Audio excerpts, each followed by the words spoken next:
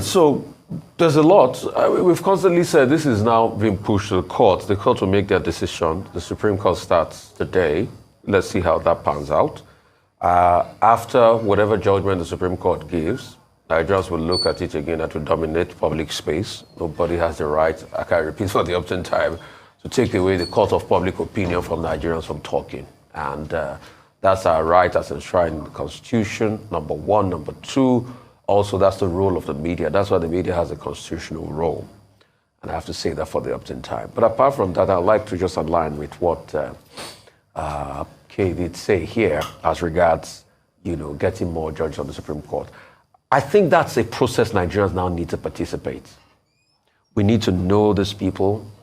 Once they are nominated to get on the court, these are the things we need to, put our eyes in the process, because a Supreme Court judge takes a decision that would affect generations to come. And they weigh over decisions that affect generations to come. And it's only right for the people to be able to have an input in their process via the court of public opinion, not necessarily swaying anything, but via the court of public opinion, checking antecedents and having robust engagements with the process when that process finally comes. And I hope that Nigerians will open their eyes, and when the nominations are made, because we definitely need to fill the court. When the nominations are made, Nigerians will be able to scrutinize the process effectively and ensure that they have their voices heard in that process, because it is paramount.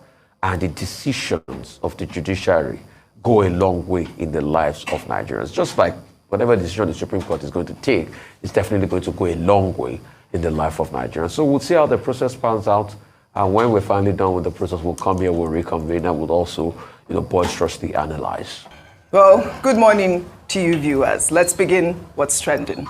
On Sunday, spokespersons of Nigeria's former Vice President, Atiku Abubakar, held a press conference in Abuja to address allegations of forgery levied against Atiku by President Bola Ahmed Tinubu's spokespersons, some of who claimed that affidavits backing Atiku's change of name in 1973 from Sadiq Abubakar to Atiku Abubakar were forged because they were signed on a Saturday.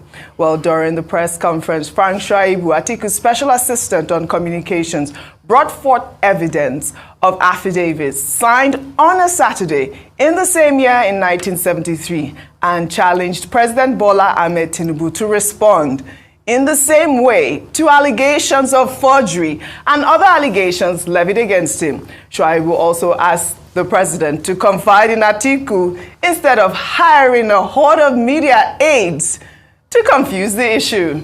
As a practitioner of democracy, especially someone who sits on the chair of a president, he must live above board.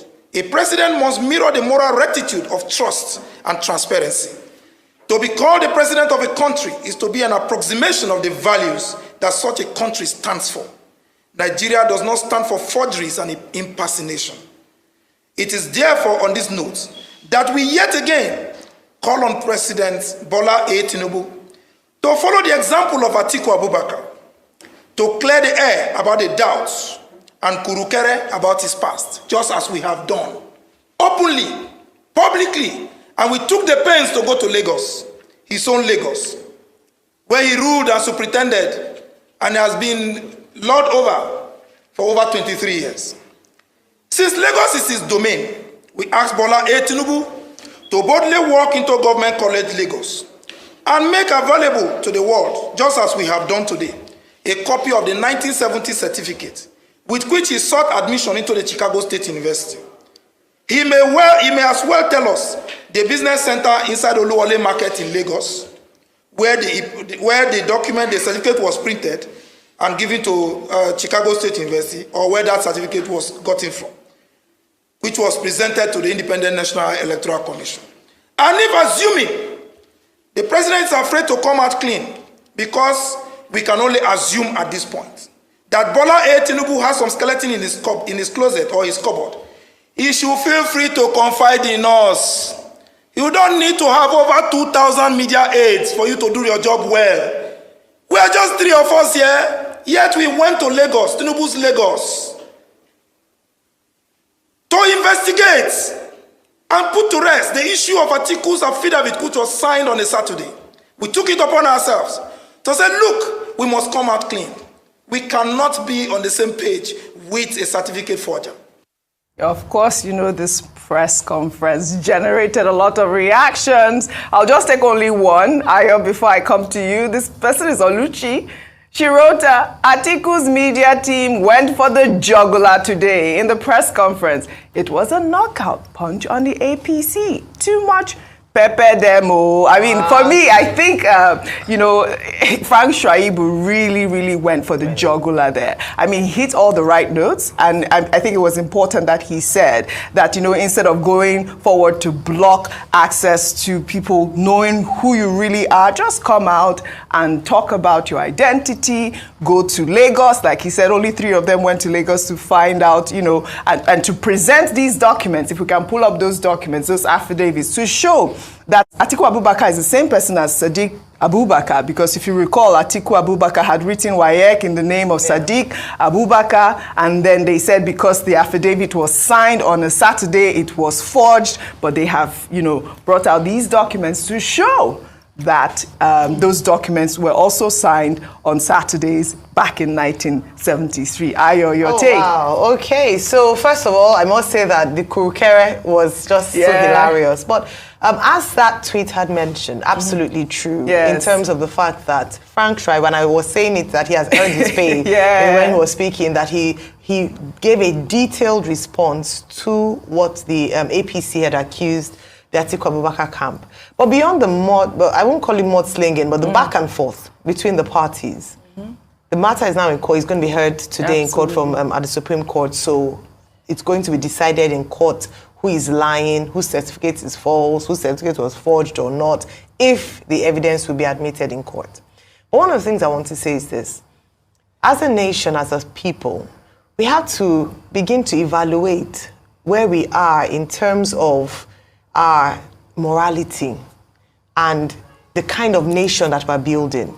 Because what happens often is that someone accuses or makes an allegation that you forged a certificate, and your response, rather than going to present evidence that you didn't do it, to put paid to the, you know, to the insults and to this grave allegation, you then begin to say, you too, you forged certificates. So it's now a battle of whose sin is bigger, as opposed to saying that actually I didn't do what you're accusing me of doing. And that is what we have seen a number of times. Yes. And perhaps it's time to begin to elevate our consciousness at the kind of leaders that we have, whereby response to an allegation is not a counter allegation, or saying I'm justified in quote or implicitly making that statement, I'm justified because you too, your hands are not clean either.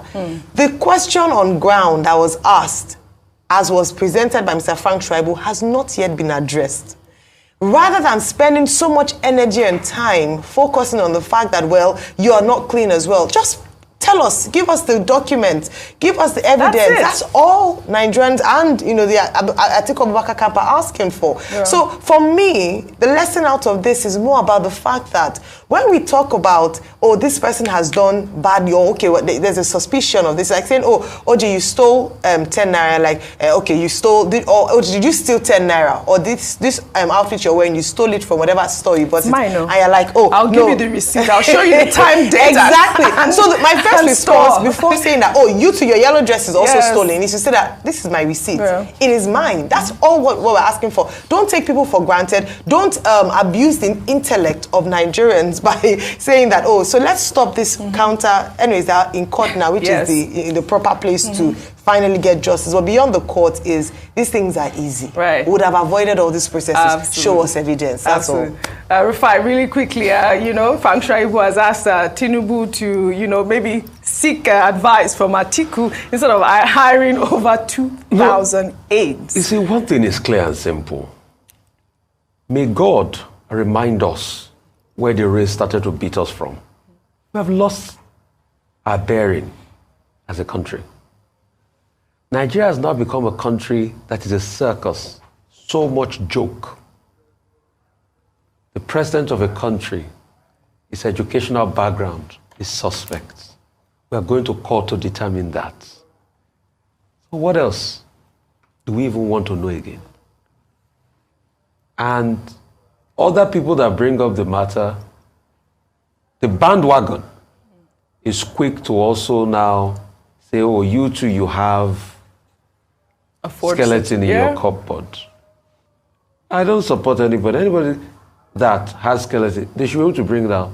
But once the Atiku team has come out to the fore, the president too should be able to come out. It would be nice to see, if you recall, Peter Obi had that same press conference stating the same thing. Just come out and what is going on. But you see, we live in a world where some people are paid to gaslight Nigerians and to distract them. So please do not be distracted. And somebody gave an analogy.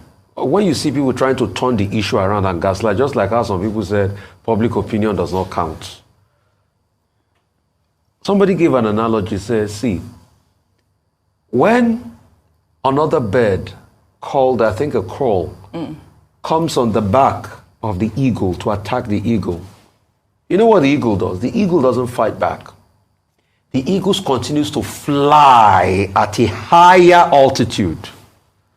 So when it gets to that altitude, the owl doesn't have the capacity to get in oxygen to relate with the eagle at that point, so it dies off. Yeah.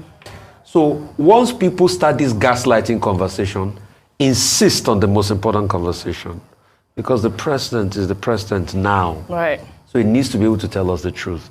And don't waste your time replying to these gaslighting conversations. Right. Once it's been clarified, yes, like I said before, Atiku Abubakar and other candidates have a right to be able to respond to the man. Once they clarified, stop responding to people that try to gaslight, because distractors are trying to detract you away from the issue. Yeah. It doesn't stop the issue that it is sad for Nigeria that we have to go to court to even determine the certificate our president presented. All right, Rufai.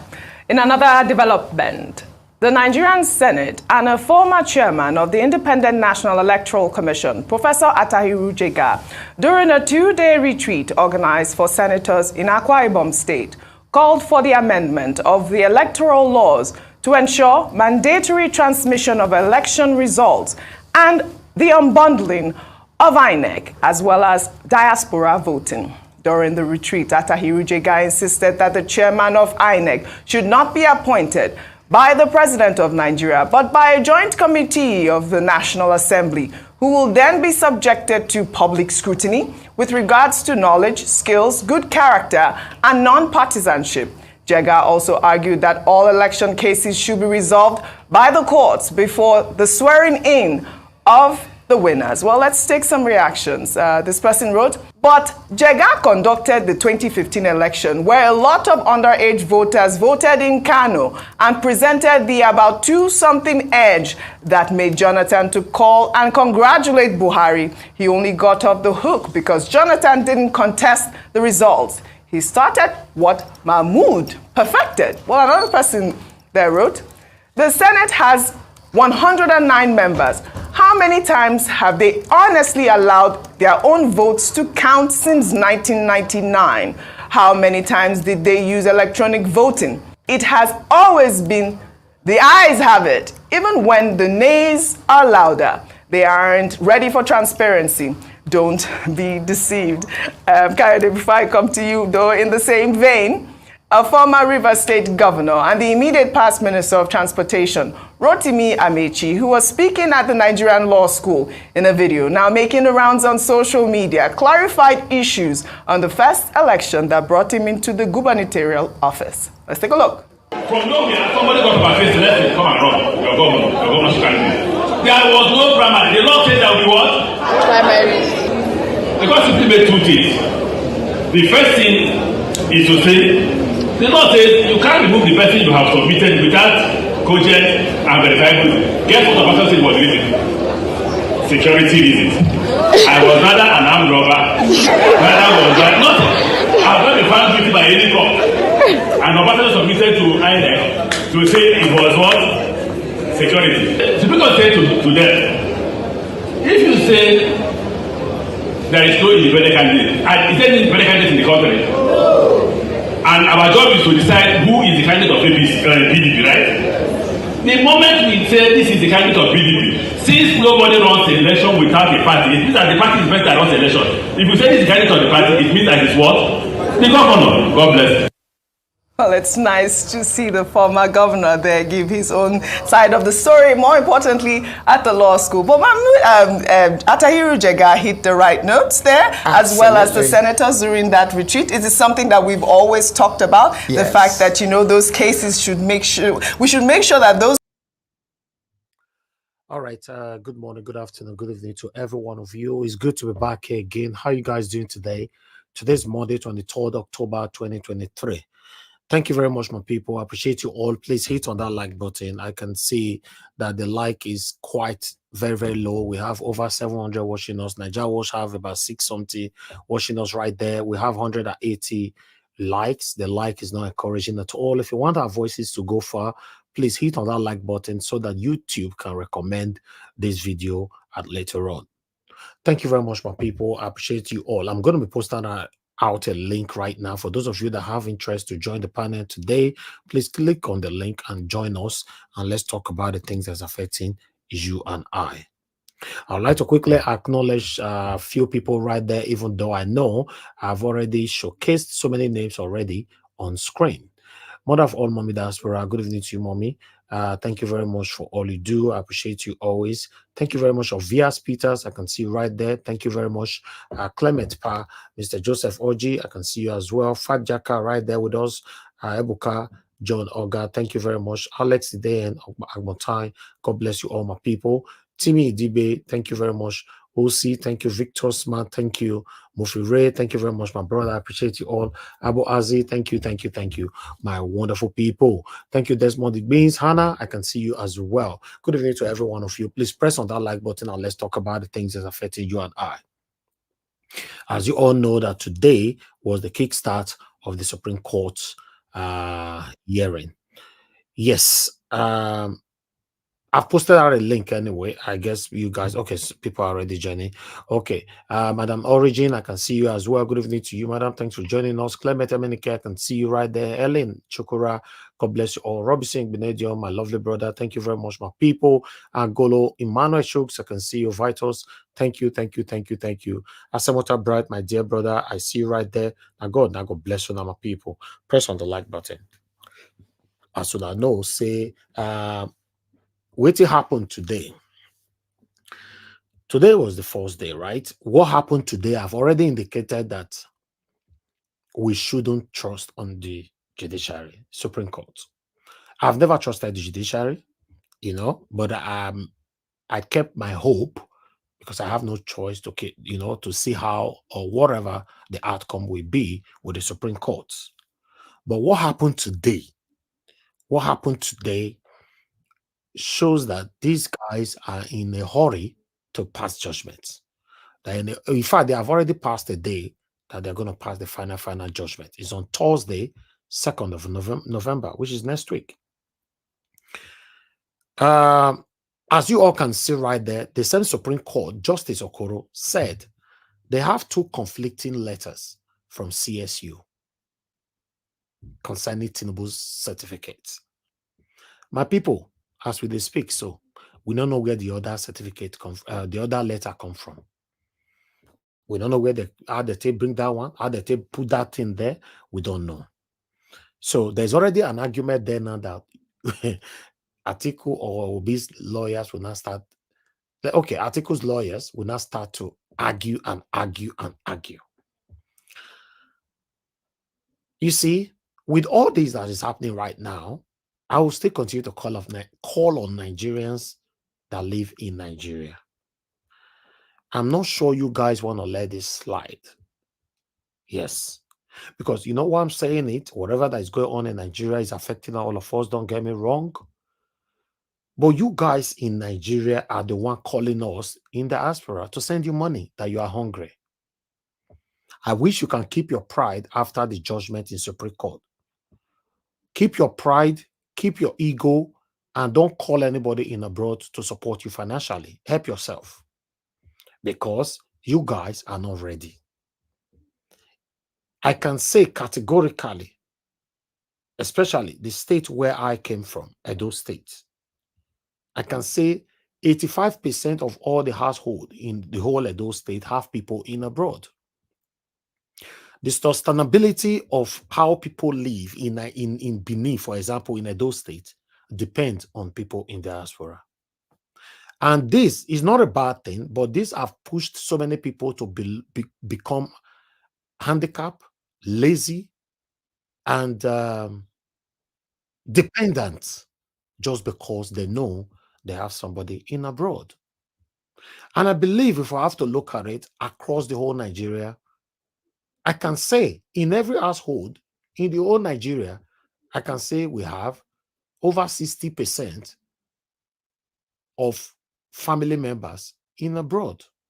That's my statistic. I don't know about you. Let me accept people in. Mother Patricia, thank you very much. I can see you already. Mr. Jonathan Kisley, thank you very much. Mother Helen, thank you very much. So let me just accept you guys in quickly before I move on. I hope I don't forget what I was saying.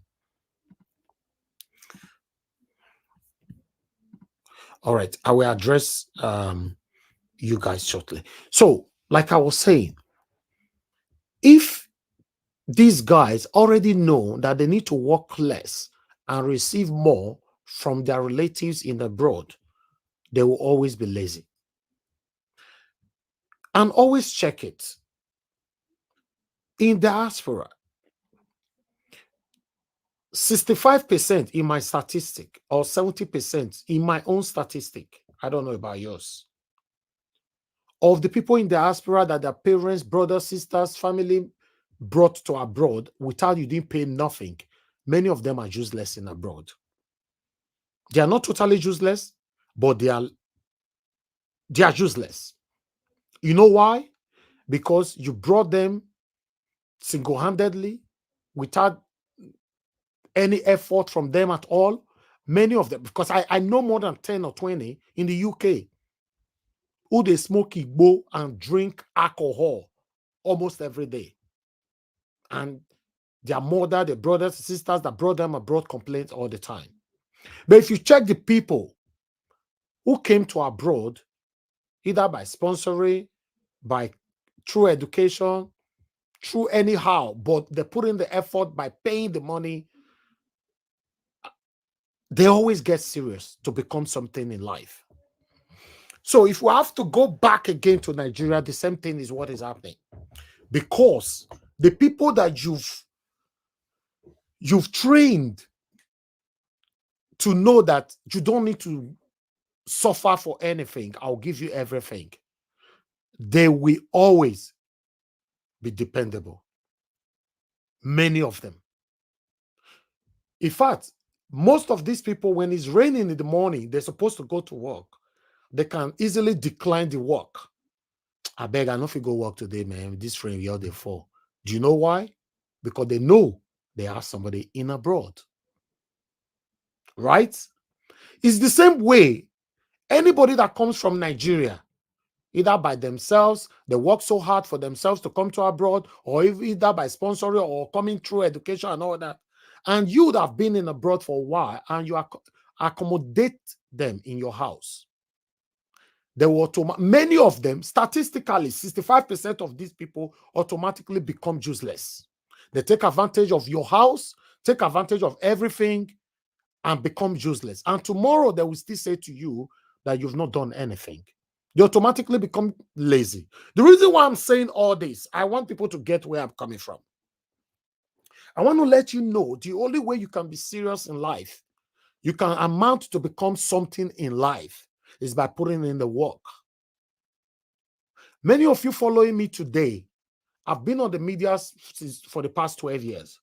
Many of you following me today, I believe in my own statistic, 50% of those of you that have been following me for a while and now know that I'm dedicated to what I do. For example, you want to gift me something now. Oh, Mr. Najawash, I want to buy you this water. I believe I deserve it. And you that is giving it out, you also believe I deserve it, right? Okay, let's go back to Nigeria again. Since 25th of February till now, election happened 25th of February. It was rigged. Bola Ahmed Tinubu was declared the winner at 4 a.m. in the morning by satanic INEC. Nigerians in Nigeria, they did do nothing. Otherwise, their excuses was Peter Obi said we shouldn't do anything. That's okay. No wahala. We went to the court. Even before we went to the court, or before Bola Ahmed Tinubu was sworn in, I remembered a lot of people were saying that this man cannot be sworn in. Because if this court or whoever that is swearing them in did, it would be unconstitutional.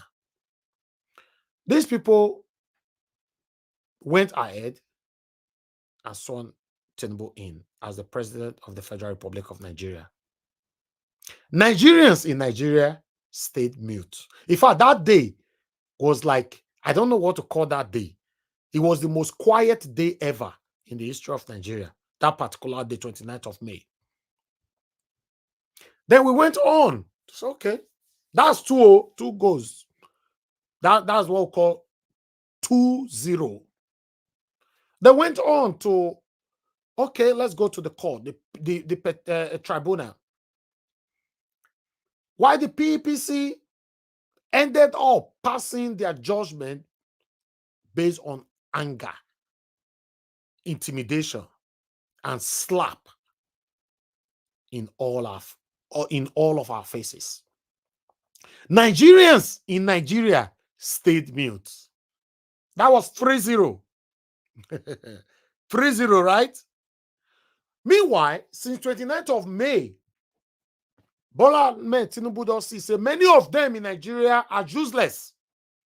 He began to show the shege. As we speak, shege.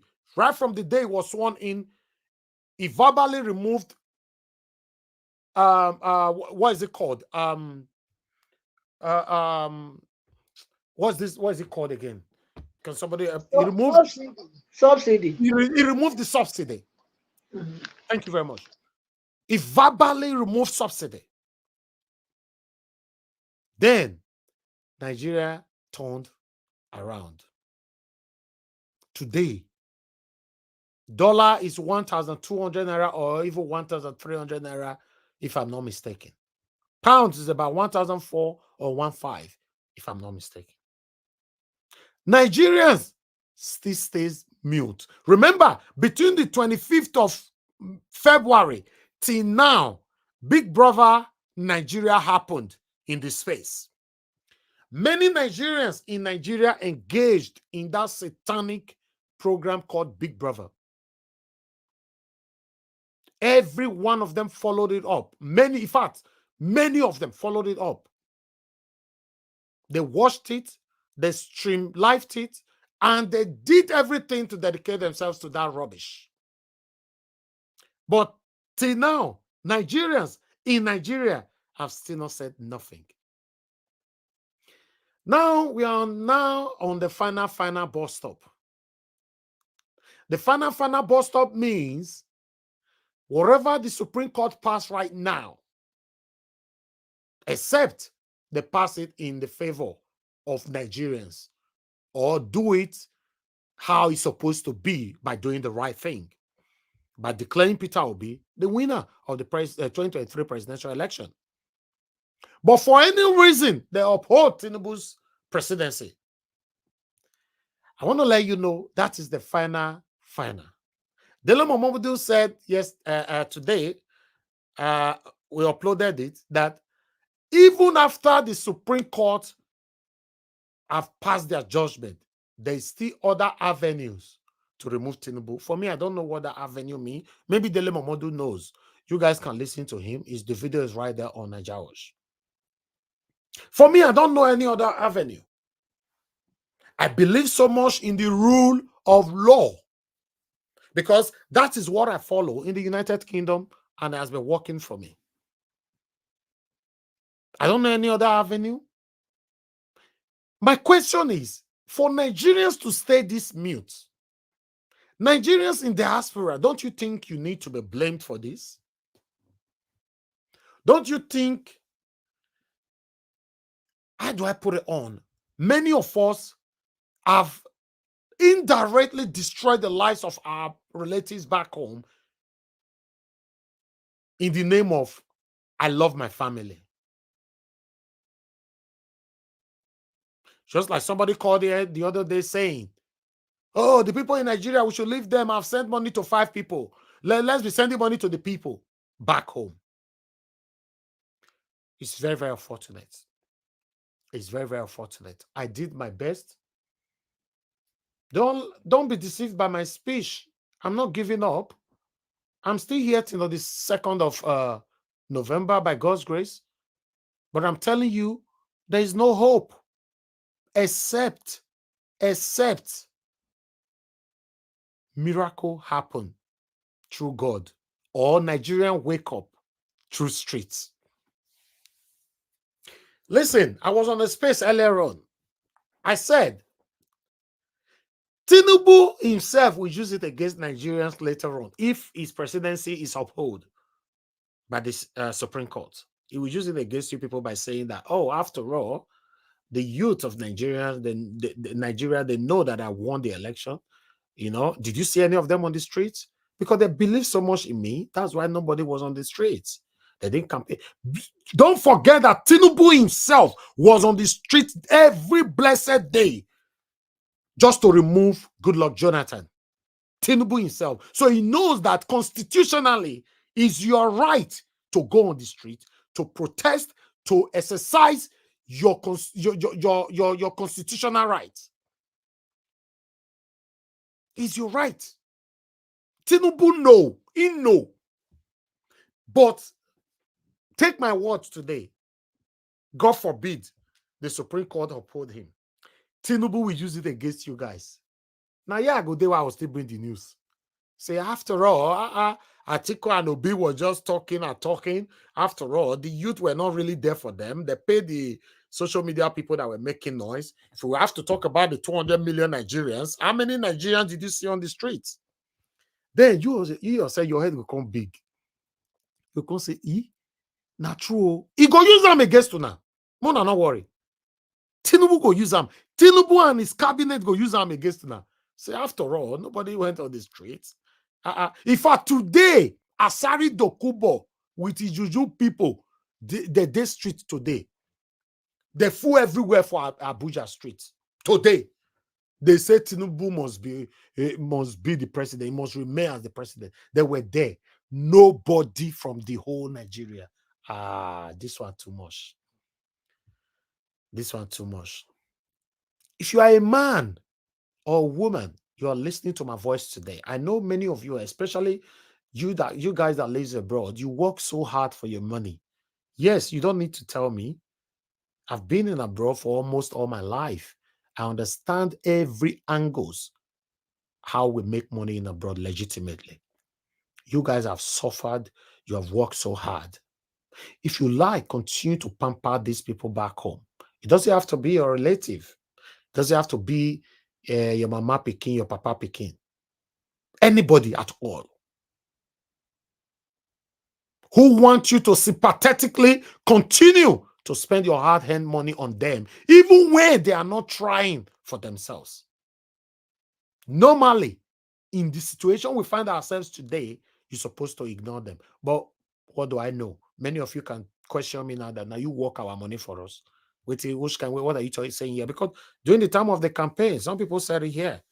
With you, they talk. You can't say that. Somebody attacked me and Mother Rita here. Say, no. Now my money, I can send it to anybody. You can't tell me not to send money to people in Nigeria, which that's true. But very, very unfortunate. In fact, it will be very sad if we, this generation, we cannot have a new Nigeria in our time. it will be very sad. It will be very sad. Since April 2022, I've been on air. I've not taken a day off. And many of you can testify to that. It doesn't mean I'm the strongest person on earth. There are so many days that I don't have the zeal to come out. There are so many days that I'm not in the mood to come out. But when I look at the people that look up to me, I just come out. Because I'm looking forward to the final of all the judgments. My people, we cannot continue like this. We cannot continue like this. It's not working. Listen to what Fela talk for here. And let's take it from here. And when Fela talk this today, ever born some of us that time, we don't tell it, right? But look what is happening today. Listen to this. Goes forward, things is getting worse.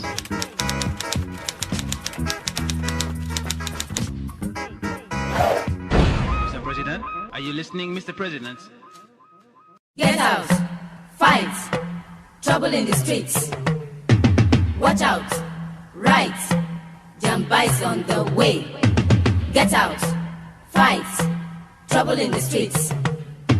Watch out, right, Jamba is out to stay. They are trying to make the government into a two-party government where they won't be able to register any more parties. They want to make it like a law that the government cannot have more than two parties in the country. You know, there are many dangerous people in Africa. The president of Nigeria is dangerous. As a person himself, he's weak. But his surroundings, his administration is dangerous. He is not as dynamic to be as dangerous, but his setup is dangerous. But look, we are saying whites are mistreating blacks. Okay, that is bad. That is racism. And blacks are mistreating blacks in Nigeria. What's the reason? That's worse. Police beat people on the streets like dogs. When boys just come from awaiting trial, they bring them from prison. About 50, 60 of them will pack them for one small room. Then they go say they beat them. They start to beat them first because they come from prison. I saw it with my eyes. They were flogging boys 8 in the morning, 24 strokes. They put sand on the body before they flog them. And this is not from court order. This is just wonders enjoyment. People's minds have gone low. Food, no water, no light, no government. So the people are aging. Our senators are going to America every day and coming back. And nothing is happening in my country. What we'll do is so far we smile, you know. Every African man smiles. How are you? You see, we smile because we are good people, probably. But you see, people don't have to smile in a bad condition. Yes, people don't have to smile in a bad condition. I don't know the year where that video be, but you see what we are talking about today. For those of you that is thinking somehow Nigeria will be better one day, or for those of you that is saying that by God's grace, now only God will help Nigeria, this particular video are more than, if I'm not mistaken, more than 3 decades ago, right? Okay, minimal. So that time, the same prayer you are praying today, people were praying that kind of prayers at that particular time. Still, Nigeria is even getting worse, right? So I'm doing my part. I continue to do my part. You know, I just want you guys to understand that by God's grace, after the whole court cases is on, it's only me that will reduce my time coming out every day. But Nigeria should continue to be 7 days a week. Then you'll now be seeing other faces on screen. That's all. We're doing our part. I'm not here. If my speech affects any of you, I apologize. But I just want you guys to know, because I know, yes, because people attack us the other day. No, now my money, I will spend it how I like and all that. But that's fine. Do what makes you happy.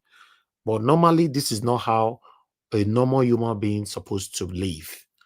Yes, this is not how we're supposed to live. I don't live like this in the United Kingdom. You know, I live the best life in the United Kingdom, in case you're not aware. if you want to fact check us or look for anybody, that knows us better, they will tell you. And I believe that 90% of Nigerians in diaspora listening to me right now, living their best life in diaspora as well. So, majorly what we're talking about is for the people back home, even though, is inclusive, all of us, but it affects the people back home more.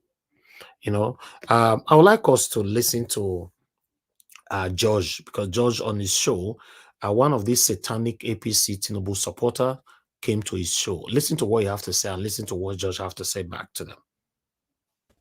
Thanks a lot, George. I've been a regular viewer of your show for many years.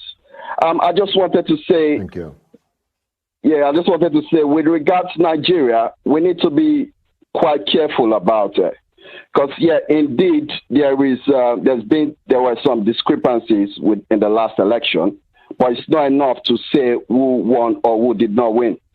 I would just like to say opposition to the current president has led to a lot of spike of violence against his ethnic group, the Yoruba people. And this is where we need to be careful as to how people frame the problems they have with the president, because at the moment, if care is not taken, the way a lot of independent journalists, so to say, are framing these things up, it might lead to another brutal ethnic clash. And as you know, my country experienced a civil war in 1967 between the then breakaway Biafra region and the rest of the country. I'm afraid we might be heading in that direction again. So I would like you to please take a step back and actually review the dynamics to the last election. Because we can't say for sure that Peter Obi won that election. A lot of, we do vote on the basis of religion and ethnicity, but most Nigerians are Muslims, and we voted for Bola Ahmed Tinubu. Whatever problems people have with him is fair, but is the person most of us voted for. And I think the more people are going after him on a personal level as against going for INEC, which is the body responsible for elections, civilians from my ethnic group are being targeted. And after this satanic APC supporter finished his submission, just listen to what George is going to say. Just called because I've seen a lot of conversations surrounding him, and I want you to be aware of the risk he poses on the ground. Thank you. Well, look, there's no question of me taking a step back. I'm merely hosting a show in which all kinds of people are invited. Every 5 minutes, I invite everyone to call the show to give their point of view. And you just have, very succinctly indeed, you have taught me something. I had absolutely no idea that Tinubu was from the Yoruba people. That's the only good thing about him. And my contempt for him has zero to do with the fact that he's a Muslim and zero to do with the fact that he comes from the Yoruba people. These two things are the only two good things about him. I'm against him because he's a crook. I'm against him because he's a thief. I'm against him because he's a bagman for the bigger thieves. In Chicago, Illinois, I'm against him because he forged his election papers. I'm against him because INEC forged his victory in the election. Am I supposed to turn a blind eye to all these things? Because he's a Muslim, because he's a Yoruba, because this may lead to ill feeling to his people? When I express my contempt for Rishi Sunak, I'm not hating on Indian Hindus. I'm hating on Rishi Sunak for Everything except the fact that he's an Indian Hindu. I parked that. I have no interest in that. I'm against Sunak for a whole range of other reasons. I'm against Tinubu for a whole range of other issues. Now, I invite all points of view to enter this debate over Nigeria. If we had a Moats Africa, we could do it exclusively every week on that show tailor-made for the African audience. But we don't have that, so we can't talk about Nigeria every single week, every single show. But we had David on in advance of the court decision. We've now had him on after the court decision, which I followed closely, and which was every bit as farcical as David Hundian described it. What are we supposed to do? Not do so? Accept that the greatest African country is run by a crook? A forger? No, I will never accept that. I have too much respect for all the peoples of Nigeria. Hey, God. Even when it's obvious to the blind, it's obvious to everybody. These people are still defending the indefensible. All right, I would like us to move on, my people. Good morning, good afternoon, good evening to you all. I appreciate every one of you right there. Madam Patricia, you wanted to say something? Yes, I say, did you notice that the APC guy, he was behaving as they usually behave? Mm-hmm. You know, they are lying tactic and also trying to lure. And they will pretend. Yes. Yeah. You we've know, seen them on this platform so many times. Look at what. Oh my God! Just imagine telling him that Muslims are more than that in Nigeria. That's not true. And then he said that it's like he painted it like it's all Yoruba people that are supporting Tinubu. Just imagine. Yes. Oh, these people, and they are all the same bunch of criminals and liars. Very sad. You know, but at least look how Mr. George responded back. My God, I was just laughing. Thank you very much, my people. Let's take reactions from here quickly so that we can take it from here. But before we take reaction, let's listen to what happened in court today by Asari Dokumbo and their people. You know, let's take this one here quickly. I was surprised. You know, let's see this. Let me make it bold for you. Taking over you can see where are the obedient. We can't see any of them. This is Nigeria, and as you can see, these are Asari Dokubo's people moving around and taking over the Supreme Court environs at the Federal Secretariat. You can see young people moving up, doing right.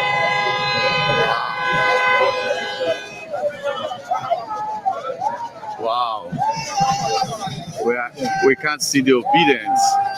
Wow.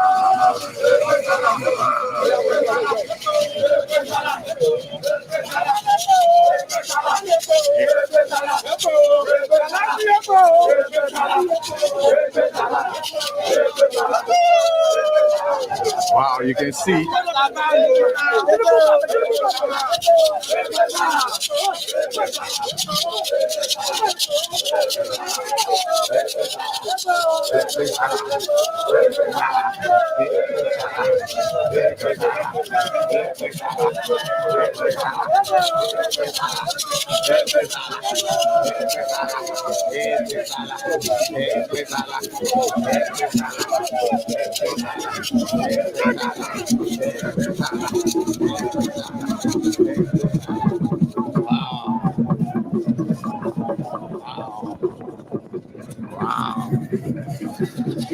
Wow. You can see the Nigerian police blocking the way. and getting ready to present a subverted judgment to Nigerians. You can see that the obedient are chased away from the scene. The obedients are not enough to counter. You can see. Wow. Available. They are not available. They don't have any counter. No structure. No structure. No fund. Okay. Now, wow. Now, hear that one. Obedience don't have structure. Now they can't tell us now. Now they hear them. Till now, nobody on the street. Till now. Till now. No Nigerians who is clamoring for a better Nigeria is on the streets. What a shame. Nobody. Nobody.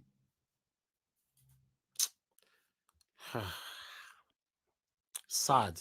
It's very, very sad. It's very, very, very, very sad. Let's take this. All right, I have that one right there for you. Let me quickly just take them so that we can start talking. I have a couple of people already with us here. This one is coming from Jackson Ode. Jackson Ode is saying, update Supreme Court election panel to deliver judgment on Thursday, November 2nd, in conclude conference. The panel of 7 justices of the Supreme Court hearing the election petitions of Atiku Abubakar of the People Democratic Party and Peter Obi of the LP concluded conference on the matter and agreed to deliver judgment on Thursday, November 2nd, 2023, a Supreme Court official told me.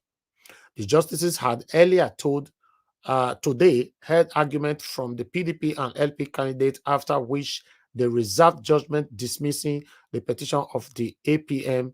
Nigerians are anxiously waiting to see if the justice would uphold the sham election that brought Bola Tinubu, who had forged his certificate and ringed himself into power. Note, this post has been adjusted to reflect the new info. Okay, so let's move on to other reaction here from the same Jackson Udain. The smell of raps of dollars and the integrity of justices of the Supreme Court. If Bola Tinubu is sacked today, nothing would happen. Absolutely nothing. Nigerians would be in wide jubilation. The only thing holding the Supreme Court justices from doing the needful is the smell of huge dollars rap.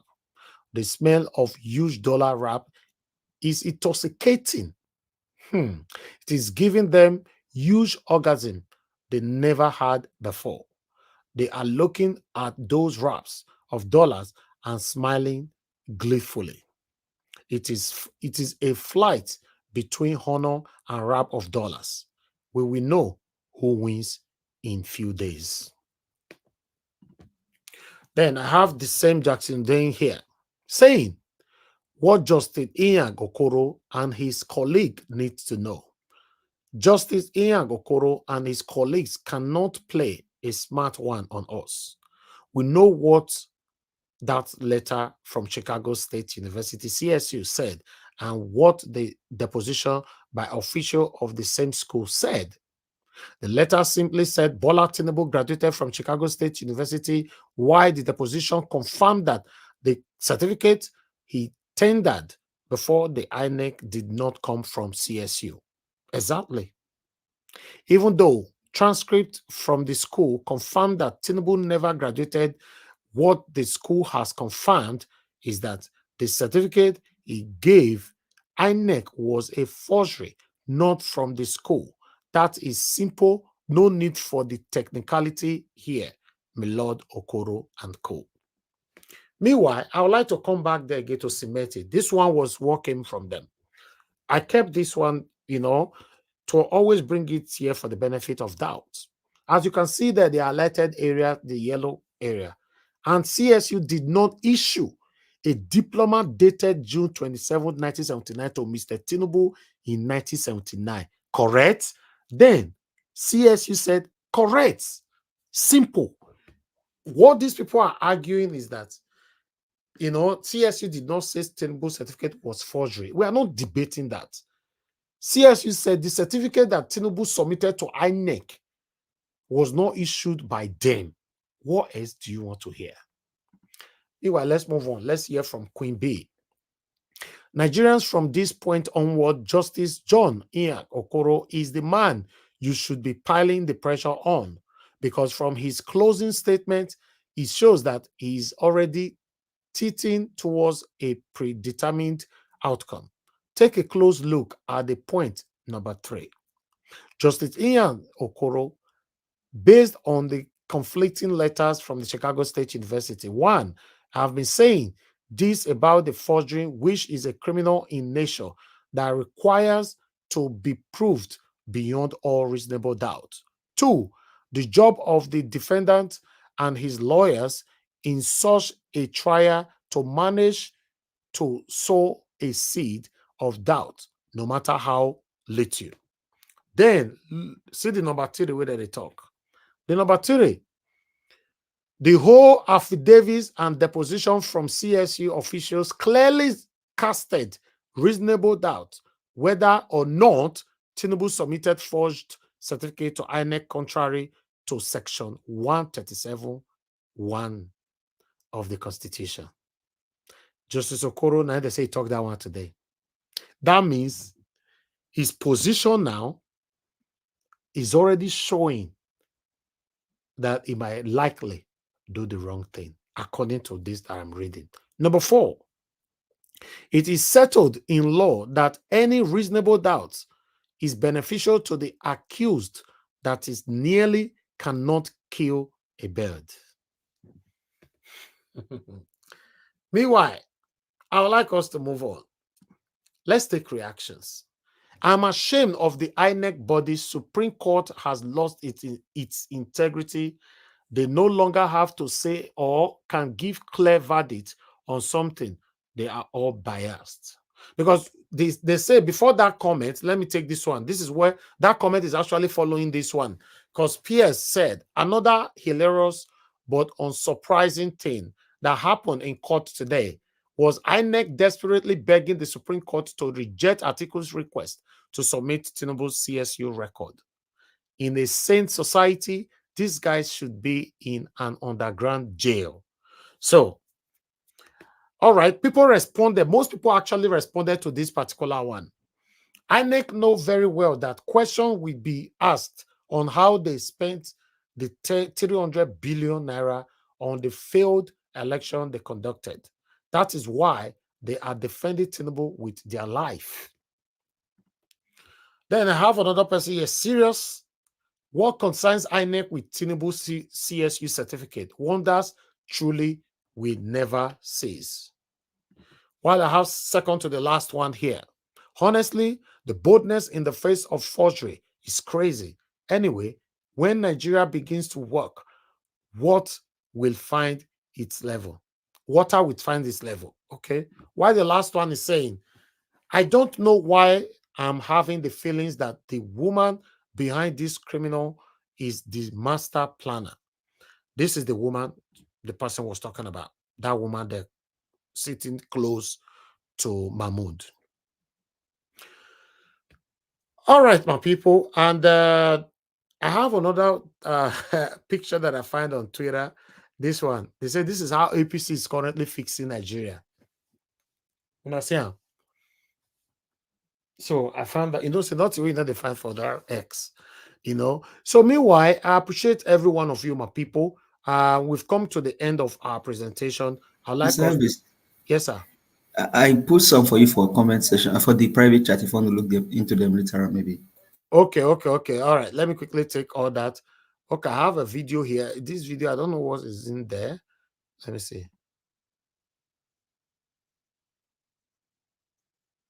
Okay, let me see if we can play that video. Let me read the title quickly.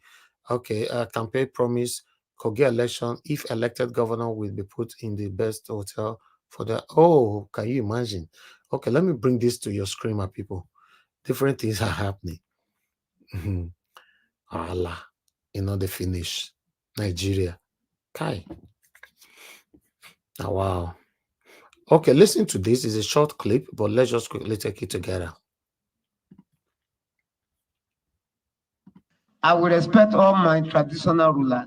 I will give you the due respect that is needed. I will make sure anytime I invite you, I will give you, I will accord you, put you in the best hotel for you to enjoy yourself. I will not look down and put you inside some.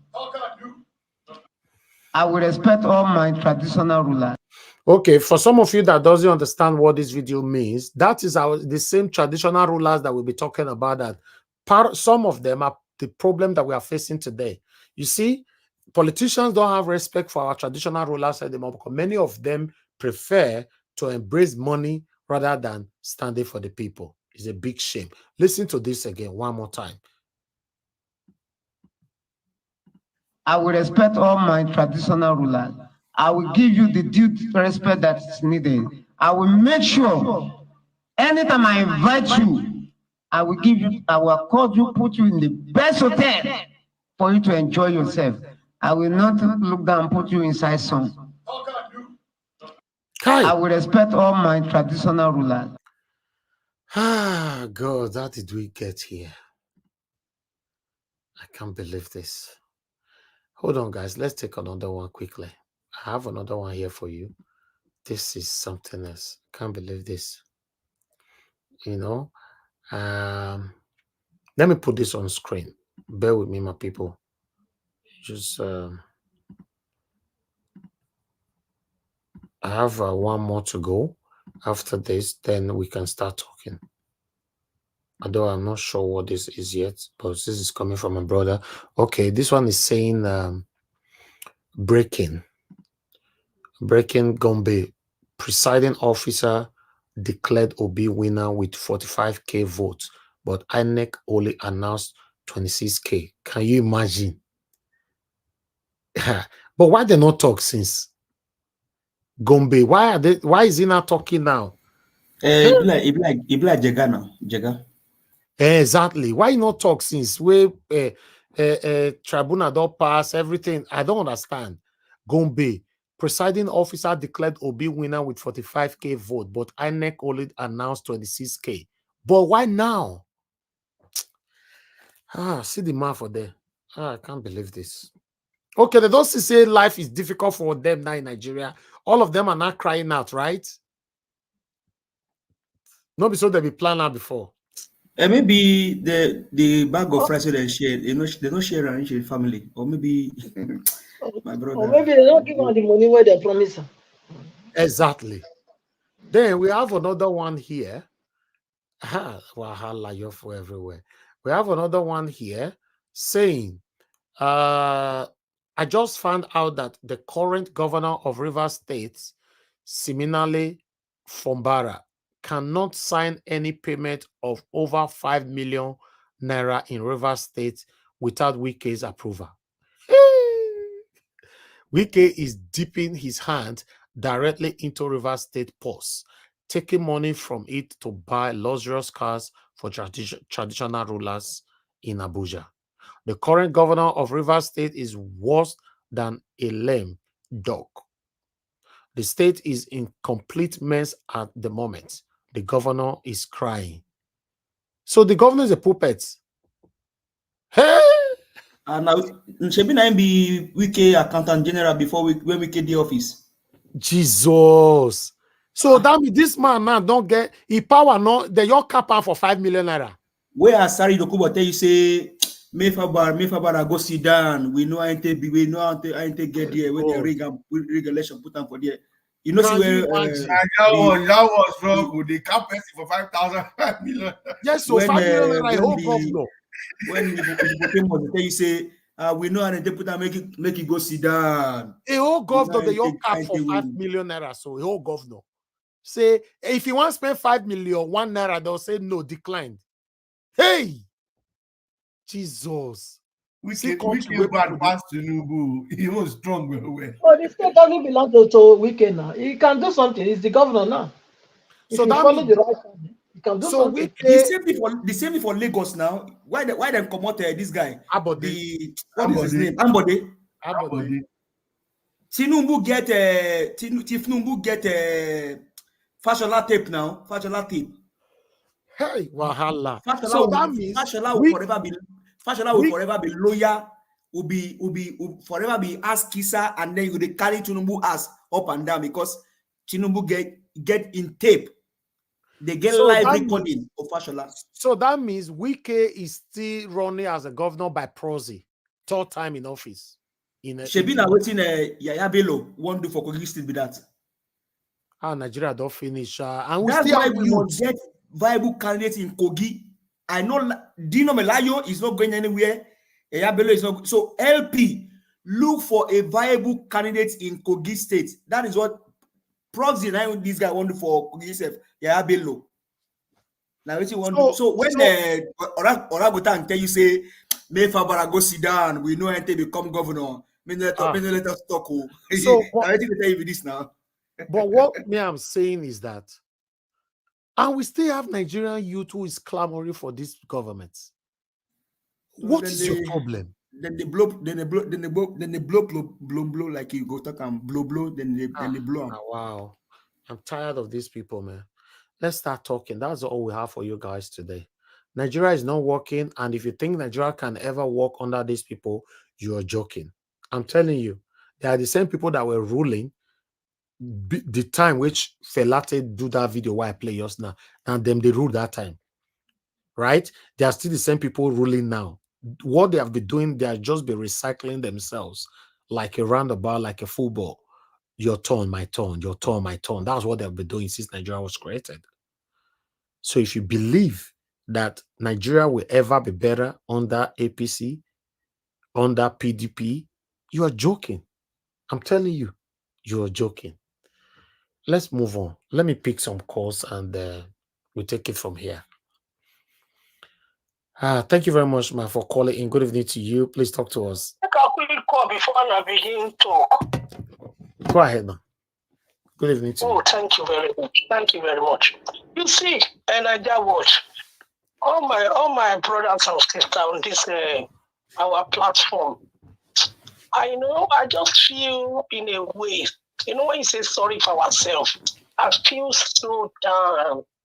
I see what we are just putting energy, all of us outside diaspora. We are putting all our energy, everything. And our people back home, they are not even doing, look at that video you showed. There was no obedience around that place. So what are we even worrying ourselves for? What are we worrying? I want to ask, why are we going to suffer like this for these people back home? Are we a slave to them? Have they sent us out to come and work for them?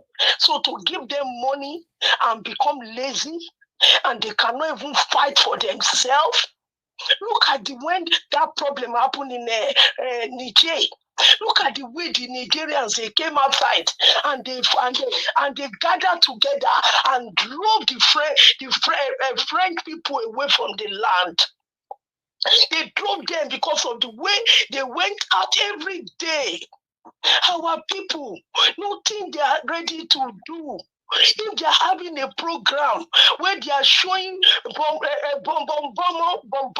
they show bomb, they wear jean string, they show that blom. Now there you will see our people. You will not see them where they will do to think about their future. All they are thinking about is what they are going to eat today. How about tomorrow? Nobody, it's as if we in the diaspora, we are the people putting in all the effort for this country to be better. But back home, they are just quiet. Every time you see them on YouTube talking blah, there's nothing they are ready to do. I want to tell them, if they do mistake, because you see what they started to show us now, they are playing everything. Mr. Okoro, everybody know that man. He's the one that put this man in Imo State. He's the one that put him there. So it's there to them, put him there to want to do their work. Are we going to allow these people to be using us like this? Are we going to allow these people to be doing as if Nigeria belongs to them? What are we doing?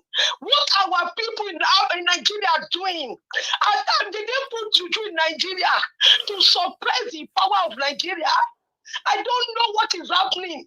Why people cannot come out? What are they waiting for? They want them to judge the case. And when this man has been given the right to enter office, nobody can do anything again. What are we doing? Oh my God, what is all this? What kind of people Nigeria is? This kind of people we get where they from come. In those days when we want to protest, we go out and protest. What kind of people be this, oh God? Thank you. Thank you. Every day you come here, you do this. Every day you come here, you do this. Voila. You can see some people are falling out. Some people are not coming again because they are tired. They don't sit here, I don't tire, I don't do my own. Exactly. No. Exactly. We must not be tired. This is the time that we need to come together.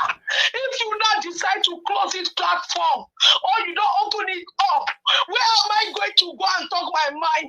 Where are you going to come and say your mind? Please, my people, let's not be tired. This man is not tired. Let us start again before we are 1,000,000 on this platform. 1,000,000. Where is everybody? Are you all gone to sleep? Have you not said you have fought enough and that is it? If that is the way America, Black America fought during Martin Luther King, then you will not be able to go there. So what is it, Nigerians? Thank you. Thank you, ma'am. Thank you. Thank you. Thank you. I understand your feelings. It's a sad one. It's a very, very sad one. Let me take calls. Please, the number is on the screen. Let me prioritize callers for the next 10 minutes or so. Thank you very much, sir, for calling in. Good evening to you. Please talk to us. Mr. Niger, God bless you all, and the panel. Sorry, I just want to point out one or two things. I feel so sad. But then, looking at it from the first point, when the fellow that was interviewing people there by the court was talking, there was a fellow who was of the obedience that I heard that the police, accosted and was querying. Yeah, it was released. It was released. Everything yet from his phone. Now, that is intimidation, one. Two, look at what is going on. Sorry, unfortunately, I've not seen those details, but from what they are saying, if Asari Dokubo can bring all the clown, the bunch of clown, into Abuja and surround the court premises, and the police is kind of helping them to block out, movement of vehicles. What does that suggest to you? I want to say this is really very painful. Nigerians are aggrieved though, but the truth is this. The intimidation they want to intimidate Nigerians may not work out. Just let us wait and hear what these people want to say. In fact, I don't know how to put it. But the truth is, Nigerians will react. Whether they like it or not, whether the devil likes it or not, something is going to happen. Because these people have started with intimidation. They want to end it with intimidation, but it's going to be different this time. I can bet you anything that... Thank you. Just like you were saying, you don't trust these people, but you believe they will do the right thing this time. They also called Okoro. I don't know where he's from. I don't know who he is working for. If he has collected money, that might be the last money he will collect all his life. I'm sorry to say this, but it's really unfortunate. They don't have shame in the whole of that Nigeria. All of them. Both the politicians, the judges, the INEC people. Thank you, sir. Thank you, sir. God bless you, my brother. Thank you, sir. God bless you. Let me pick another call quickly. Hello. Yeah, good evening to you. Your name and where you calling us from? Yo, good evening, Mr. Hermes. This is Gospel calling from Kuwait. Oh, Gospel, you call with different numbers all the time. Thank you, my brother. Talk to us. I just want to say thank you, Mr. Hermes. Thank you for all you do. I want to thank everyone that have been, in this course of taking our country back from these satanic people. I want to thank everybody. Well, Mr. Evans, I don't really have much to say. What I want to say is that, sometime when we're talking, someone like me and you, that we know what our country are capable of, the institution we have in Nigeria are capable of, some people will be talking based on as if you don't have a faith. You see, Nigerians have been casual. All these things are something that they wrote. It's like it's something like a movie that they wrote. They are just playing. You see the way they are twisting just ordinary judgments of what's being clear to the whole world. They are giving dates. Every day they keep giving dates. They keep giving dates until December. And somebody have told me this thing during the time that they are filing this case, that this is how they are going to play it. They will just be playing it. Okay, we go court this day. We go court till the year will finish. You see, it's high time for the Nigerian to take their country, or they leave it like that because it's been. They don't already fix. They don't fix final date. Then on 2nd of November, now everything will end. Yeah. Okay. Imagine Asari Tokubo is doing like for his own Nigerians. I mean, like, I don't really understand. That's why we say when we call people back home, you'll be hearing from some people that are suffering, man, let's leave it. It should be just ordinary 4 years after now. Imagine what's really happened. Anyway, just like we always say, people in diaspora are not the ones facing the East directly. So if Nigerian can be able to let these few satanic people to rule there, take their destiny from them, it's a pity. It's a pity. But I just pray that God should just give the well-meaning Nigerians the strength and the capacity to be able to, fight for their right. Because if they are waiting for people in diaspora to come before they start the protest, they go wait till Jesus come. Thank you, sir. Thank you, my lovely brother. I appreciate you. Thank you. Let me pick another call quickly here. Thank you. Hello. Yeah, good evening to you. Your name and where you're calling us from. Off your gadget over there, sir, please. What's your name? Where you calling from? My name is Shegun. I'm calling from Abuja, Nigeria. Thank you, Mr. Shegun. God bless you. Please talk to us. I've been listening to the conversation since about people are not doing anything and everything. I believe, my own belief is I'm sure the obedience are just waiting for the Supreme Court's judgment. Let's see what will come out of it. Then we'll now take it by force. If the judgments, if the judges do what they know how to do best, then the Nigerian people will take our destinies in our hands. That's what I believe. Why everybody's just still waiting. Let's see. Let's give them the benefit of doubt. Okay, my brother. So I don't believe the people are not talking or people are quiet. No. Okay. I like this this encouragement. May God bless you. This is what I want to hear. And you are calling from Nigeria, so I like this. God bless you, my brother. Thank you so much. You're welcome. Thank you. All right. Thank you very much, Mother Joy, for calling in. Good evening to you, man. Please talk to us. Hello, my wonderful people, the great people of Nigeria. I mean the people. I greet everyone, obedient nation, Niger Watch, family, citizens, journalists, my intellectuals, and all the ninjas. I know all the ninjas that are here quiet, but they are volcanoes. Everything will work out. I don't know where my joy is coming from, but I feel so good.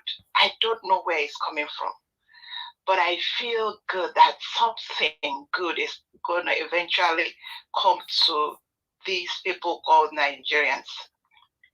They have suffered enough, whether it is of their own making or, whatever it is. I feel so good. I don't know why. Mr. Niger Watch, I thank you for your resilience, for your strong head.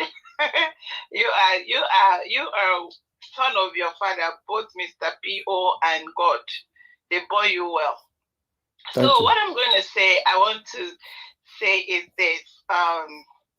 I don't know. I want to almost like talk ahead with like every one of these people that have caused this pain to these people that are docile, the thing that they can't do anything. They are going to pay. They are going to pay for every damn pain they have caused Nigerians. And I'm here, all my well-meaning lawyers here, you are going to go international law court and sue people like Hope Uzodinma. You're going to sue him because he can't allow a 419er all the things that they are now saying about the courts. They were supposed to be, that man was not even supposed to be there at all. Not even for, he was not supposed to smell that place. Whatever he did, he's going to pay back Imo State. And that one that is the Ogun State that stole all the, you see, when people, impunity, there is a steroid inside impunity. And I think they are the last lap of the injection of impunity steroid in their vein. And it will soon collapse. And we'll see how it goes.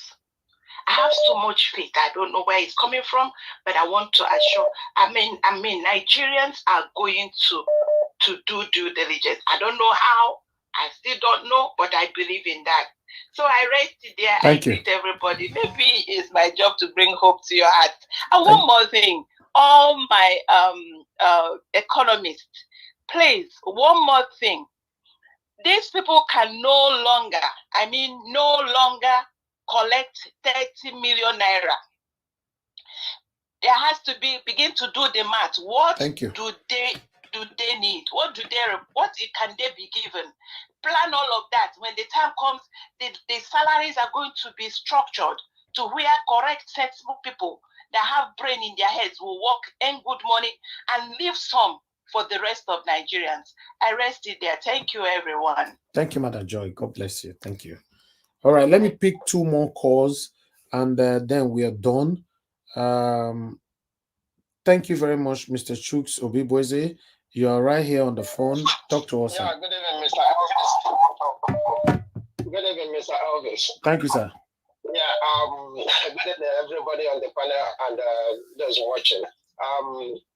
Yeah, I just want to support the last two callers who made it clear. Will let us not deceive ourselves.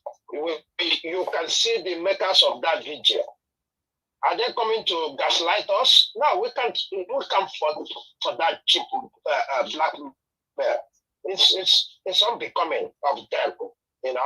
One thing I'm telling you, it's not about being Aguero. The people that matters, they're organizing something. There's no two ways about it. We can continue to go on like this. You just said the wreck in Damawa or somewhere. Just come out to say this. Are you saying we will say all this and kept quiet? Gombe. No, Gombe. that. So just leave those people. If you see the way they organize it, bring all these charlatans to start playing masquerade or whatever they're playing all around the place while somebody is on camera calling obedient. Where is Nigerians? Did you ever hear him mention Nigerians? Did you ever hear him mention what is it called? PDP? Are we the only people? So just let us not even think about that particular video. I will leave it for now. Probably if I have time, I'll join the panel. Thank you. God bless you, sir. Thank you. Okay, two more calls to go. Let me pick. A lot of people are calling in. I don't know if I accommodate everybody. Let me pick. Mr. Tony Africa. Thank you very much, Mr. Tony Africa. Talk to us. 2 minutes. Go ahead, sir. Oh, thank you very much. Good evening, sir. Thank you for your job, ma'am. The entire. Thank you, sir. The game is over. Thank you, sir. Thank you. God bless you, our ancestors. So, I want to come from this angle today. You remember that once upon a time, last year, we contacted our people back home. We begged them to go and register. Then we got there was difficulty in registration, and then but they still push ahead. We keep encouraging them, and then after Then we say, okay, this is collect the PVC. They don't want to give them also the PVC. They don't want to register some people because some social said state or whatever. We keep begging them. They will keep, so we kept, encouraging them. Then I told you guys that I don't know that where the shop did not work. Somebody say, okay, the thing will work. That the president said that they could leave this one as a legacy that we should push on. Then the PVC are not giving. They will try to encourage them. They start to fight tooth and nail. So we use the money to buy PVC that to the extent that to the point that we thought that maybe they're going to sell it later, for money. But they actually went out to vote. Some of them were fired, So and then they still forge ahead. There was no police to prevent them. We still keep begging them. Then election day, all this bad result or whatever, they didn't want to, upload, electronically. Then we keep begging. So why are we, especially that woman that called, if you want to roll it back now, like the woman that called from somewhere in abroad, people that he ran away from, all of us ran away from Nigeria because the place is not working. Like I said today that this TCC don't tire you because for last music, he said that things are not working, and then you are surprised that today, the same thing. Before most of us were even born selfish, that they know that you are tired. Also, you so 2 minutes is over. Please go straight to the point, sir. No, okay, let me learn that. So, but what I'm trying to say is that we should stop blaming the people. They have performed their civic responsibilities. Anybody who is blaming people from abroad, people that you left that are also at the various posts of departure, you are not telling them to go up, shook their head for those useless people that they call soldiers. So everybody in abroad, please don't forget that you let these people. They are also struggling to take off. The system is not working. Let's share the country peacefully, and that's all. So who is going to share the country? You? No, Tinubu is already sharing it now. It's already helping us. Remember during the campaign that now they asked me, say, why do you support Tinubu? I said that no, that he's going to be a good president because of the taxation policy that is going to punish us. But at least he's trying to take power back now from some people. So okay. You just confirm now that you are supporting Tinubu. You've been denying that now. No, I said that I support him to come to that as a Jagaba, LGBT. No, you just confirmed now for the first time. You are for the first time you are telling the world now that you are supporting Tinubu. You have always been denying it. No, I didn't say no. I didn't say I supported him. I said that that time. That's what you just said. Go and play your video back. You said yeah, but I said but I support that is going to help us to divide the country. Divide it because of his actions. All right, thank you. Because right now the power is shifted down. Thank you. I want to beg now. Thank you, Mr. Tony. Thank you. Hello, thank you very much, sir, for calling in. Good evening to you. Please go ahead, Mr. DJ. Talk to us 2 minutes. Hey, good evening, Bro Elvis. Good evening, all panelists and viewers worldwide. I greet you all. Thank you, sir. Once again, Mr. Elvis, I must commend you for the great work you're really doing here. You are great, honestly. I must commend you for that. Please, what I just want to say here is brief.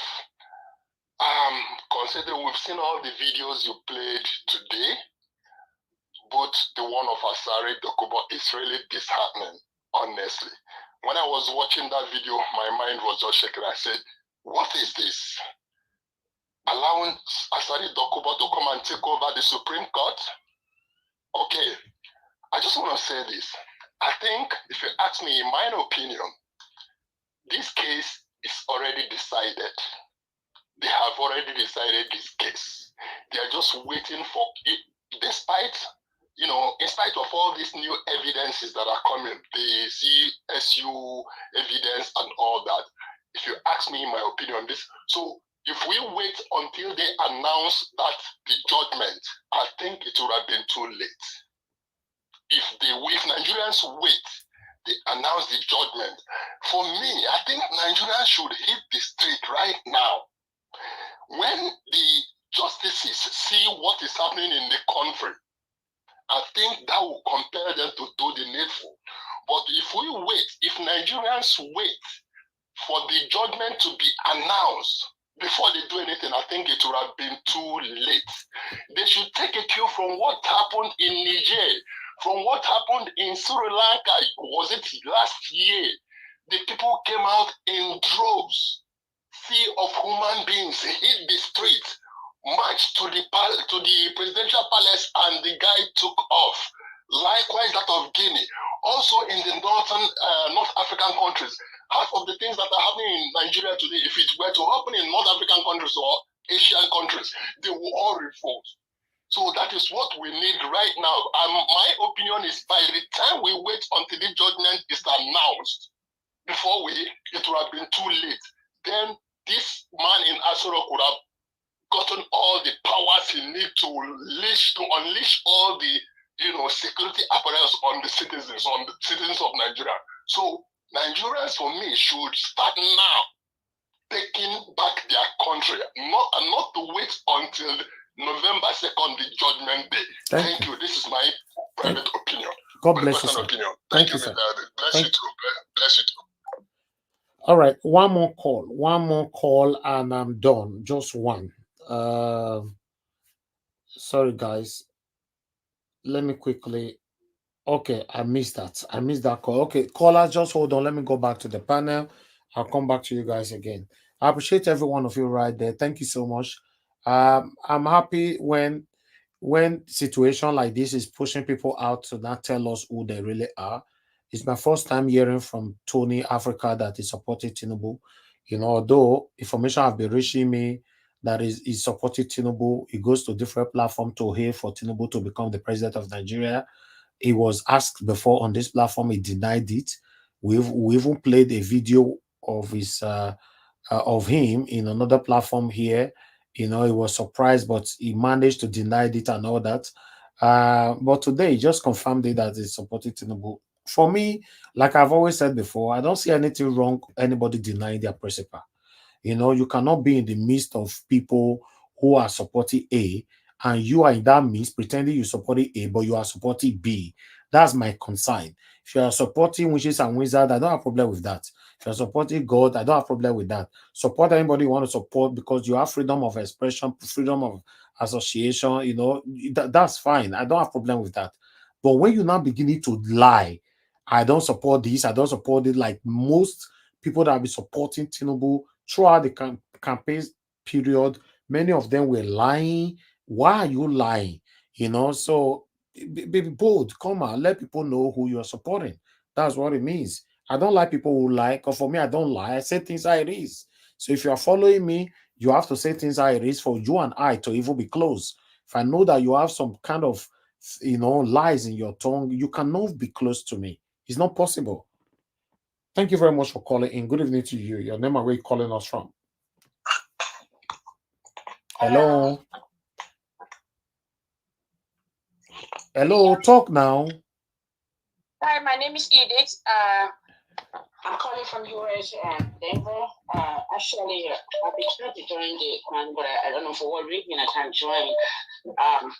So I decided to call in. Thank you.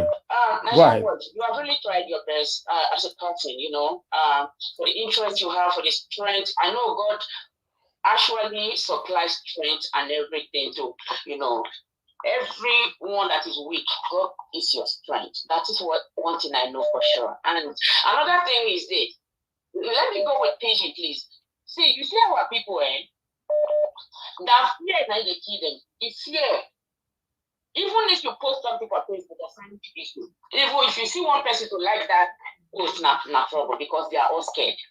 So I don't want that the anti when it talks just now, but I don't think anyone is going to do anything about this thing because they are all scared. Nobody wants to die. This man thing, you say nobody wants to die, but everybody wants to go heaven, which is not possible.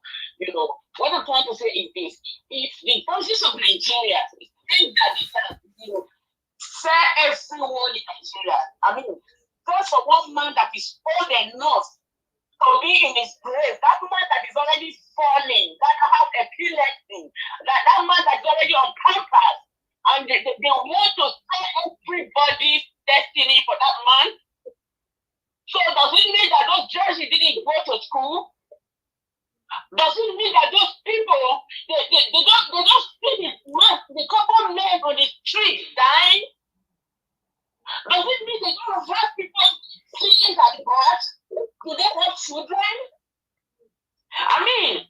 Even though we cannot do anything, even though the Nigerian, The people of Nigeria refuse to go out there to protest.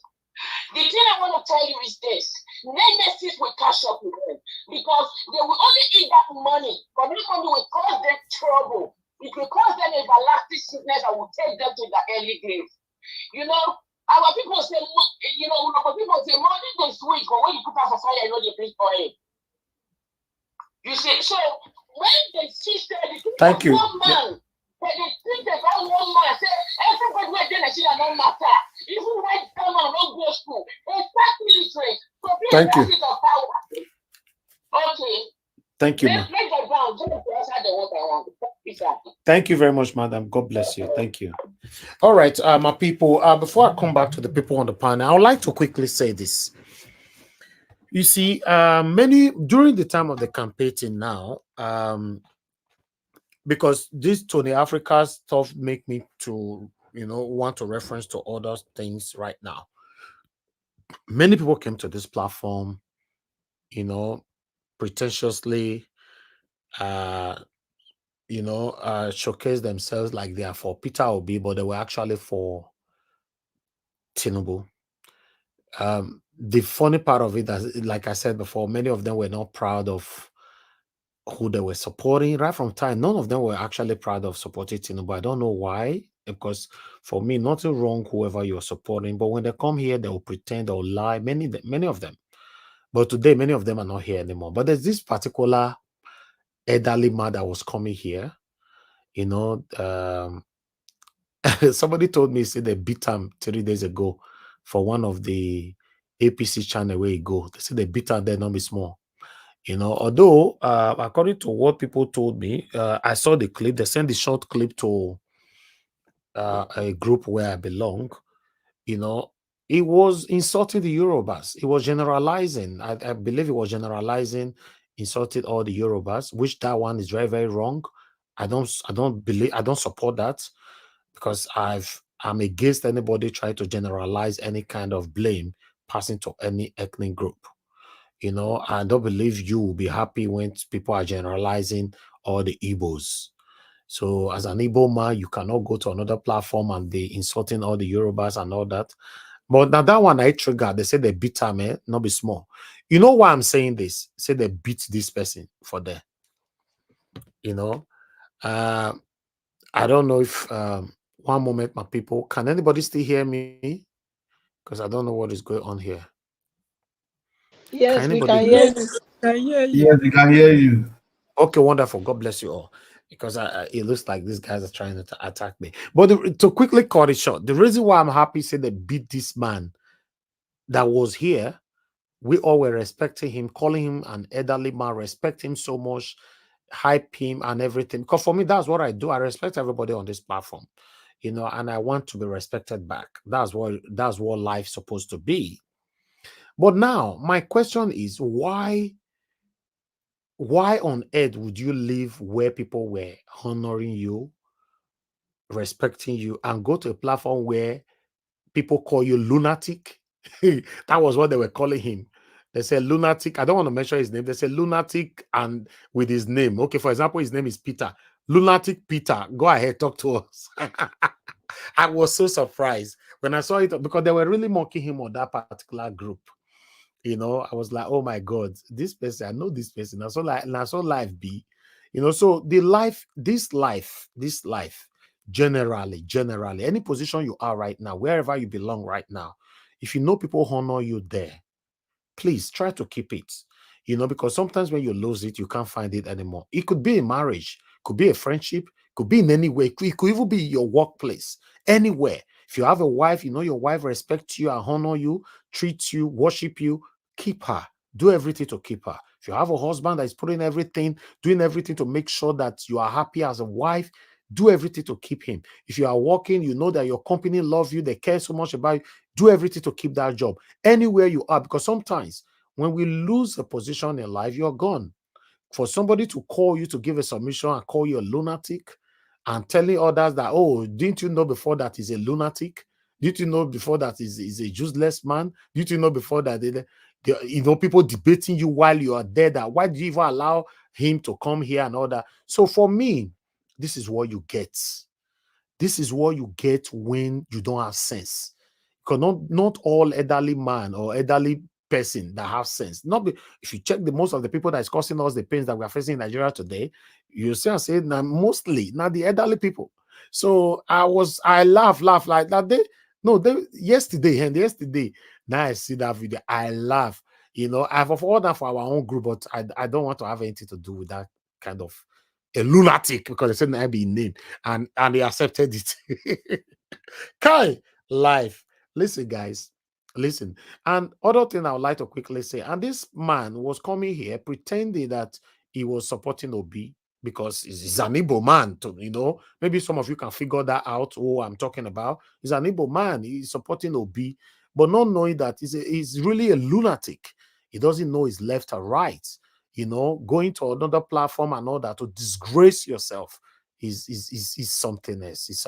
I just look like, oh God, what is happening? So for me, many people that came here and you could not mention who you are supporting or be proud of who you are. So for me, I've always supported Peter Obi. I started supporting Sowore. Sowore came to this platform. I told him that I will use my platform to work for you. Don't worry. For free of charge. But when Peter Obi decamped out of PDP, I changed my mind. Nobody asked me to. I said, now Peter Obi, I'll call support. I beg. Now Peter Obi. I talked to him privately. Say, I beg, let's do this together. He said, never, and all that, to cut that private conversation short.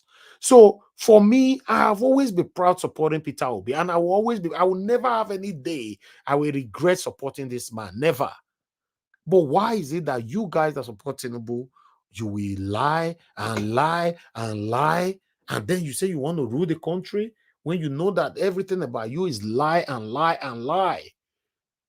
Good morning, good afternoon, good evening to every one of you, my people. Let's continue to talk. Let me come back to the panel. People were trying to call. If I have to take all calls today, we are not going to go anywhere. So let me go to the panel, please. Allow me callers. I'll come back to you guys again. When it's time to come back to you guys, I'm going to take at least another 10 calls. But for now, let me go to the panel. The first person on the panel today, let me appreciate Dr. Alexander Gomez. Good evening to you, sir. May God bless you. Thank you very much for all you do. I appreciate you always, sir. Thank you. I appreciate every one of you guys. Press on the dollar sign now. What is this up now? If Dr. Alexander Gomez now don't open the door, we could have press buy us a coffee. I heard the talk since morning. Nobody don't buy me coffee. I don't understand. What did they happen? I want to make a vest. Press on the likes as well. We currently have 344. Thank you very much. Can we take that likes to 400, please, my people? Press on that like and let's take it to 400. For those of you that want to support us on our Nigeria account, so I would like to just put that one on screen right now so that you can support us right there. That is it on screen. So just encourage what we're doing here. God bless every one of you. Let me take all this, take my number out of the screen for now. Okay, yeah, there you go. Thank you. Now God bless you, my people. But meanwhile, before that, I'd like to call on the first person on the panel, which is Madam Patricia. Madam Patricia, thank you very much for joining us. Good evening to you, ma. Please talk to us with all we have presented today. Okay, good evening, Mr. Elvis. Thank you, ma. Good evening to everyone on the comment section, and of course, a great and special thanks to Mommy Diaspora for all that you do for us. We are grateful. Thank you. And also, please let us press the like and share button. Very important, so that our voices will go far and wide. Thank you. And also, of course, support Mr. Elvis with coffee money. It's very important. That also, is a way of showing your appreciation for all that is doing. Thank you. And of course, the panelists, those that will be submitting after. Thanks for all that you do.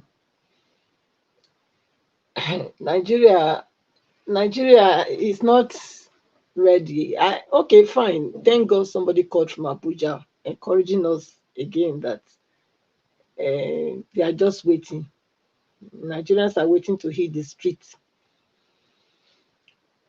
But to me, I don't think that's the case. Yes, hope Hope is good, but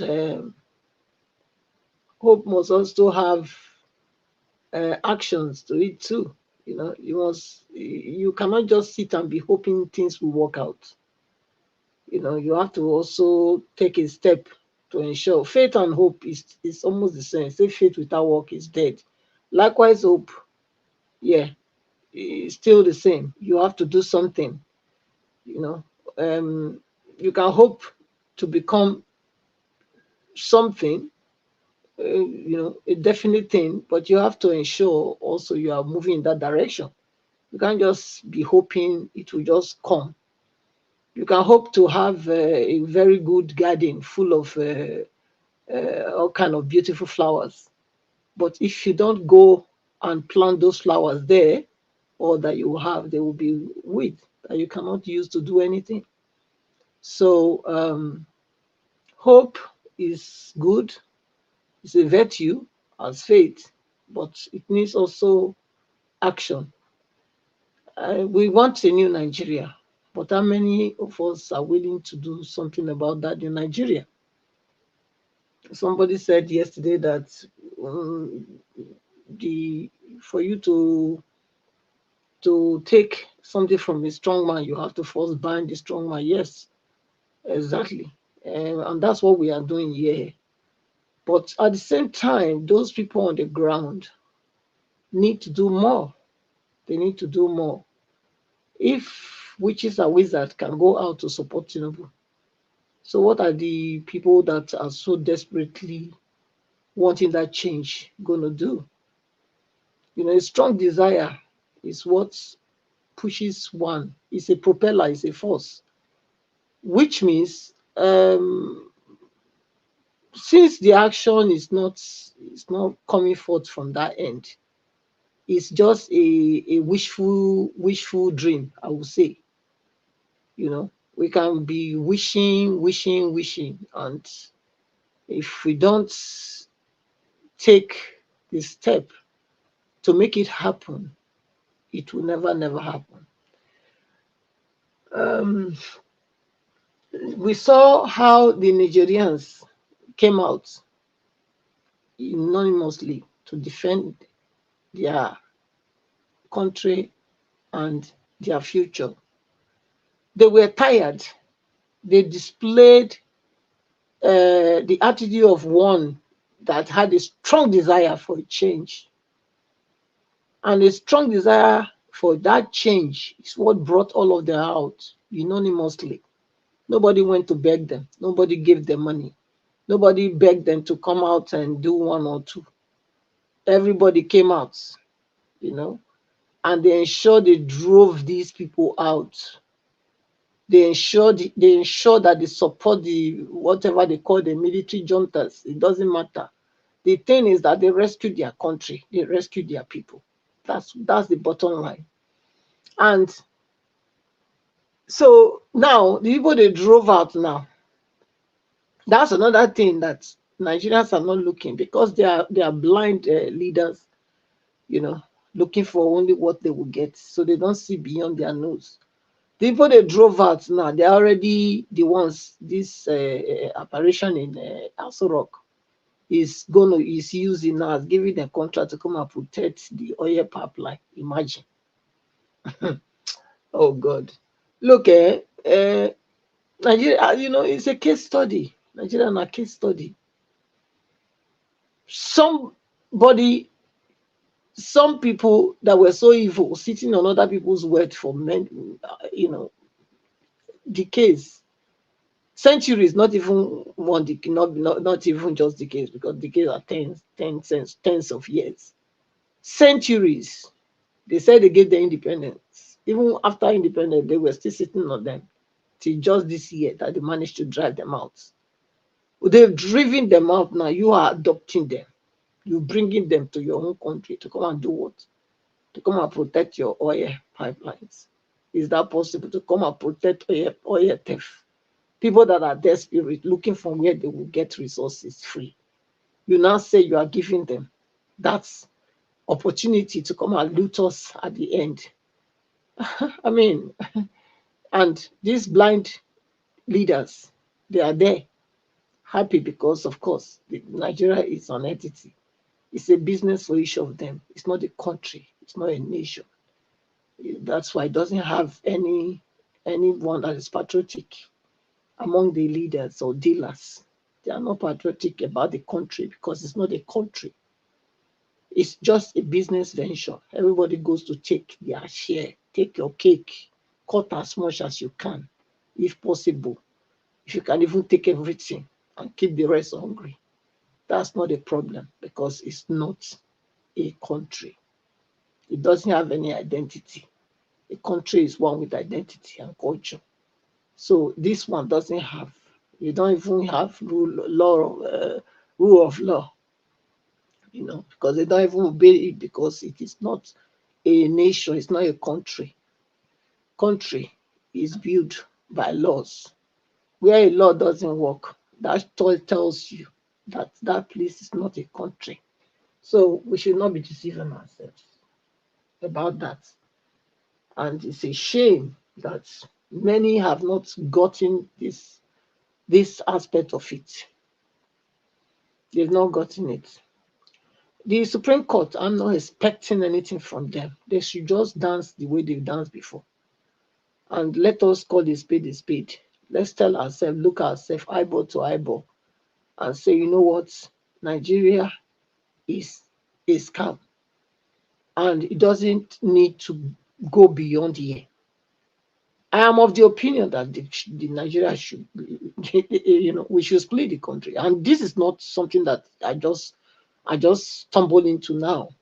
I was 16, 14, 15, 16 when I already knew that this was a scam. So it's not something that I just discovered. Nigeria cannot go unless it splits.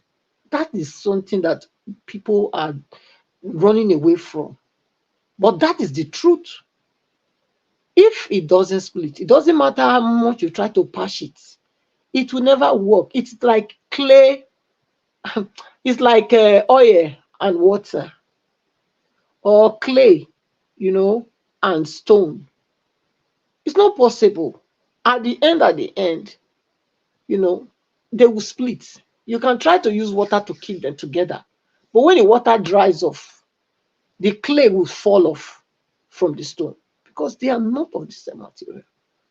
So, and that is the state of that country. So, and I don't see them doing anything different. I don't see the judiciary doing anything different because these are scripts that they've written already. The producer has written the script for long, and then you have all these actors acting upon those scripts. And if we don't want to, in that script, every tribe was included on the script by the producer, by the director of the script. So if we don't want to play that script anymore, we don't want to play that script, the only thing we can do is to stop acting on that script and pull ourselves out of it. That's the only way we can salvage ourselves. It's not about salvaging Nigeria. Nigeria cannot be salvaged. It cannot be salvaged.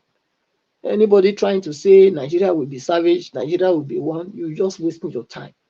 It doesn't matter how long. This thing must split. This thing is like oil and water.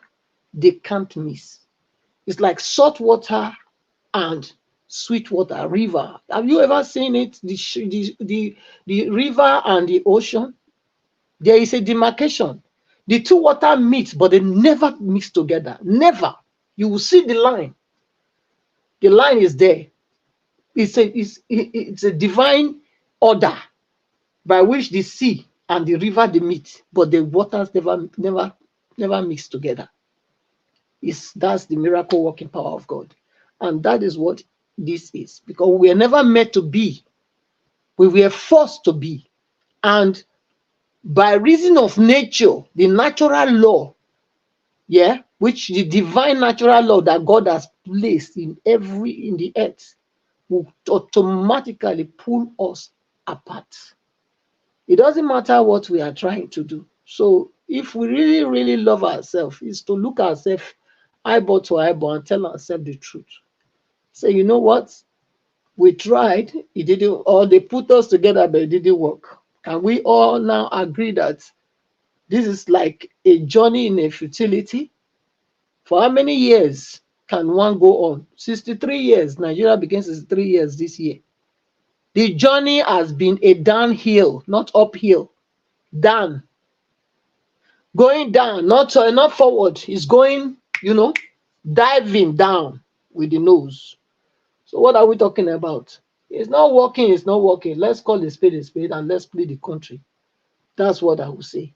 And I stand on that. If anybody should ask me why, I've given multiple reasons of why Nigeria can never stand. It's oil and it's like oil and water, like clay and stone. You can never ever put them together. It doesn't matter how much you mix them. Try and mix oil with water. You will see that it will mix. But after a while, the oil will separate itself from the water. You can see the demarcation. You can see the difference. So that's what it is, and that's how it will always be. It's about light and darkness, evil and good, versus evil versus good. So you cannot. There's no way it can work. So we shouldn't be deceiving ourselves. I don't see any reason why we should continually to flog on this matter. The best thing is for we to move on and let the country take let the nature take its course. Thank you. Nigeria must be. Thank you. Thank you, Madam Patricia. Thank you very much for your submission. Before I call on the next person, I'd like to quickly appreciate those of you that supported me. Thank you very much once again, Dr. Alexander Gomez. Thank you for your continuous encouragement. George Blueshare, thank you so much for the support. Thank you, Jaja. I appreciate you all so very much. Thank you very much, Michael Organemaro. May God bless you all. Thank you, Miss Tutu. Thank you very much. May God bless you all. May your pocket never run dry. I'm very, very grateful for your support to this channel. All right, my people, I would like to quickly move on to call on the next person to speak to us. So let me call on Madam Helen. Madam Helen, please, I would like you to talk to us. Good evening to you. Then I'll come to Amashola later. Okay, Mr. Alex, thank you very much. Thank you. Madam Helen, please talk to us, man. Good evening to you. Good evening, Mr. Elvis. Thank you so very much. Thank you, ma'am, for the opportunity. Thank you, fellow panelists. Thank you, people at the comment section. Thank you, everyone. Thank you for staying true to, wanting to see a new Nigeria. God bless you all. Mr. Elvis, like when you played that fella's video, and he said, there was something that he said, Nigerians are suffering and smiling. It's exactly what is happening. And like you pointed out that you don't know how many decades ago he made that comment, and he made that. I think there's even a song, Suffering and Smiling, that backs it up, and God knows how many. I think that's in the possibly the 80s also, because I remember, back then in school, my elder brother used to like playing Fela's songs a lot, because to him, he said it meant a lot to him, because that man speaks, the minds of a lot of people, So that is exactly what is happening in Nigeria right now. There's so much suffering. Like somebody pointed out that we elect leaders. No, we are suffering because we give our mandate, we give our vote to leaders that are not competent. Mostly, that's what has been happening in Africa. Incompetent leaders, puppets that others use, and at the end of the day dump, but as they are using them, they are sucking everything from the nation. I watched a video, I don't know how true that is, where I think supposedly their president was making a speech and talked about the dollar that has risen, the pound and everything, and then the suffering, the fuel, high cost of foodstuff in the market. but ended up by saying that there's absolutely nothing that can be done for now. So we have to, manage it that way. I don't know how true that video is, or, how do you manage this? You're telling us to tighten our belt, structural adjustment program. Everybody has to adjust while we are watching you, gallivant around the whole place with, and with so much extravagancy, with so much lavishing lifestyle. And yet the 200 million Nigerians should tighten their belts, and possibly some would, go the whole day without food while they are watching you spend money, while they are watching you, live a lavish lifestyle, both you and your children. There's so much wickedness. I mean, this one is just sheer wickedness. Sheer wickedness. See, I've come to realize that in Nigeria, a lot of times what you see and what you hear, you have to be careful. You have to take time and analyze it before you do anything about it. Because like there's other video that you showed where the guy was talking about obedience. Why was he so fixated with the obedience? Asari Dokubo and this in there all over the place. See, then obedience. Is it only obedience that went to Supreme Court? Was it supposed to be? Are the obedience? Are they meant to be there? And when he was actually, doing that, I wanted to get angry. I was like, where are all these people? We are saying obedient all over the place, but how come we are not anywhere to be found? But somehow, just when somebody made that call, I had to draw back and sit back and think. Why was it only obedient that he was calling? Apart from the fact that this person is positioned, to do that, to make you feel, these people are the obedient are not doing anything. The obedient are just, quiet and silent. I think a lot is going on. Yesterday, I was talking to somebody and I said, what's going on? Why are we still waiting? Why is there nothing happening? And the guy said, see, if you understand the body language of these people are the same people that used to hit the street. Every little thing, they will hit the street and demand for their rights and all that. So they know, the moment you understand, you do that, they know how to counter you. So you have to sit down, study and understand and know that, know what to do. And secondly, that they don't want to give the Supreme Court judges any excuse, that these guys are just waiting for the slightest excuse to do the same thing that the tribunal did, and then push it and say the obedience cost it. You understand? They will push it back to the obedience because remember the tribunal, they said people were insulting them in social media, and so they took the action that they took.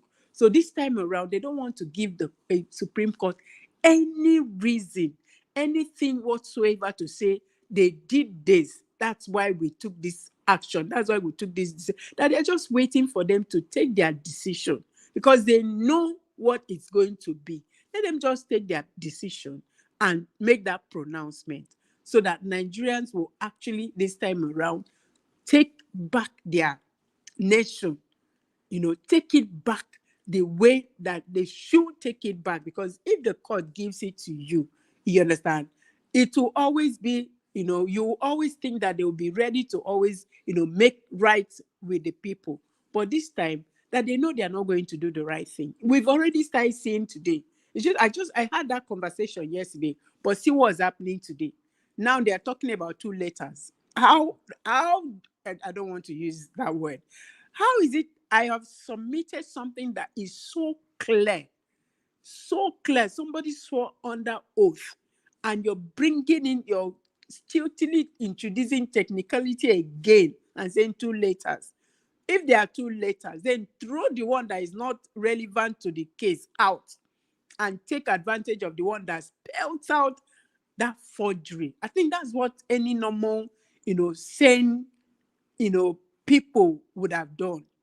There shouldn't be any reason for raising doubts at all. And then we are not talking about reasonable doubt. What else do we need for us to say this is a proof, this is a clear-cut proof that this should not be, as judges, as the last hope of the common man? And now we've started playing. So he told me yesterday that we should just not bother. Things are happening, but they don't want anybody to come and say, because you took this action, that is why we did this. Because that's what they are going to do. So they are just quiet. They are waiting. Nigeria is, hey God. I was watching that video of that campaign. Somebody who is saying, I will respect the traditional rulers. You see how bad it has become. Very soon, you see, you understand, very soon, a lot of lineups will start coming up. A lot of, supposed, men of God will start talking. A lot of supposed, traditional rulers, all sorts will start talking. They are not talking now because they are just waiting to see what FBI will bring up. The moment it happens, you see them line up every day. Your television is buzzing, telling you to move on, that it has happened. And then you begin to wonder, which part of the Bible are these people reading this? So what you're trying to tell me is that somebody can steal, somebody can do all the things that, the word of God condemns, and you as a man of God will come and stand and say, we should forget it and move on. How do you move on? Is that what how do you move on? How do you go to your bed and sleep and, after you've come up to gaslight Nigerians and lie to Nigerians? Why? Because you want, because of what you've gotten by the side from the backyard. Now you're talking. Now you're telling Nigerians to move on. Are they moving on to where? To what? They should move on. Are they, when they move on, can they afford to put food on the table for their children in a day? Like some guy I was watching TV today. The guy said, I cannot afford to each day. I wonder how I'm going to make it through. Because, you go to buy, rice today. Let's say you can't even afford, for him, he can't afford to, he shouldn't be talking about a bag of rice. So you should be talking about maybe a model or something. And then how much is it? Then even painter of Gary is more than 1,000 naira. How many times can they eat that? How long can it last? Even if it's the rice that they are sharing, the whether 1/4 or whatever this thing that they are sharing. Somebody analyzed it to me, said, okay, let's leave the rice. Say you are going to share 25,000. 25,000, you take it to the market. You buy maybe one thing of rice, which is more than 4,000 naira now, almost 4,500 or 5,000 naira. You buy that, then you buy beans, 25,000. You're going to buy, oil. You're going to buy tomato. You're going to want to put things together. But by the time you come back home, how many days does it take, that 25,000, if you want to mice it? It can't last you 1 week. It cannot last you 1 week. Even if you have just 2 children, you and your husband, it won't take you 1 week. It's finished. And then what happens the rest of the days of the month? So these people, you see, this thing has been going on, and it has so eaten them so deep into their system that they don't even, there's no compassion. They don't feel anything towards their fellow human beings. The wickedness is just, displayed in broad daylight. They don't care, because if they cared, somebody won't, take, the private jet that is going to cost so much to go and watch polo. And then 2 days after, the same person is throwing party in the air with the same thing. Person is saying to everybody, go hang. You understand? And nobody is saying anything, and nobody is doing anything. The only thing they're interested in is to come out and say, move on. Move on. Of course, move on, because nothing will happen. But this time around, I want to say that it's not going to be business as usual. It cannot be. It shouldn't be. It's not going to be business as usual. Something is happening, Mr. Elvis. I want to point that out. Something is happening, and it's going to, be some sort of, implosion, because people are tired. They are just waiting. They are not waiting because they cannot, they cannot do anything, but they are just waiting because they don't want to give anybody reason to do what they want to do and pin it on the people, pin it on Nigerians, because this is not just about obedience anymore. This is about Nigerians. This is about Nigerians who are getting it front, left, and right in whichever way these people want to, hit you. They are hitting, you every day now. Things are happening every day. Imagine this thing that happened in Otukpo. See the number of lives that passed. See the number of lives in Delta the other day. A shop was robbed. Thank God, but just the security, police security, who was pied. And I'm sure that these things are going to be, back to back, because I don't understand why the people that you are attacking are going through the same pains that you're going through. You understand? But you leave the people that you should actually take your anger or whatever it is to, take it and focus on them. You leave those ones and they still come to the same people who are going through the same thing that you're going through. Thank you. This is sheer wickedness. Sheer wickedness that, Nigerians will keep, speaking. And see these people, they are going to pay their generation, 10th generation. This is a curse that they have heaped to, even up to their 10th generation. They will pay. As we are paying now, they will pay one by one. Because the impunity is too much. It's gone too far more than anybody can bear. What is this? And for somebody who is collecting, whatever they are collecting, yes. Go ahead, round up. Yes, Mr. Elvis. 1 minute. Round up. Okay. I said for the judges, if they are collecting whatever they are collecting and getting themselves ready to come and lie to Nigerians, they should wait. They equally will pay one by one. Thank you so very much. Thank you. Thank you very much, Madam Ellen. God bless you. Yes, if I have to add to what you just said, that why are they not leaving the satanic politicians that have caused the pains that we all are facing alone and fighting the people that is fighting for a better Nigeria? These people are doing it for their selfish interest. They've collected money and they believe that money, what these guys are doing, including their supporters and the politicians. They pile up lots of money that will secure them and their future, the future of their children, their family forever. They don't really care about Nigerians. This is one thing some of these Nigerians are not getting that is supporting them. These people don't care about you. They are competing wealth with themselves. They are piling up wealth for themselves, for their future, for the future. In fact, in case they die, the money will continue to sustain their family and all their relatives. So that's all they care about. They don't care about you. I wish they don't care about you. So even their supporters, that's what the same thing these guys are doing.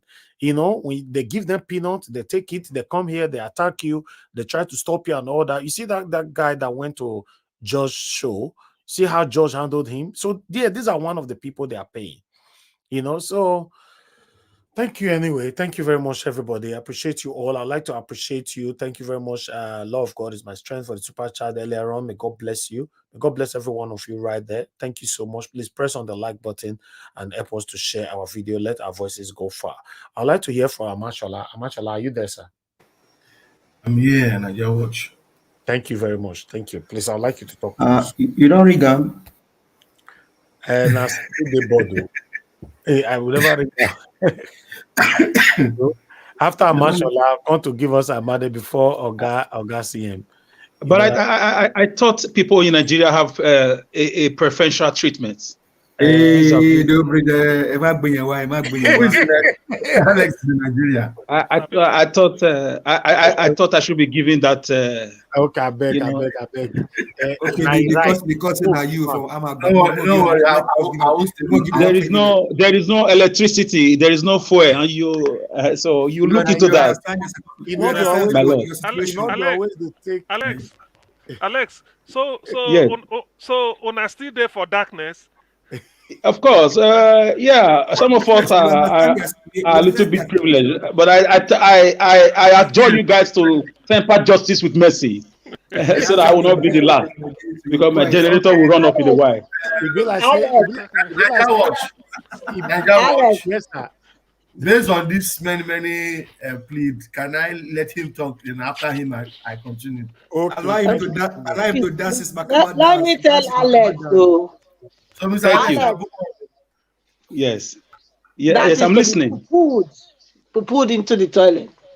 Thank you. Thank you. That's the Makaba dance, the Makaba and the Arari dance. No, let me Thank say you. this. Mr. Alex, if I say this Tinubu regime don't attack on a small, not be small. Yes, it's just a cricum crankum that we are trying to deal with. It's not easy, my brother. It's not easy. Thank I you, want my dear to. brother. Talk to us. Yes.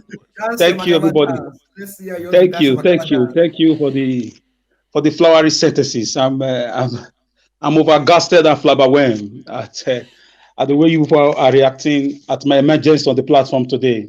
I feel humbled, and I continue to remain loyal to the cause of a new country, or a splitted country into different nations for a better, human existence. I just want you to know that history is the greatest cause of education. You can never write away history. You can't take away history from anything you are doing in life. Even in medicine, there's what we call medical history. There is political history. So there's academic history. There is health history, agricultural history, bilateral history. What is bringing America close to Israel today against 6 or 7 countries in the Middle East is history. So I want to remember a political colossus, historical colossus. He came back in Newi, Mr. Juku himself, a man that had Nigeria for good 3 years on a standstill because of history. So history, when the lady that spoke before the lady who just spoke was speaking, I didn't want to come on board.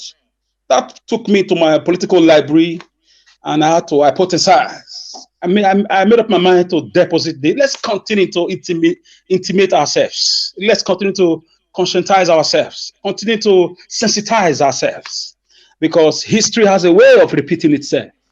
So there is musical history with Fela and Nicola Kpokuti, with Sonny Okosu, which were Nigeria, and there is activism history too. Mommy Ransom, Fumilayo Kuti, a lot of people. And we are still at the same bandwagon that Nigeria is a fraud.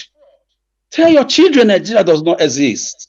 Where a man from the East contested elections, obviously he was cheated, and we all know he won if the beavers was not switched off, if elections results are not conceded, if people are not playing anki-paki political double-decker game. We know the winner of these elections. So we cannot take away history. Write off history to your own peril. So for me, I just feel that people are beginning to know. Tell the pregnant woman to tell her unborn child, a fetus inside her womb, that Nigeria is a scam. It does not exist. We must come to history now. What is history? And what are the branches of history? There are 3 branches of history. There is the oral tradition, there is the written record, and there is the archaeology, the neoclassical studies. Some of you know better than me, but from the little I know that history is the preservation of records from generation to generation, either by storytelling, which is the oral tradition, or by written record, which is writing and keeping books, or by archaeology, which is excavating things from the soil and explaining what happened on that area. So with what is going on just now, Ojukwu saw all these things and called for a meeting. And we cannot live together. Like that lady, put it rightly, that oil and water cannot mix. We are not one. And I'm very happy all of you are coming to the realization of some of our political postulations for donkey days now, for donkey years now. It's very obvious to everybody that the country is so divided, ideologically divided, tribally divided. In terms of religion is divided, regionally is divided. There is no sense of humanity amongst us. A set of people just feel it's their turn, it's always their turn, this is the business that they dealt with our great grandfathers in the 70s, in the 60s, in the 50s, our grandfathers in the same period, and our fathers, and now they pass it to us. What are we going to do? We must look at it historically. History is very powerful. History was what made one man hold Nigeria hostage for almost 3 years. The power of history. Ojukwu was a first-class graduate of history, the first graduate to grace the Nigerian military. Go and verify. He did not just go into a full outright war. He called all the leaders of thought. Historians are very diplomatic. They are very sensitive. They are very democratic. They are very, they see into the future. So all the election rigging, the malversation, everything we are having, Ojukwu saw it and called all these people and said, let us have countries. Let's live together as neighbors. And along the line, people agreed, but there was a saboteur. And the rest is history, they say. And now what is said in 1967 to 1970 is staring at us today again. So, brothers and sisters, Supreme Court or no Supreme Court, the country is a fraud. Historically, we were living as different kingdoms, different empires. We must hold to that. The so-called white people, they came as explorers, as missionaries. We were so hospitable. We gave them entrance without visa, without resident permit, without invitation letter, without citizenship, not knowing that they took advantage of it and invaded us, brought us together by force. Kingdoms were looted. Now they are returning looted artifacts. Those are historical artifacts. It's not just Nigeria, it's across the globe. The King of Holland came out about 4 months ago that they are sorry for the role Holland, the royal family, played in the transatlantic slave trade. It's all wrapped up in history. You must think about the Oyo Empire, the Benin Empire. You must think about the city-states. That is where we're going to start from. We cannot run away from it. Call it old school at your own peril. This is what the Northern Caliphate, they don't want to hear. Because the oil of the debtors has become, honey in their mouth. They want to continue to masturbate themselves in the corridors of power to the detriment of millions of Nigerians. So historically, what you call Dubai today was a desert. Today, it's an Eldorado. Go to their history. You will see what is holding them strong. History is the foundation. Teach your children that we don't have a country. Your passport is a mirage. Your Nigerian green passport is a fraud. You are seeing how your currency is going down the drain. In 2023, we are still discussing security. We are still discussing Fawcett Origo, that's the tribe. We are still discussing electricity. We are still discussing education. We are still when countries are working on speed trains, technology, and so on and so forth. So we don't have history. Nigeria doesn't have history, but the people in Nigeria have history. We must go back to history. The only thing that put people on their feet to fight for their land is a sense of history. Let's teach our children that we are not one. I'm not an Hausa man. I don't know. I don't speak that language. I'm not a Fulani man. I'm with respect to those people who are from there. I'm not. I know myself. You must know yourself. Let's try to tell these people, since you will not allow our votes to count, we are going away. I can't live in a nation where my own daughters will get married tomorrow and their children will be raped, or my grandchildren will be kidnapped. My own children will go through the same thing I went through, though I survived it. I say cabo to the detrimental to that. So the only way we can do this is to revisit history. Ojukwu opened books. Ojukwu quoted the Kanuri Empire. He quoted the Igbo city-states. He quoted the old Benin Empire. He quoted, the Oyo Empire. He quoted how we can exist. He even quoted he cited Sweden, Denmark, Norway, how they were all one country, and they live together now as neighbors. We can exist. Those that want to be giving their children of 7 years old daughter in marriage according to their culture and religion should go on their own. Those that don't believe in education and transparency and integrity and development should go on their own.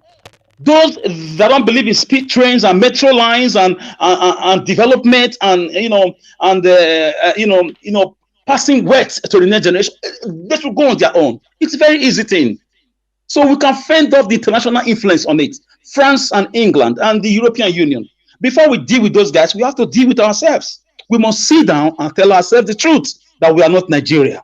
Nobody is more human than any human in this so-called country called Nigeria. So it does not exist. I thank that lady that spoke. It's what brought me out to just garnish it more so that our children, why do you think they remove history from our curriculum about 4 to 8 years ago? Due to public outcry, it was brought back. Why? And where do you think that came from? Of course, from Buckingham Palace and from Paris. But because we have dumb skulls, sycophants like military men who came into democracy, who didn't know the meaning of history, they succumb because they didn't know. They were carried away with the loans that come from Paris Club, IMF, and World Bank, and they start to dictate to them systematically how to dismantle history from our country so that our children will not know anything about themselves. Look at our young people today. Go to the internet. All they do is they strip themselves naked.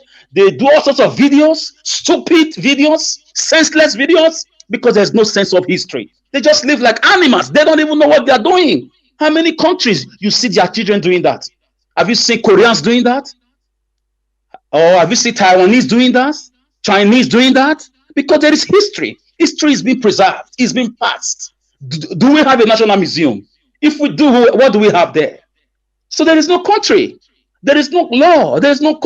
This is the only country on the planet that 2 laws are working for the same people. You have the Sharia law and you have the Nigerian law. So who is not fooling who? Guys, history is powerful. History is playing out again. History is repeating itself.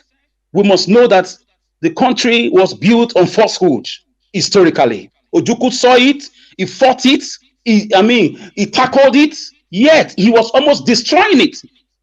Thank God for where we are today. So we all can see it now. Before they took away history from our school, a lot of us already ran away with this message that historically we are not one. This is why you have anybody who win elections will flood all the juicy positions in authority with his tribal men. Buhari did it.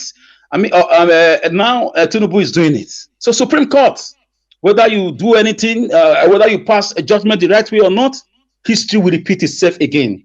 Something similar to the Aba women riot is going to happen again. Something similar to the Biafran civil war will still happen again. It will not be Biafra this time. It will be Nigeria fra, because the people want to live.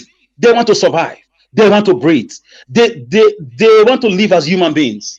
Nigerians are just existing, walking corpse, zombies, because of the historical mistakes that has been made, complicated by our leaders, intensified by international community who are deceiving themselves with the so-called United Nations. If I have my way to address that body called the United Nations, I will let them know how disunited is the United Nations historically. How can one side be so poor and one side is fatally rich? So for me, they get their raw materials for their big companies abroad from this country, Nigeria, and other poorer countries. And they would never want this country to know their history and stand up on their feet. The day Nigeria stands up, third world countries are going to be liberated.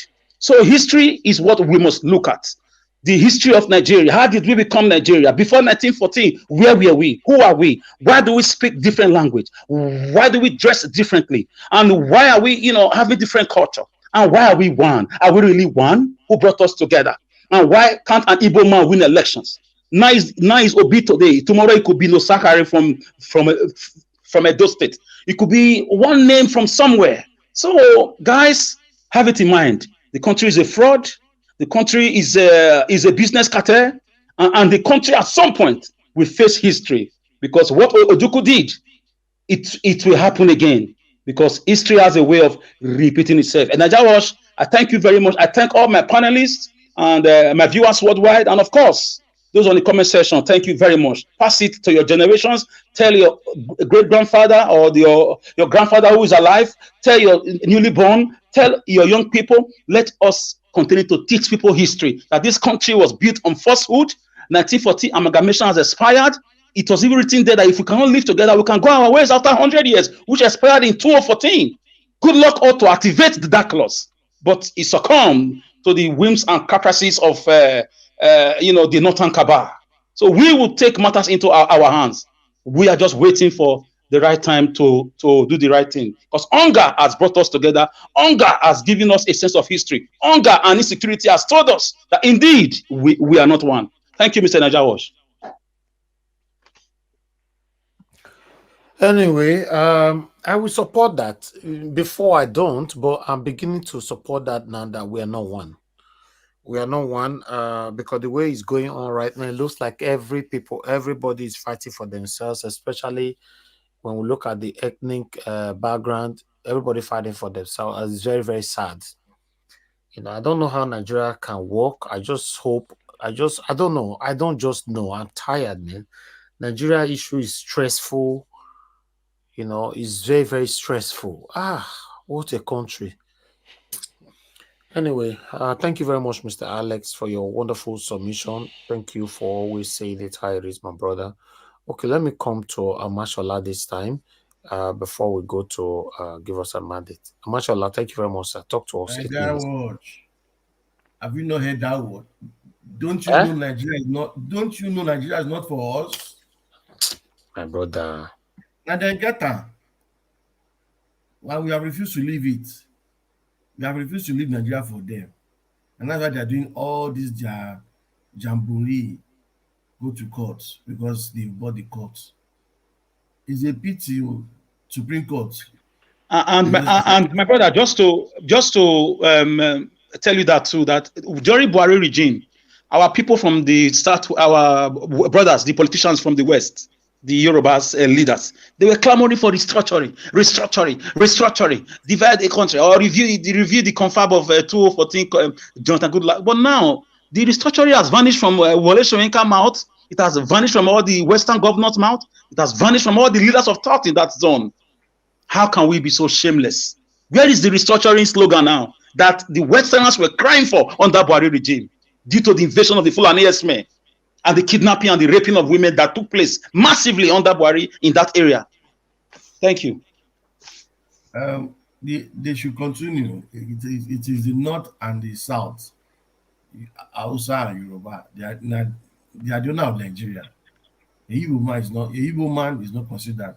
Good luck that run as president is just the fact that he was the vice president and nature just push things towards him. If not, there will no way anybody from the east or south from that region will ever be president. Now the opportunity has come now. Overwhelmingly, people have voted Obi, and because it's Obi now, you are doing all this magic. Now they are confessing.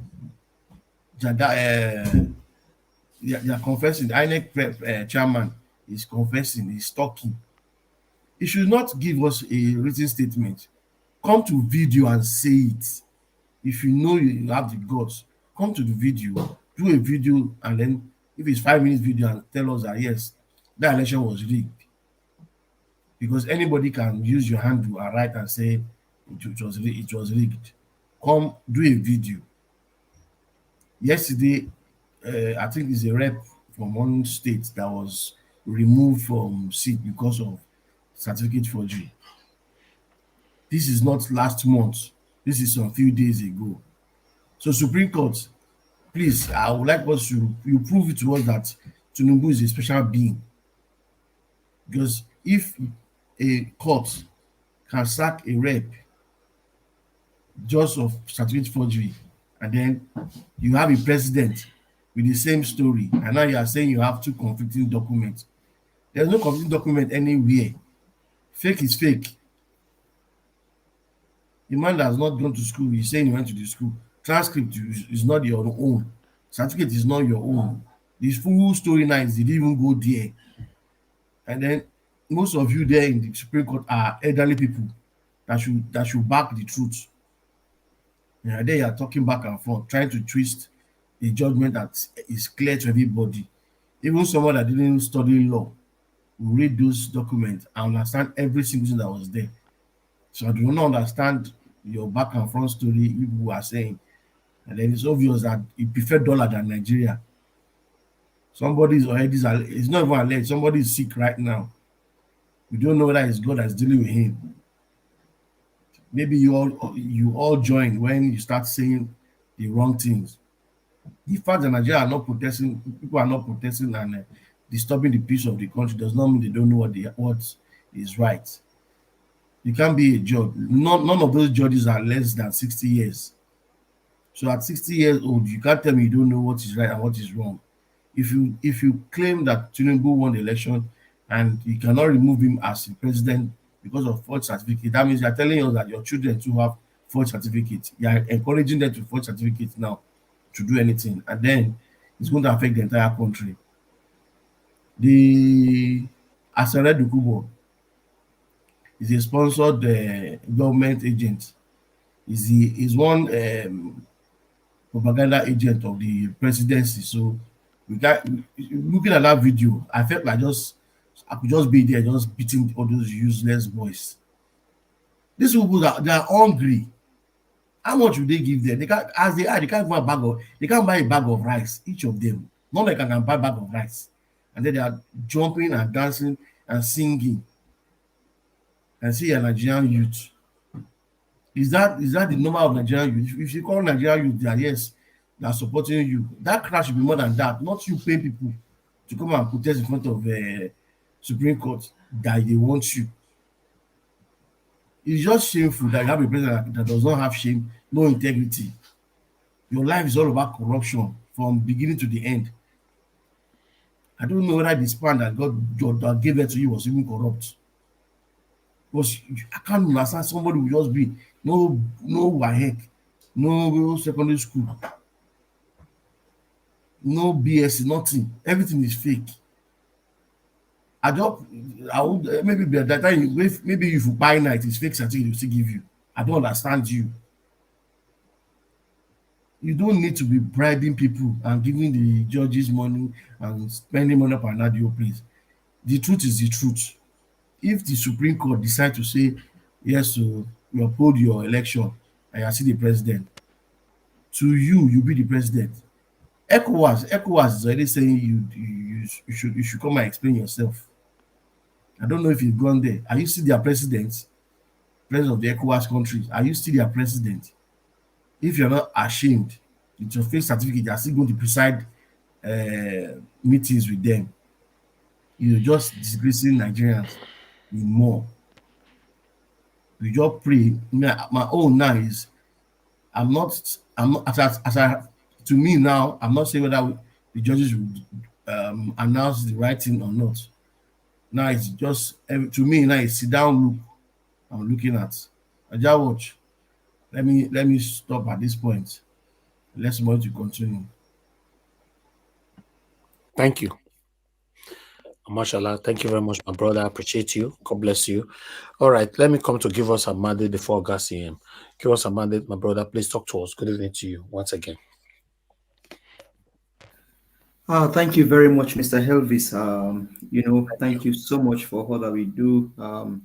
People on the panelists, comment section, greetings to everyone. This is a fight for the nation. All that we're doing is for ourselves. If you think that Dr. CM is coming here, maybe in your mind you think that he's speaking because he's from Anambra State, or you think that, maybe Give Us a Man is speaking because he's from Southwest, or Mr. Helvis is speaking because he's from Edo State. Oh, you missed it. This is a fight for the soul of Nigeria. It's a fight for the soul of our nation. We cannot fold our hands together and see our nation go down. Israelis are fighting for Israel. Honestly, I would have I would have loved to see what the reactions of the world will be when Israel was being attacked by Hamas. If Israel had fold their hands and say, you know what, no, you see the Hamas, let's just leave them, let's just go and pray. Don't worry, they are just, let's just leave them and just go and pray. I'm just thinking that in my head to see what would have been the reaction of the world if Israel been attacked by Hamas and say, oh, you know, maybe Benjamin Netanyahu would now say, soldiers, don't worry, the Hamas, let's just go and pray. God will come and fight for us. If they had done that, maybe I don't know what would have become of Israel today. But that is the country that our people go to for pilgrimage. In fact, some people, they have a tourist calendar for each year where they go there as a church for tourism, for prayer to Israel every day. Every year. Both here in the United States of America, you see pastors saying, oh, join my trip to Israel, join my trip to Israel. In Nigeria, join my trip to Israel, join my trip to Israel. But when Israel was being attacked, they didn't say, oh, let's go and pray, let's go and pray, God will come and fight our battle. No. They took the bull by the horn. As a matter of fact, Israelis all over the world had to board a plane, and they were the young men of Israel, young able-bodied men of Israel, went back home to go fight for Israel. And Nigerians, we have able-bodied Nigerians back home in Nigerians. All the agenda now to go sit down for Nkwobi Junction, eat ECU, drink 3310, like my director will say, and then also go press balloon. When they watch Big Brother Africa, their problem is solved. When they play betting, their problem is solved.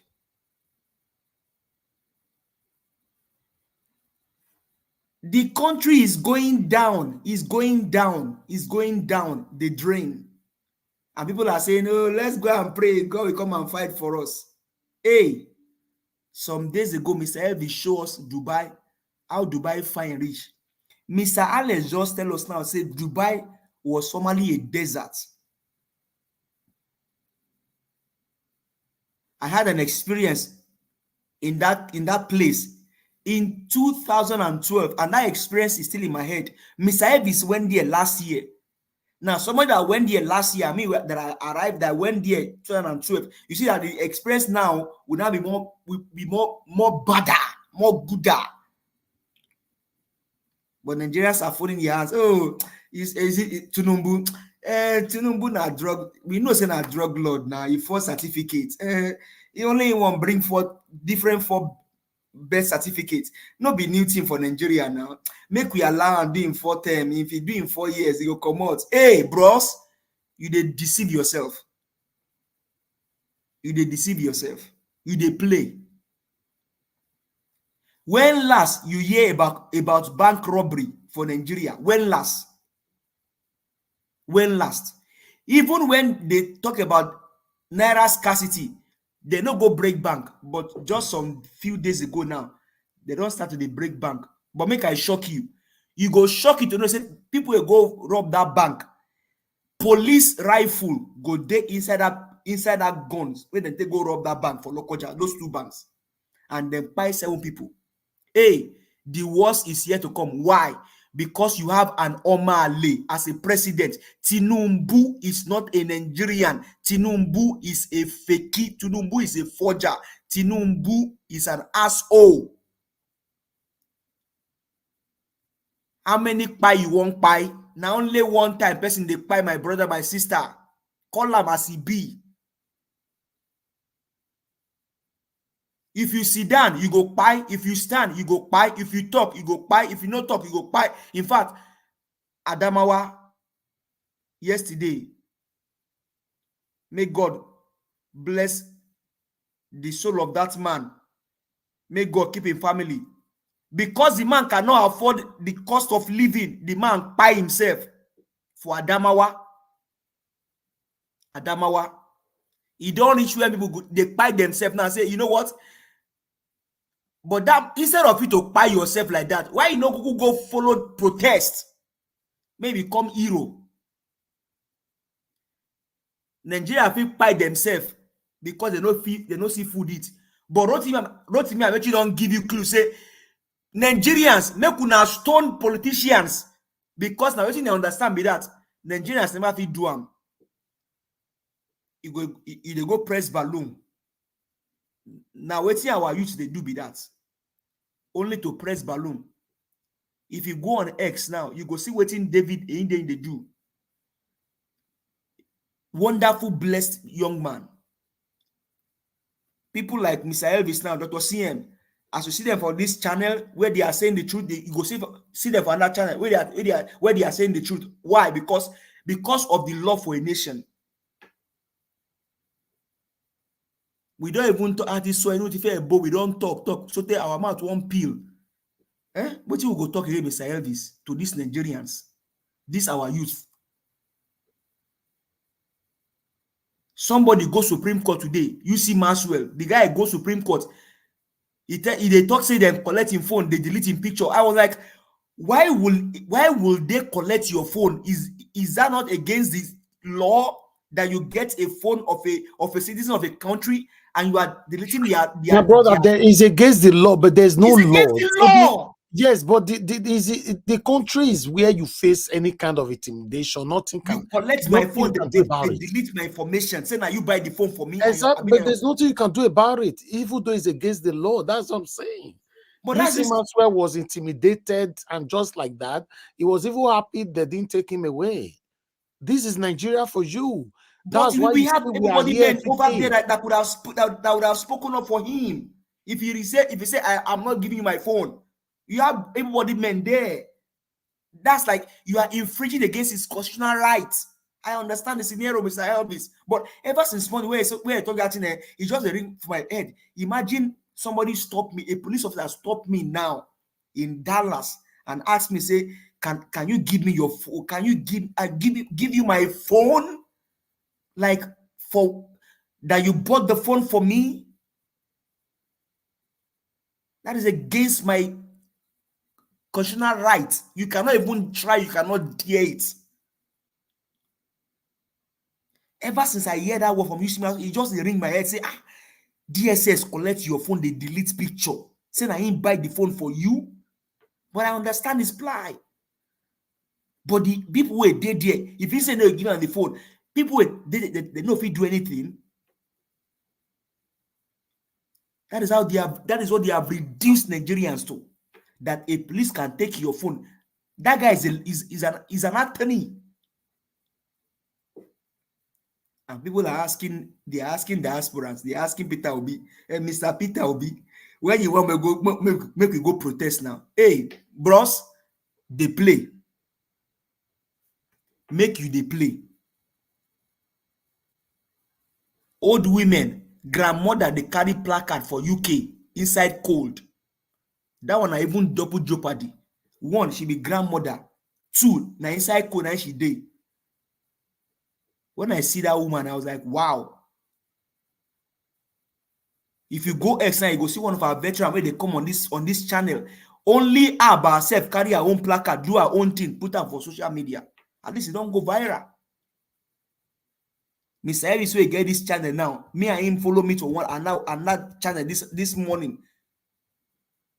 People just they go places. Just let me just lend my 1 naira. Let me just lend my 2 naira. And you see the old evil men. How can you be an ex-governor of a state and you are now the governor in proxy? Now, Mr. Elvis, Dr. CN, if Peter Obi did this, he would have been in jail by now. What Wike is doing now in River State, put Fabara there. The Fabara cannot sign, but if Peter Obi did this, he would have been in jail by now. And that is the only corruption that they have. Go ahead, sir. No, sorry. Sorry to interject you. give us our mandate. You see, I'm surprised that Rivers State, nobody can try it in my state, Anambra. No way. You put a surrogate, you go there answer, no, it's not now. Ngige want to do it. I mean, somebody want to do it with Ngige. Ngige agree. When he entered there, everything changed. Ngige say he Look must at do that. what the people want. That was what caused Ngige this thing now. Ngige saying he agree, saying go do the bidding. They put him. When he reached there, Ngige said, no, I'm the governor, I have the executive right. Saying no, go do him. That was what caused the confusion. So if Simi, this is Simi Bara or whoever, make it 10 week off. Fabara, tell Wike off. When he go even tell Wike if he cry call Rivers, they go arrest him. Like what in the man of Edo State. You know, he go think say hard. Obaseki. Obaseki say Which Obaseki do Shomole? He say we go show Shomole. If we come here, we go show him. Now that day I know say the man a hard politician. Forget say Yes, they go talk. arrest him. He banned her for those for so many months. Yeah, it is said like before he saying go show him. No, he's used the word show. Now so he talk him. He said when he said we go show him. Now we get here. You don't become ex-governor. If it was Peter Obi that did this now, they would have put him behind bars. Yes. And that is what Peter Obi would not do. The old governor is capped on 5 million. 5 million. If you spend 5 million, 100 naira is a problem. Not even on 5 million, 1 kobo. 5 million, 1 kobo. You cannot sign it. Niger Watch, explain the meaning of the cap. Made a nothing say like saying a cap worth 5 million. Explain the waiting, not be cap like my own. say what is the meaning of cap 5 million? He say a cap 5 million. Then go think saying that the cap worth 5 million. Tell them what he mean by the limit. Let I explain to them. The limit where you spend reach. Madam Patricia, don't tell Ula. The government limits for money. Government limits for money. His monthly spending is capped on 5 million. One man in one state. They not do anything. Jesus. This one like intimidation. This one part intimidation. He better say make I not become class captain than become class captain and not do anything. Mother Ellie, what did you say? Oh, we lost her. What kind of nonsense is this? And the other one say so which means you know if he carry bulon with the 5 million because he not go pass 5 million. Die. You know how much they blow the cost this time. Dollar don't increase to carry blow man with that 5 million. The man now governor. You need to fight by. You know, so normally as a governor, you need to buy that. This your blow. Na area na he specialize for that side. You know say that kind of drink where we can drink. Fear not, let this kind of governor drink more. You know because the drink is said na 5 million already. Wait. They say na Wike they pay the security vote everything now for that place. So they all pay the governor, that they pay salary. From Abuja. And they say that they pay salary. The Wike they pay salary. They can't give them just 5 million naira cap in every 30 days. So if you spend 5 million, 1 naira, you have if I the 24 stroke of cane.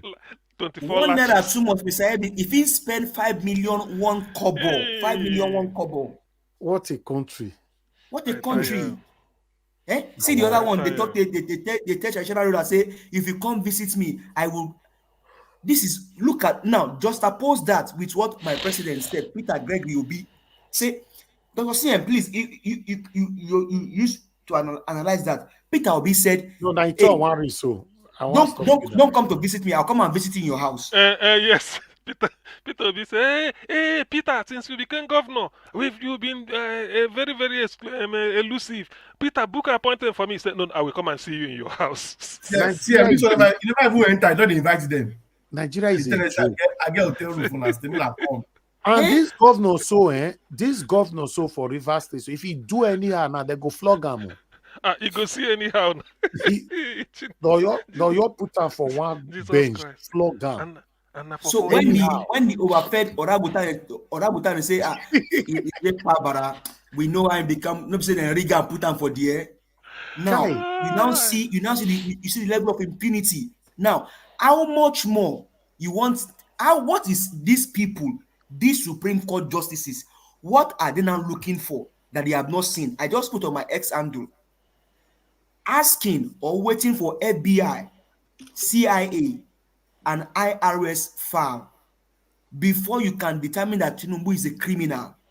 It's like asking a pregnant woman if she's pregnant. No, but is that because, okay, you are saying, okay, you are waiting for, asking or waiting for Tinubu's FBI file or IRS file or CIA file or to DEA. now before you can determine that he's a criminal. It's like asking a pregnant woman when you can see that the woman is pregnant. When we all can see that this guy is a thief, is a drug lord. When even the blind can see, the deaf can hear it. What more can you see? What more than you? It's like you're asking a pregnant woman, "Are you pregnant?" When you can see her tummy shoot out.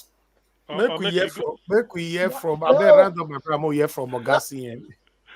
no guy interject. Give us our mandate. Go ahead, man. That one self, the pregnant woman own, they too even logical. What about the snatch it, grab it, snatch it, and run away with it? That one not be not they incriminating like that. That one not be something when we see with our two Okoro where they execute. You know this way they disqualify them for that one say. If the Supreme Court not remove Tinubu, nothing will ever work again for Nigeria. Don't finish. If at the smallest angle Forget in them, you Nigeria, don't finish. the smallest angle in Nigeria will never work again. The smallest thing. You see, say your house help go they misbehave, your bricklayer go they misbehave, your mechanic go they misbehave. In fact, they don't know what they want cause for Nigeria. So, Mr. Elvis, I say this bank robbery for Lokoja allegedly go surprise you to know. Say people who release that rifle now one of the police station for Lokoja. It go shock you to know. But that It go Kogi shock you. Kogi, Eh? and 9 Dino want take over. Dino the Canary. I they not depend go on give, X. Say they not go if give local, Dino. if the Kogis, if they vote for Dino, that means they lack dignity because The aspirant that Dino, was talking about Abiola giving did a video now. Dino, if Dino house is if Dino house now is littered with cars, when he's a senator, what then do you think will happen if he become governor? They not go give Dino. These people they decide this to No, so the person where they talk say won't give the king the hotel room. Na Kogi State. Na Na Kogi State now. Ayabelo boy. I don't know which one be. I think no, that na one governorship, na governorship. Na governorship candidate that aspirant. person now. He's a guy. He's a governorship candidate. Which party? ADC. Say ADC. I beauty call himself. ADC. ADC. Now I see. Oh, wow, you know strong. How our traditional rulers go allow anybody to use them like this? You go say this one for imagine you. Please, all I don't like. Please, pardon me. Imagine you go the palace of Oba of Benin because I cannot use it. I cannot use the. I cannot use the. I cannot use one that is. I cannot use the. I cannot use the one because that one already is corrupt one. Imagine you go to the palace of Oba of Benin. Say, hold on, Oba, give us a mandate. Now, no go area be that. Oh, they never born that politician.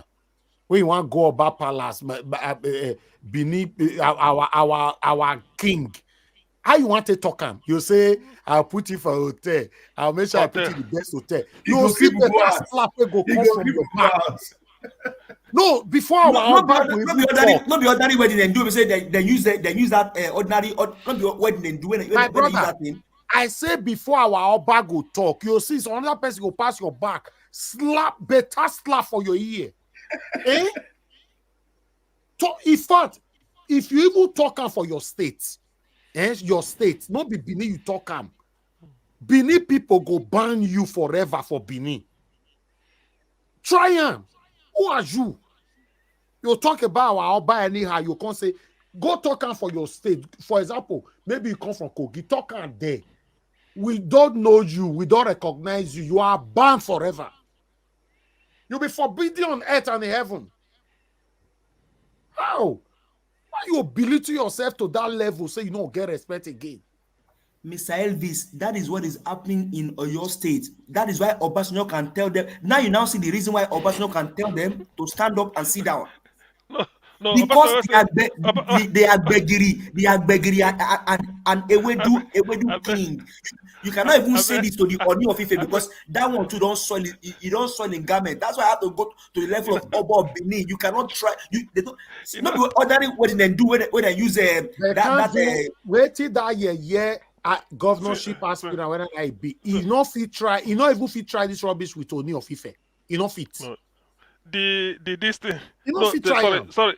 Give us a mandate. You know the thing will make me that Obasanjo drama. Why would the only thing why I like there now? Ejoko.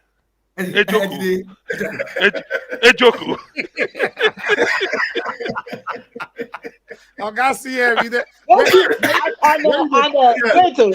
carry me they go so I go. There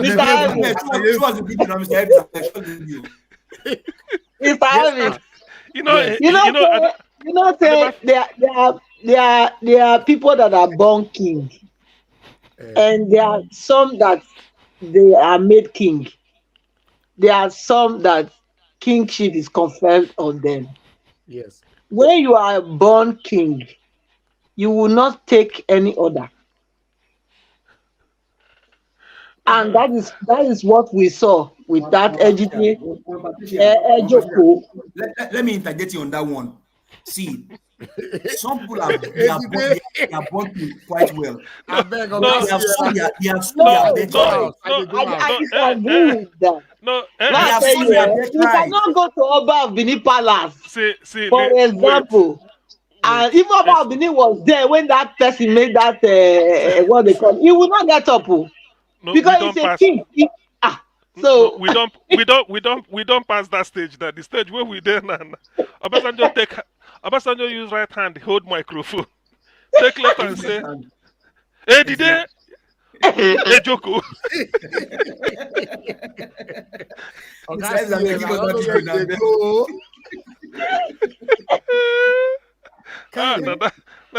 That time I know say. I know say something there Nigeria. I tell you, CM, let's be realistic. That's the way Obasanjo do. You know if you do one with Oni of Ife. You know for we are no. I know he know now. He say he go bow down for Oni. No, he go bow down for Oni now. He cannot. So now the way you take disgrace yourself, so people will take you. Exactly. That's what Madam Patricia need to understand. Even though you are born a king. Because those kings there, they are the ones that the people pick them. Not all man. No. Okay, so for example, let me cite this instance. Now, the Swan of Ogbomoso, I mean, he's a person I know very well. I know him very, very well. Olaoye Gandhi, I know him very, very well. Olaoye Gandhi and his brother. They had to. These are born king. These are born prince. Not like maybe they had to take their matter now to court, and the governor of my state now have to step in. The fact that they even take that thing to the court is appalling on its own. Because this can be solved internally between you guys. Now the governor had to now come in, and then maybe they now do their political jamboree, and then now say, okay, let this person take it. You think that person will have value? They can never have value, even though they are born kings. So even though you are a born king, it's just like it's also scriptural. A king, when the child, you don't understand what he owns. So these people, some of them are born kings, but because they are Begiri and Ewedu king. Let me tell you, once you don't eat a Dide Ejoko, you are finished. God bless you, sir. Once you don't eat Begiri and Ewedu with Amala, and you are finished. You don't finish. And one thing you must also know, this food of a Dide Ejoko, so not only for kingship, it's there for normal life, everyday life. If you go eat a Dide Ejoko for normal life, you are feeling. if you go study that tape, some of you know go what we call otakara, like kindergarten for village. Now that time then they teach much kids, stand up, sit down, stand up, sit down. So Exactly. so now Ambassador use them practice.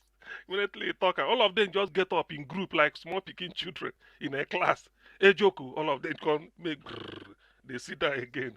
I look and say, so one type of supernatural power is at work here. That will no be clear eye. All bars they even dress better like some dress better than Obasanjo. But then Dr. they go take CM, imagine now someone like this singer, we call himself Wasu Ayinde, that is okay, looking yeah. for David Aiden. You know that guy that is father of a drug barons and then plastic dealers in America here. That guy has also been installed as somebody in Ogun State. The former Canadian General of the Federation that stole, they have suddenly now installed him also as an emir somewhere. And you say these people have value, just like you played some time ago, Mr. Elvis, the video of one of the chief is maybe in Delta State that was saying nonsense. This is what you get when you meddle politics, corruption into rulership, and these people, they don't know what they are doing. They don't know the damage they are causing to the country. It's an holistic damage that they are causing. You think someone like that Wasu Ayinde now, the person will carry cane, they go flog my fellow brother from southeast for their polling units. I mean, a grown-up man came and said, Wasu Ayinde flogged, beat him up. This guy took barrel boxes into his own compound, and that person became a ruler, became a chief. Thank you. Thank you, Oga I beg, give your solution. Okay. You could not call Juice the day I joke to forget this program, I beg. Thank you, Niger Watch, and please, good evening to everybody, although I should have said so earlier. All protocols duly observed. Actually, today's day outing at the Supreme Court. Well, like somebody said before, if the intention is for people to organize themselves without us knowing, only to maybe surprise everybody with the feelings, either way, well, so be it. But I think it was in Julius Caesar that either Brutus or was no, it was Brutus in Brutus' house. Was it not Casca or Cassius that went to him and said, Brutus, you sleep while Rome burns? Trying to wake him up to charge. He said, why are you sleeping? Don't you see this? So talk him into it. If that is what they are doing, because people will be saying, Nigeria, why are you people sleeping while Nigeria is burning? We can't take it. We cannot go beyond this step. P2B has done what he did by awakening the consciousness of the people, and the people identified with him because of the qualities he exposes and what they are convinced he will do. They see him. Nobody is a messiah, but with P2B at the throne, he will restore hope. People will now go about their normal business in the hope that somebody in Aso Rock knows that they are suffering and he's doing something about it. In all honesty, which is the most important thing. So having gone this far, I urge Nigerians, they don't need to go back. It is now, because Nigeria can get better. Okay, today we are seeing pound 1,440. In the next 6 hours, we'll be on 24th October. By tomorrow, pound must get to 1,500 in Nigeria. I can bet my life on it in Nigeria. Before the end of the month, pound may be approaching 2,000. Because the month will end in about 1 week or maybe for 8 days.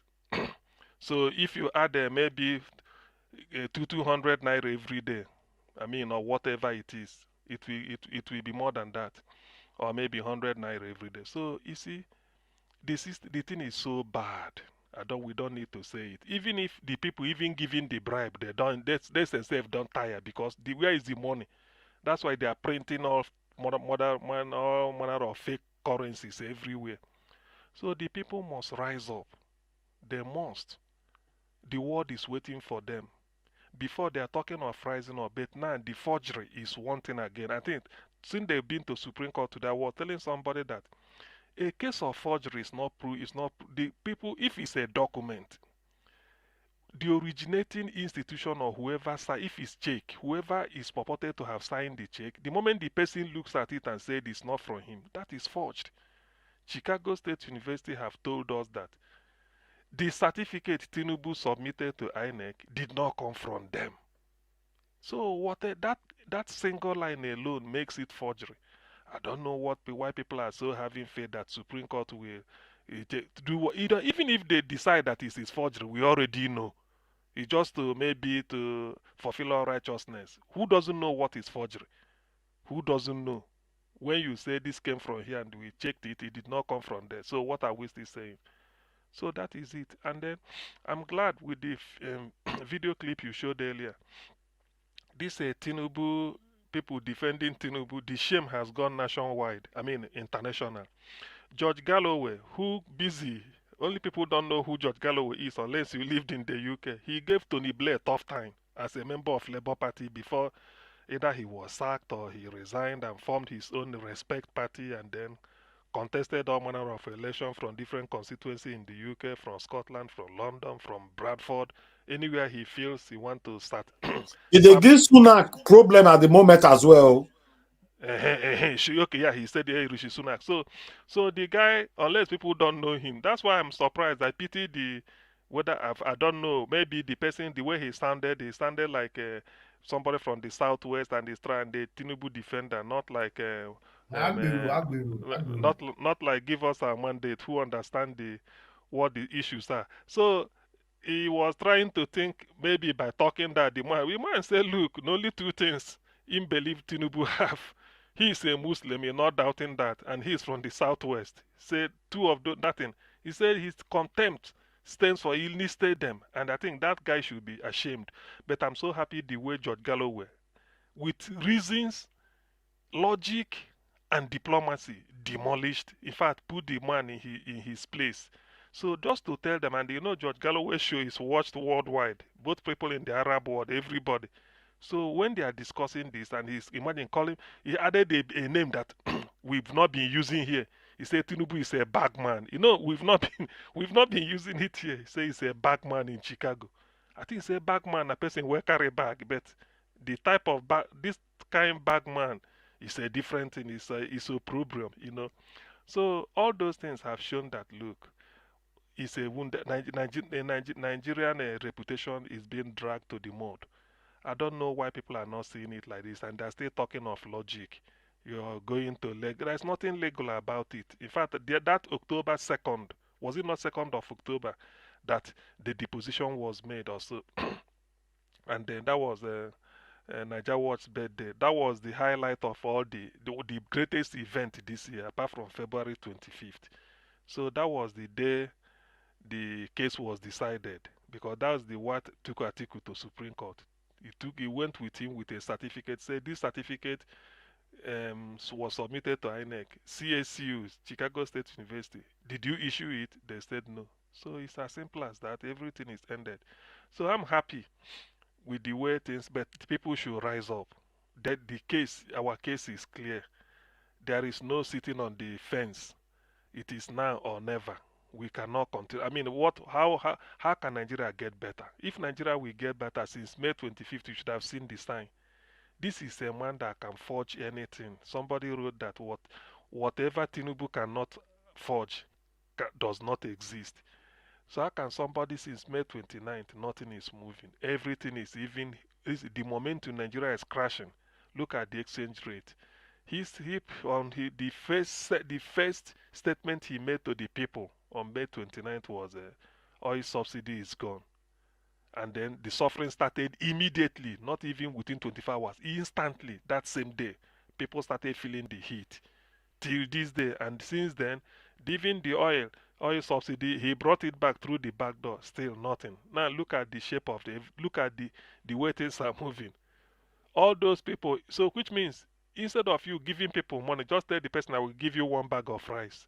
That will make the person say yes, at least I get something. I will give you one bag or come and take one bag of rice, which ordinarily shouldn't be anything, but that is the situation Nigeria is now. So I call on whoever, all Nigerians, They have to wake up. It is now. It's not. It doesn't require violence. All it requires is just peaceful protest. Peaceful. You just come out and say no. The way they even do it in advanced countries or in some Asian countries, everybody just come out and then go to the if it's at the National Assembly, everybody will just sit down there, sit quietly, just on the lawn or in front of. Before you know it, more than 100,000, 200,000 have gathered everywhere. So bring the government down. Tell them that you just have to get out. I think it happened in Azerbaijan in those days, if I'm not mistaken.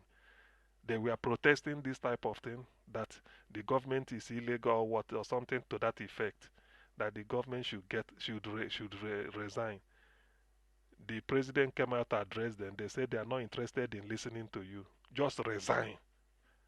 They pressure him there, and then the man resigned. He said, "No, they are ready to listen to any other person." So this should not be seen from the prism of ethnicity, because if it comes to that, it doesn't pay anybody. Somebody was asking in one of the articles I read today, said he's been going around asking where do APC people that voted for Tinubu, where is their own bag of rice? Where do they buy rice cheaper? All those things. It's not happening. The suffering is universal, is equal everywhere. So people that are being united by suffering, nothing should divide them anymore. People should come out and say, look, we have to insist on what has happened. I'm grateful that David Babachiri Lawal, who insisted that we be one and stood by it. I think John Onoyeko, no, Cardinal, sorry, to give him his due respect, Cardinal John Onoyeko of Abuja. I saw a video clip. He said it's forgery. Say you can't get, say he forged his certificate. So people are speaking up. At least there's no point saying. So when I mean, what law? What will the Supreme Court judge say is not forgery?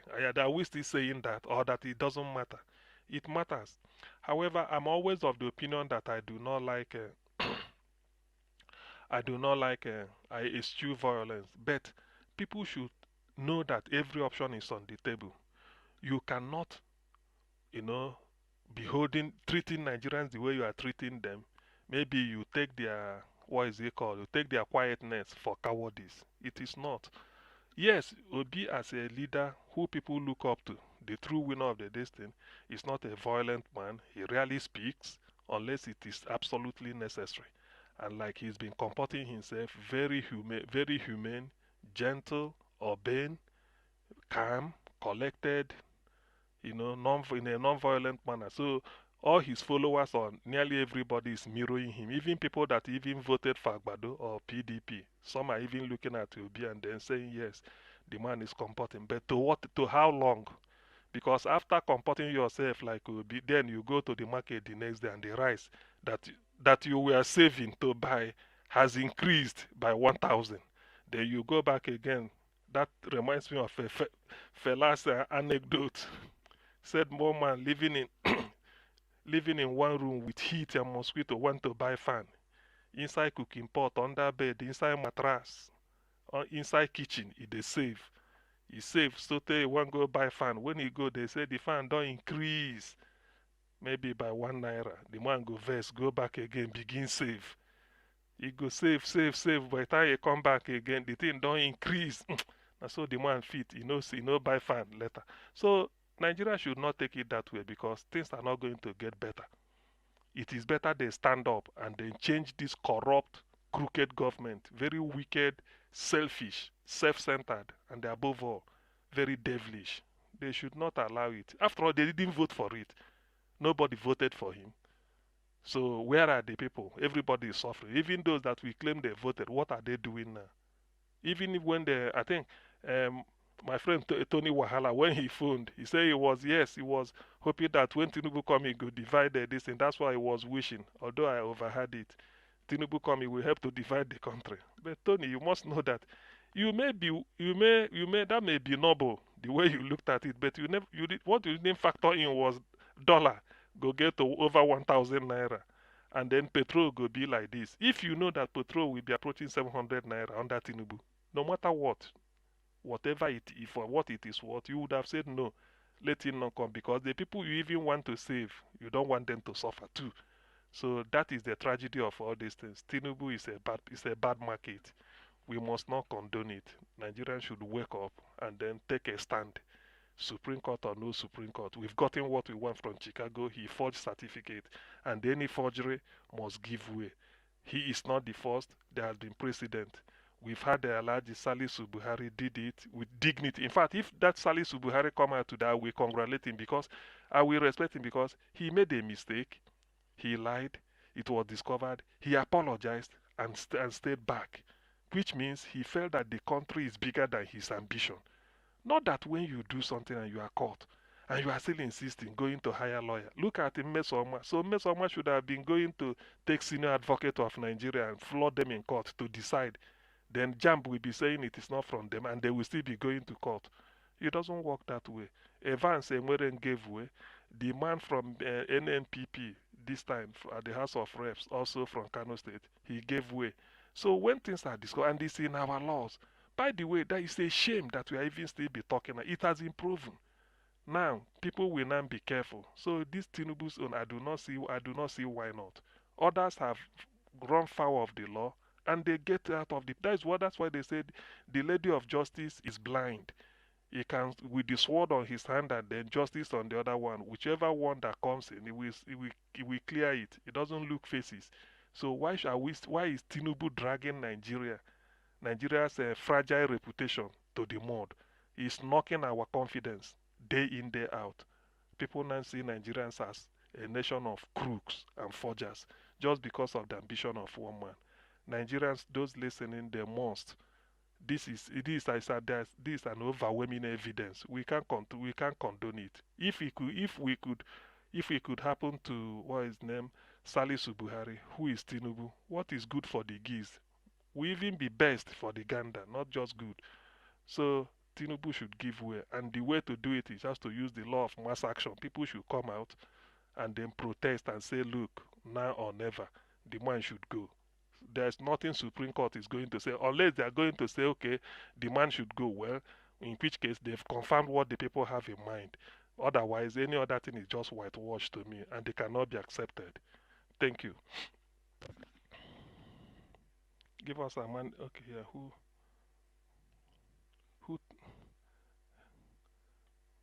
is here now? Thank you very much, Okay. Oga CM. May God bless you. Thanks for your submission. Thank you very much, everybody listening to us right now. Thank you so much. I think we still have 2 to go. Mr. Ike, thank you very much, sir, for your patience, and thanks for joining us today. I would like to hear from you, sir, before we move on to Mr. Jonathan. Thank you, my brother. God bless you. Thank you, sir. Happy week for every one of us. Thank you very much, sir. I just want to commend my brothers and sisters who have spoken earlier, those who spoke through the telephone and those who spoke through the platform. I think at the end of the day, we all are speaking the same thing and speaking in one voice and trying, the way we can to make Nigerians to stand up and say that enough is enough. Already my observation today at the Supreme Court is that the Supreme Court already is also captured, even though we have changes from the people who were supposed to be at the city. So, but I think that what I saw today is a political move and, political partiality already on the part of the Supreme Court judges. Nigerians should be bracing up for, every eventualities, from November 2nd. So I think that Nigerians are not supposed to be told what to do. I want to borrow a leaf from the LP governorship candidate from Delta State, what he said today at the Supreme Court. If Nigerians feels that Nigeria is good and Nigeria is working well, fine, it's their decision. But if they feel that Nigeria is not working well, it's also their decision to take back their country. And if they decide not to take back the country, they should not complain and they should not blame nobody. So I think I think that statement also give me a word of succor for me to say, for how long should I continue to be angered by what Nigerians are doing? So I think what he said speaks it all. So the Supreme Court judges, we are looking for men of courage, men of character, and men of conscience. We are no more at the period where the INEC and the APC are trying to tell us about IREF, trying to tell us that from ECAs, from EC 20 and 9, we have crossed that stage. In the Nigerian constitution, we are asking them to interpret. But he saw what the leader of the group just first said. He said there are two conflicting reports from CSU. One, there was no letter discrediting Bola Tinubu, you see. They were trying to corner the lawyer of Atiku, but he was so smart. So I think that Nigerians, the way Nigeria has been captured right now, I don't see anywhere, I don't see any escape route. The only escape route is for Nigerians from, starting from tomorrow, everybody, workers, nobody goes to work, students, nobody goes to school. Transport workers, no transportation, everything stands still in Nigeria. I think that is the only route out of what is going on in Nigeria.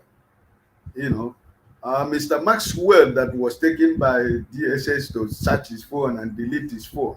We should even be celebrating today that they did not take him up and take him to their station and level allegations that he never come up anywhere, that he never disappeared. But we thank God that they only deleted his photos on his phone and let him go. This is Nigeria. It's a lawless country where we wish any place where such a thing take place. It's only in Nigeria. It's only in a banana republic where things like that could happen. A place like North Korea, a place like Russia, this is where things like this happen. But this is Nigeria for you. So we should be thankful that Maxwell was not taken to the custody and leveled all kinds of allegations and manipulations that before you know it, he's in prison. So we just have to believe that this is the country that has been captured. Look at the chief of staff to the president. You see how many security services that were following him, common chief of staff of Nigerian president. You can imagine the Nigerian resources that are being wasted for people who doesn't deserve to be anywhere. So I think that the first starting of the Supreme Court today has shown Nigeria where it is leading us to.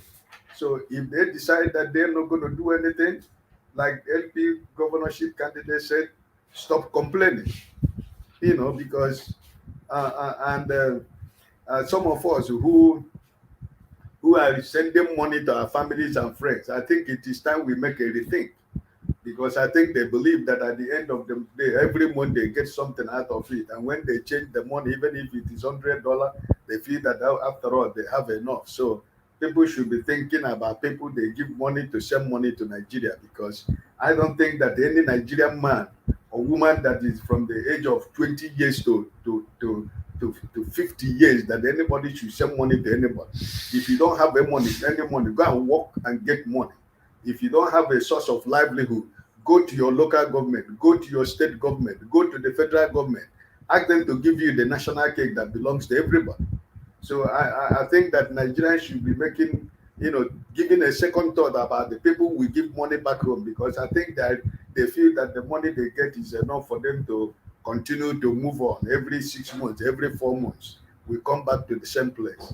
So I think that everybody that has spoken this afternoon, I listened attentively to everybody. I think everybody has spoken my mind.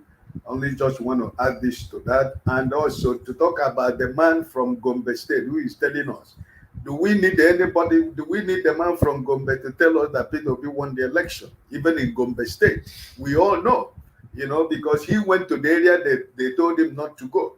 And he said that if I don't go there, then which people am I going to rule? So the whole security risk, he went to area none of the presidential candidates were able to go.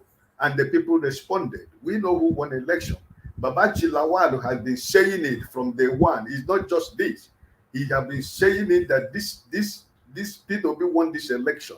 It was clear from everybody.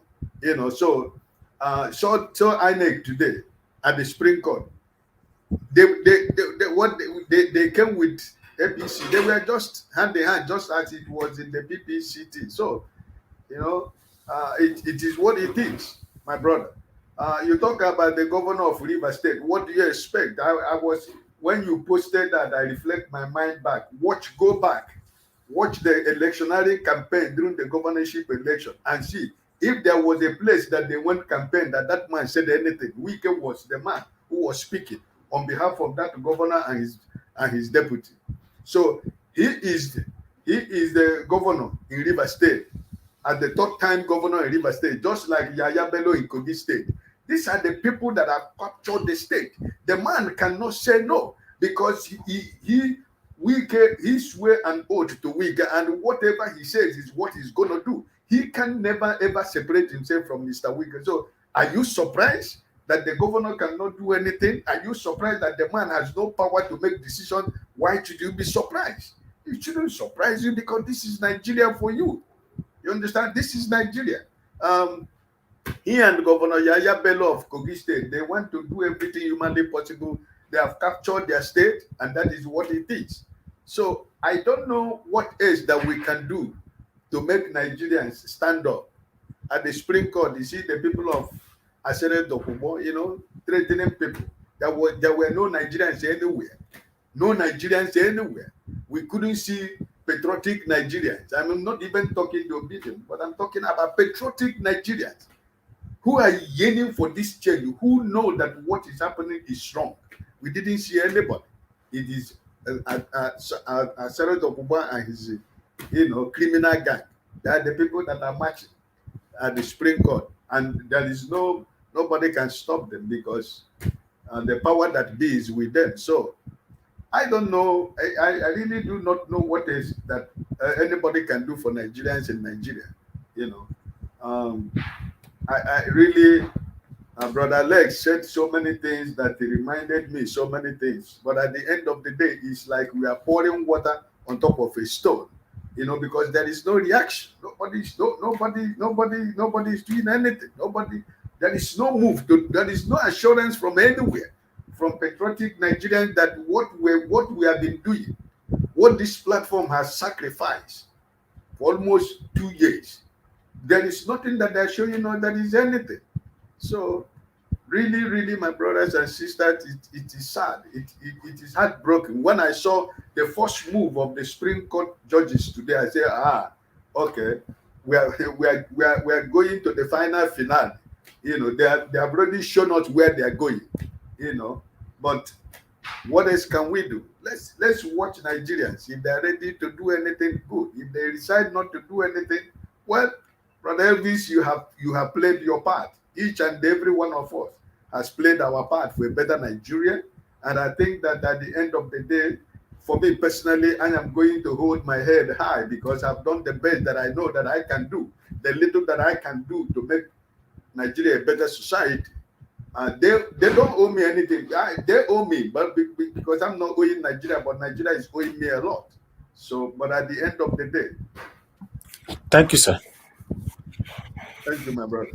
Thank you, Mr. Ike. God bless you, sir. Thanks for coming around. It's good to hear from you. Everybody have played their part. For me, fingers still crossed. I still believe something good will come out of this. So I'm not telling anybody that I trust the judiciary, but I'm telling you that I still believe something good will come out of this. So that's me. Talk your own, make I talk my own. Right. Thank you very much, everyone. May God bless you all. Let me call on the last person on the panel, which is Mr. Jonathan Kingsley, before we have a final submission. Mr. Jonathan Kingsley, it's good to have you here again, sir. Good evening to you. Please talk to us. 8 minutes. Thank you very much, Mr. Elvis. Thanks to all the panelists, to everyone that have made their submission today, and all the callers. Brilliant submissions. There's really nothing much more to add, but I just had my own piece to it. You know, what we saw today, you know, is again what we saw the same thing played out during the proper petition. You know, this at the Court of Appeal, the presidential election petition tribunal. We saw the same thing play out, and we're seeing it now. The way they do it, they build their case for technicalities, and that's what we saw today. They are building the case for technicalities, and they succeeded in doing that. So that when the judgment comes in, you will not be surprised, because they are building, technicalities in place of justice. So what we are going to get is going to be technicality all over the place. They said it clearly. We saw them raising the issue of, in fact, so funny. One of the justices said that the CSU should have come. I know one of the lawyers, believe one of the lawyers to the to Tinubu. I believe, yeah, it's one of the lawyers to Tinubu. He said CSU should have come to court to testify. They are building it, that they should have come to court to testify. And that secondly, that INEC also should have been invited to the US court to testify. Those are issues of technicalities. These people are not ready to deal with the matter. They talked about written deposition instead of oral deposition that we had that took place in Chicago. And this actually came from one of the justices. These are technical issues. They are not dealing with the case itself. This man submitted a forged certificate. They are dancing around whether CSU should have come to Nigeria to testify, whether INEC should have been in Chicago, whether it should have been a written deposition or an oral deposition. We can see all of this. And the one that even, that was so bad was the head of that panel, Justice Okoro, talking about two conflicting letters. Which two conflicting letters was he talking about? There are no conflicting letters. This is not like any other case. This is a case where all the document, all the evidence are in the public space, for crying out loud. You don't need to be a lawyer. Every document that the justices have in front of them, we all have it in front of us. They don't have any other thing to add. We have the same thing. They now have to use the constitution, use the law to determine and come up with the right judgment, with justice. Because they don't have any other document. Some other cases, maybe they have other things that we don't have. They are seeing other things that we cannot see. No. The last time I heard, they said they are learned. They said they are learned. What they show today is that they have not even gone through the documents at all. If they have not, unless they are just playing game of technicality, which I believe that's what what they did today. If you have gone through the document, really, for real, you can't come out. A justice of the Supreme Court of Nigeria cannot come out and say there are two conflicting letters. Which two conflicting letters? The one that Tinubu submitted on June 28th from Chicago State University, stating that he attended the school. That's the only letter. Are you talking of Enauru Eba? There are no conflicting letters here. And for me to hear that from one of the justices was just so baffling to me. So to me, it's clear that the Supreme Court justices, all of them, they have made up their mind already. What we're seeing playing out right now is just a mere formality. It's just a mere formality. We've seen where they are tilting towards. Their decision is, it's all clear. And what is not even helping matters at all It's Nigerians that just kept quiet. They just kept mum. Nobody is talking. They are not coming out. Nothing is happening. We're just emboldening them. Talk of an enabler. Nigerians are perfect enabler to corrupt the satanic set of politicians. We enable them. Talk of chief enabler. Nigerians are chief enablers. If you want to give Nigerians another name, enablers. We're just enabling them each and every day. Everyone is playing that enabling job. They are doing it very well, perfectly well. They are not missing it at all. The media is part of it. Ara is talking today that, they can't say anything on the case because it will be prejudicial. What a petty argument they always come up with every day, each and every day on the Nigerian media space. It's prejudicial. When they want to steal, when they want to manipulate, when they don't want to say the truth, they will say prejudicial. No one is saying you should deliver judgment on the case, on the matter that is pending before the courts. Nobody is telling you to do that. Besides, you can't even do that because you are not a judge. Even if you are a judge, you are not even assigned to the case. So what is prejudicial here? What a petty argument. But you have all the relevant, your job is the fact that you have all the relevant information regarding this case. And you can make your own you can take an informed position without taking sides at all. You are not even presenting the facts to your audience, to your viewers. What a petty, cagey argument. They just put themselves in a cage. You can present an unbiased, merit and the demerit, both the merit and the demerit of any case. You can do that as long as you are not biased. So that your viewers, your audiences can be properly informed. That is your job. That's your responsibility. And you can't scare away from that.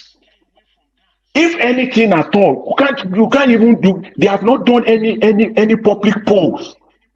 Call themselves a national media. No public poll. If you don't want to discuss about it, at least you can discuss public polls. Commission a poll on this matter. Do something and ask Nigerians what is their position on the forged certificate. Whether it is 70%, 80%, let us know. Then you can discuss that. Ask Nigerians. You want to know what is the percentage of Nigerians that agree with the fact that evidence should be accepted or not. You can ask all these questions. But they just don't do that. They don't want to talk about it. In the history of Nigeria, in the entire history of that nation, especially with emphasis on from 1999 to date, there has never been any form of effective opposition to governance. That's why there's nothing Nigerians can fall onto. They don't believe in it. They don't believe anything good will come out of this. They have accepted their fate. Just move on. That's where we are in Nigeria today. If Tinubu's fraudulent election, if the Supreme Court upheld this fraudulent election, the sanity and standard in Nigeria that is already eroded, it has been eroded, it will be completely exterminated. There will be no standard again. There will be no standard again in that. If they upheld this fraudulent election, let them know that there will be no standard in that country again. Even what we saw Atiku and his people doing, you know, the one of the videos you show for them coming out, Atiku trying to that's you know that's trying to lay a standard, you know, they are being forced to create standard. If anything, let Mr. Tinubu also comes out and do the same thing.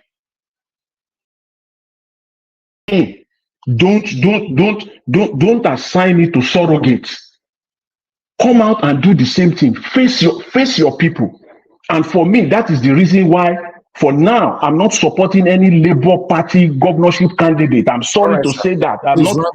round up, Anyway, yeah. Let me just round up. You know, that say, I've said it. If the election is upheld, there will be no sanity. Even the slightest of it that we're still seeing right now will be completely extinguished. I'll leave it at that, Mr. Elvis. Thanks very much. Thanks to everyone. Thank you, Mr. Jonathan. God bless you, sir. If we have to say it the way we really want to talk about it, one person might end up talking for 2 hours.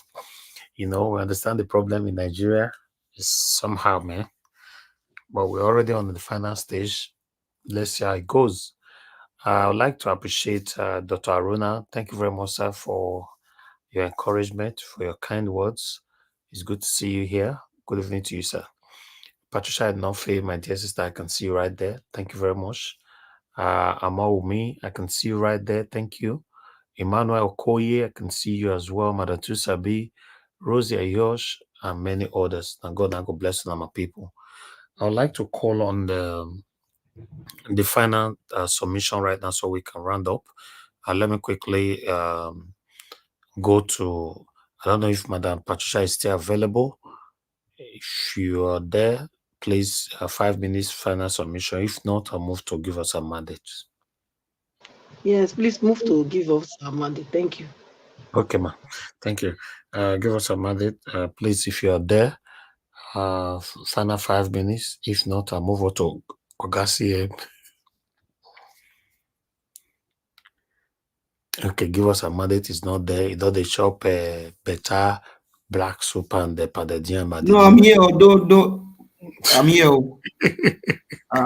I think see the shop black soup papa the diam now. I beg, no, they do like this for me. Okay, give us your final submission, 5 minutes, sir.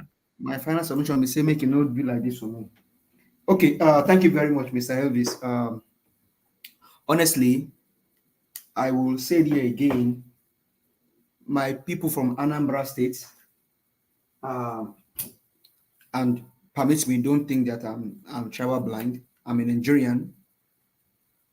But my fellow panelists, my fellow comment section warriors, Nigerians all over the world, my Anambra people, please, if there is anything you help me tell Mr. Peter Gregory Obi, it is thank you. Mr. Peter Gregory Obi, if you're listening to us tonight, thank you. Thank you. Thank you. Thank you. Thank you. We now have active citizens and no activists as we used to have anymore. We have active citizens. Mr. Tony South is in Germany. If the last time I checked, Madam Rita is in Canada. Pa Ike, I think, is in one island. Mr. Elvis is in UK. Dr. CM UK. Mr. Alice Nigeria. Now, because we now have, honestly, with what God has used this man to do in our country, if we look back 20 years from now, we'll say there was 1 year called 2023. And who was that? Who was the hero of the election that year? No other than Mr. Peter Gregory Obi, GCFR, CON, whatever award you can give to him, he deserves it. Mr. Peter Gregory Obi, I mean, you can, he's on record, he's on tape. With the wiki, he said it that Mr. Peter Gregory Obi is the hero. Fayoshe, he said it that Mr. Peter Gregory Obi is the hero of this year's election. He is too tall. He continues to stand for integrity and what is right. Mr. Peter, thank you. Even for that night that you allowed me to ask you a question, and ever since that night, I've been glued to you. Thank you. You brought us all out of our shell, and now we are actively participating. As we are on this channel, on this platform now, there are different spaces going on Twitter. Different spaces going on Twitter. Have you just discovered that all of the Agbadorian YouTubers and all of their surrogates, they shut them down because they cannot stand for the truth? They can't stand for the truth. The truth does not change. It is constant. Truth never changes. It is constant. So, Mr. Peter Gregory Obi, thank you so much for everything that you've done. We trust and hope that the Supreme Court will do the right thing. Because the Okoro Chief Justice, Okoro, has two different documents in his front. The deposition from CSU, done under oath, and Okoro is asking, he has a letter and a deposition. Which one should he go with? You see, these people, it's just like what they did in PPT. Imagine God asking you, Mr. Elvis, you gave me the position, you gave me letter. Anybody can forge a letter, but the position is done under oath. Which one should I take? Nigerians have seen the truth. We have seen the light. We have seen the light. All of you evil and corrupt politicians, one by one, una go dey enter house. According to our warrior, Madam Rita, Werewike, you go enter house. Bajabi Amole, you go enter house. Dino Melayo, you go enter house. Tinubu, you go enter house. Bayo Nonuga, you go enter house. Festus, you go enter house. All of una go enter house one by one. And Nigerians, let's not give up. Let's stand tall. Let's stand for what is right. We need to take our nation back, and we are well able. We are well able. Remember, Joshua sent people to go and spy that land. Some came back with a bad report, and Caleb said, "We are well able." I think that comment was made by Joshua and Caleb when Moses sent them. Said, we are well able to take the land. So we too, as Nigerians, we are well able to take our land flowing with milk and honey from the hands of these evil suckers, because they are bent on milking our country. But we will not allow them. Mr. Elvis, once again, thank you very much for all that you do. I never knew I can be this vocal when it comes to policy of Nigeria, more so on social media. But thank you, thank you, thank you, thank you. Our voices are going places. They are hearing us. You know, whatever David is doing is like he's chasing after them. Kita, kita, kita, kita, kita. And that's why they keep running. We will meet them. We will get our mandate back. Okoro, continue. We are waiting for your judgment. Barrister or Justice Inyang Okoro, we are waiting for you. Tsunami or Salami or Samani, he has collected 7.7 million US dollar. And now, allegedly, we hear that he's on wheelchair because of what? Prostate cancer. Karma need a tay again. Now, sharp, this time around, 9 karma, they do it on. So Okoro Inyang, if you like, you self collect money bag, your own. Maybe it go be in double portion. I never know. I will leave that one to God.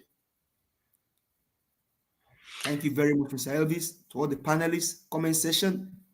I say greetings to you all. Let's not give up. Let's keep fighting. God We bless are you. well able to take back our land from the Thank you hand so of much. these people. Thank you, sir. Thank you. Give us a mandate. I appreciate you always. Thank you. Let me move on to the next person. Mr. Ike, please give us your final submission, sir. Thank you very much. 5 minutes. Okay, thank you. A shout out first of all to Sister Rita and patriotic Nigerians in Canada for the effort in trying to make the world know what Nigerians are going through, and the Lord continue to bless them. Well, Brother Elvis, I have nothing much to say, just only to thank you for give us a mandate. Say most of us are vocal in our own different kinds of ways, but not at this level of getting engaged and involved in Nigerian political scene. I think it has emboldened every one of us to know that we can make a change, no matter wherever we are. We can cause a change and we can make a change. And I think at the end of the day, after this story is written completely, all of us will be able to hold our head high that we have played our part, we have done our best. Our hope and my expectation is that it is going to be in my time that we're going to see a new Nigeria. And I am positive about that. Sometimes it can be frustrating, sometimes it can be annoying, sometimes your hope can be dampened by events. But at the end of the day, the main cause of the whole thing is still there, that a new Nigeria is possible. But our prayer that is in our own time, so that we will be able to tell our children or our grandchildren how the new Nigeria was battered. Because some of us, our children are experiencing and witnessing it. My grandkids, they are very small now. They don't understand what we are talking about, but I hope and I pray that it should be in my time that I will be able to tell them the journey, how the new Nigeria was born. So I just want to thank every one of us for all our effort, for all our sacrifices, and Brother Elvis for giving us your platform to all of us to use to make our voice heard all over the world. I'm grateful and I will always be thankful for what you have done for every one of us to be part of this new Niger Watch family. Thank you, and I pray that God will continue to protect you and your family and all you do. The same prayer goes to every one of us, that God will keep every one of us alive to see the new Nigeria we have been crying and fighting, that it will be in our time that we see it and we'll experience it and we'll rejoice it and we'll testify it and we'll see it and we'll claim it and we'll see it with our eyes. So thank you, my brother. Thank you for all the panelists. Thank you for those in the comment section. Thank you for as many that are behind the scene, working tirelessly every day to make this possible. And the good Lord bless everybody. And I wish every one of us a blessed week as the week goes by. We will not stop. We will not give up. Thank you, my brother. God bless you, and good night for everybody. Thank you very much, Mr. Ike. God bless you, sir. Thank you so much for all you do. The collective effort. I hope we all succeed and achieve our goals. Thank you, everybody, right there. The last to go before we round up is Mr. Jonathan Kingsley. Thank you very much, sir. Please give us your final submission, sir. Thank you. Thank you very much, Mr. Thank you very much, Mr. Elvis. I really appreciate it. You know, I'll just be as brief as possible. What is going on in Nigeria is, it's not new to all of us. It's not new. We've been seeing it has been happening. The fact now is that it's been taken to another level. Mr. Tinubu, the certificate forger, have just taken it to another level. That's what we're seeing now in Nigeria. They've taken it to the point where they have now placed the Supreme Court of Nigeria in an open market to come and dance naked. Because we all know the technicalities they want to play, the technicality party that they want to display. We all know it. So any judgment, aside from declaring Tinubu a forger and disqualifying him, anything short of that, based on the facts that we have, your judgment, you yourself will go back and read your judgment yourself. It's like, can you hear yourself talking? Can you hear yourself speaking? That's what is going to be at the end of that judgment. Can you hear yourself talking, for crying out loud? Because there is no way you want to spin it. There's no way you want to. Law is law. But at the same time, they'll say law is blind. But at the same time, there is justice. It is straightforward. It is pretty straightforward. You can't argue otherwise. When it is clear, it is clear. When you want to start to apply the Constitution and the law and all the rest of it, yes. But when it is clear, in fact, it makes your job even easier. Your job is just pretty cut out for you. The judgment is clear. Anything short of that, you will have exposed yourself. You will have taken Nigeria to that another level of shamelessness. You will have taken that the entire country. You as the judiciary, and in fact as the Supreme Court of Nigeria, you will have exposed the country. You will have ridiculed Nigeria. All you want to do now is that Nigeria has no standard anymore. We know that has no standard anymore. The country is ridiculed already. What we are expecting now, the world is expecting, is either you will start the journey of taking that shame away, of bringing back Nigeria to the Committee of Nations, or you will rubber stamp it. You will rubber stamp that impunity, the eroded standard. You will rubber stamp it. That's the only thing we are waiting for. If your job is just cut out for you, it's one of the two. It's just one of the two.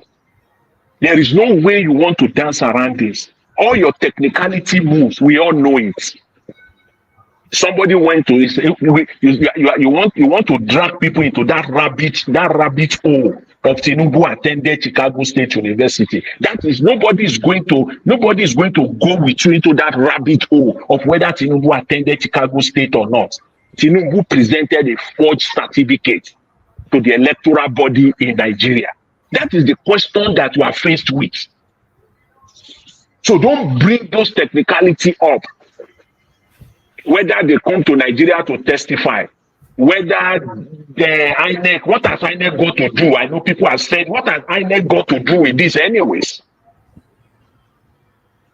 All those technicalities, please put them aside. We know. And you'll be so ashamed of yourself. But when you are reading it and you are taking position to uphold Tinubu, as you are reading it, you will be so ashamed. I want to see how you are going to read it out. Read that judgment out. Even someone who is not even a lawyer, who is not even a lawyer, will just be laughing at you as you be reading that judgment out, attempting to uphold Tinubu as the president of Nigeria. You just have to hear yourself talking, hear yourself reading the judgment, pronouncing it. You will look so stupid in the eyes of the entire world. So it is in your court. You are in the court, but it is now in your court to do the right thing. Because this is simple and this is straightforward. It is simple and it is straightforward. We know that the election was manipulated. We know that the election was rigged. We all know all of that. And on top of this, we all know that the individual that you selected was a forger. And its forgery continues. It's still forging today. It's still putting Nigeria further and further and further into debt today. Because everything they are doing today is manipulation, is forgery. As they are in government, they are not saying the truth. They are not telling Nigerians the truth. Everything they are presenting to the outside world is fake. Everything about them is fake. If you don't stop them now, they will continue until they slice that, they buy the entire Nigerian nation and the people. Because when you enable them, they continue. The act is still on. The act is still on. It's ongoing as we're seeing right now. They are committing this. It's still ongoing. The worst, unfortunately, the forgery he committed it for himself as a person. He disgraced his family. The forgery that is ongoing now, this is disgracing the entire Nigerian nation. That's the forgery. The forgery is ongoing, people. Because everything that comes out of their mouth is lie. Everything they present to the outside world is lie. They have to forge documents. They continue to forge it because their leader is a forger. So it is on you, the Supreme Court justices, to deliver.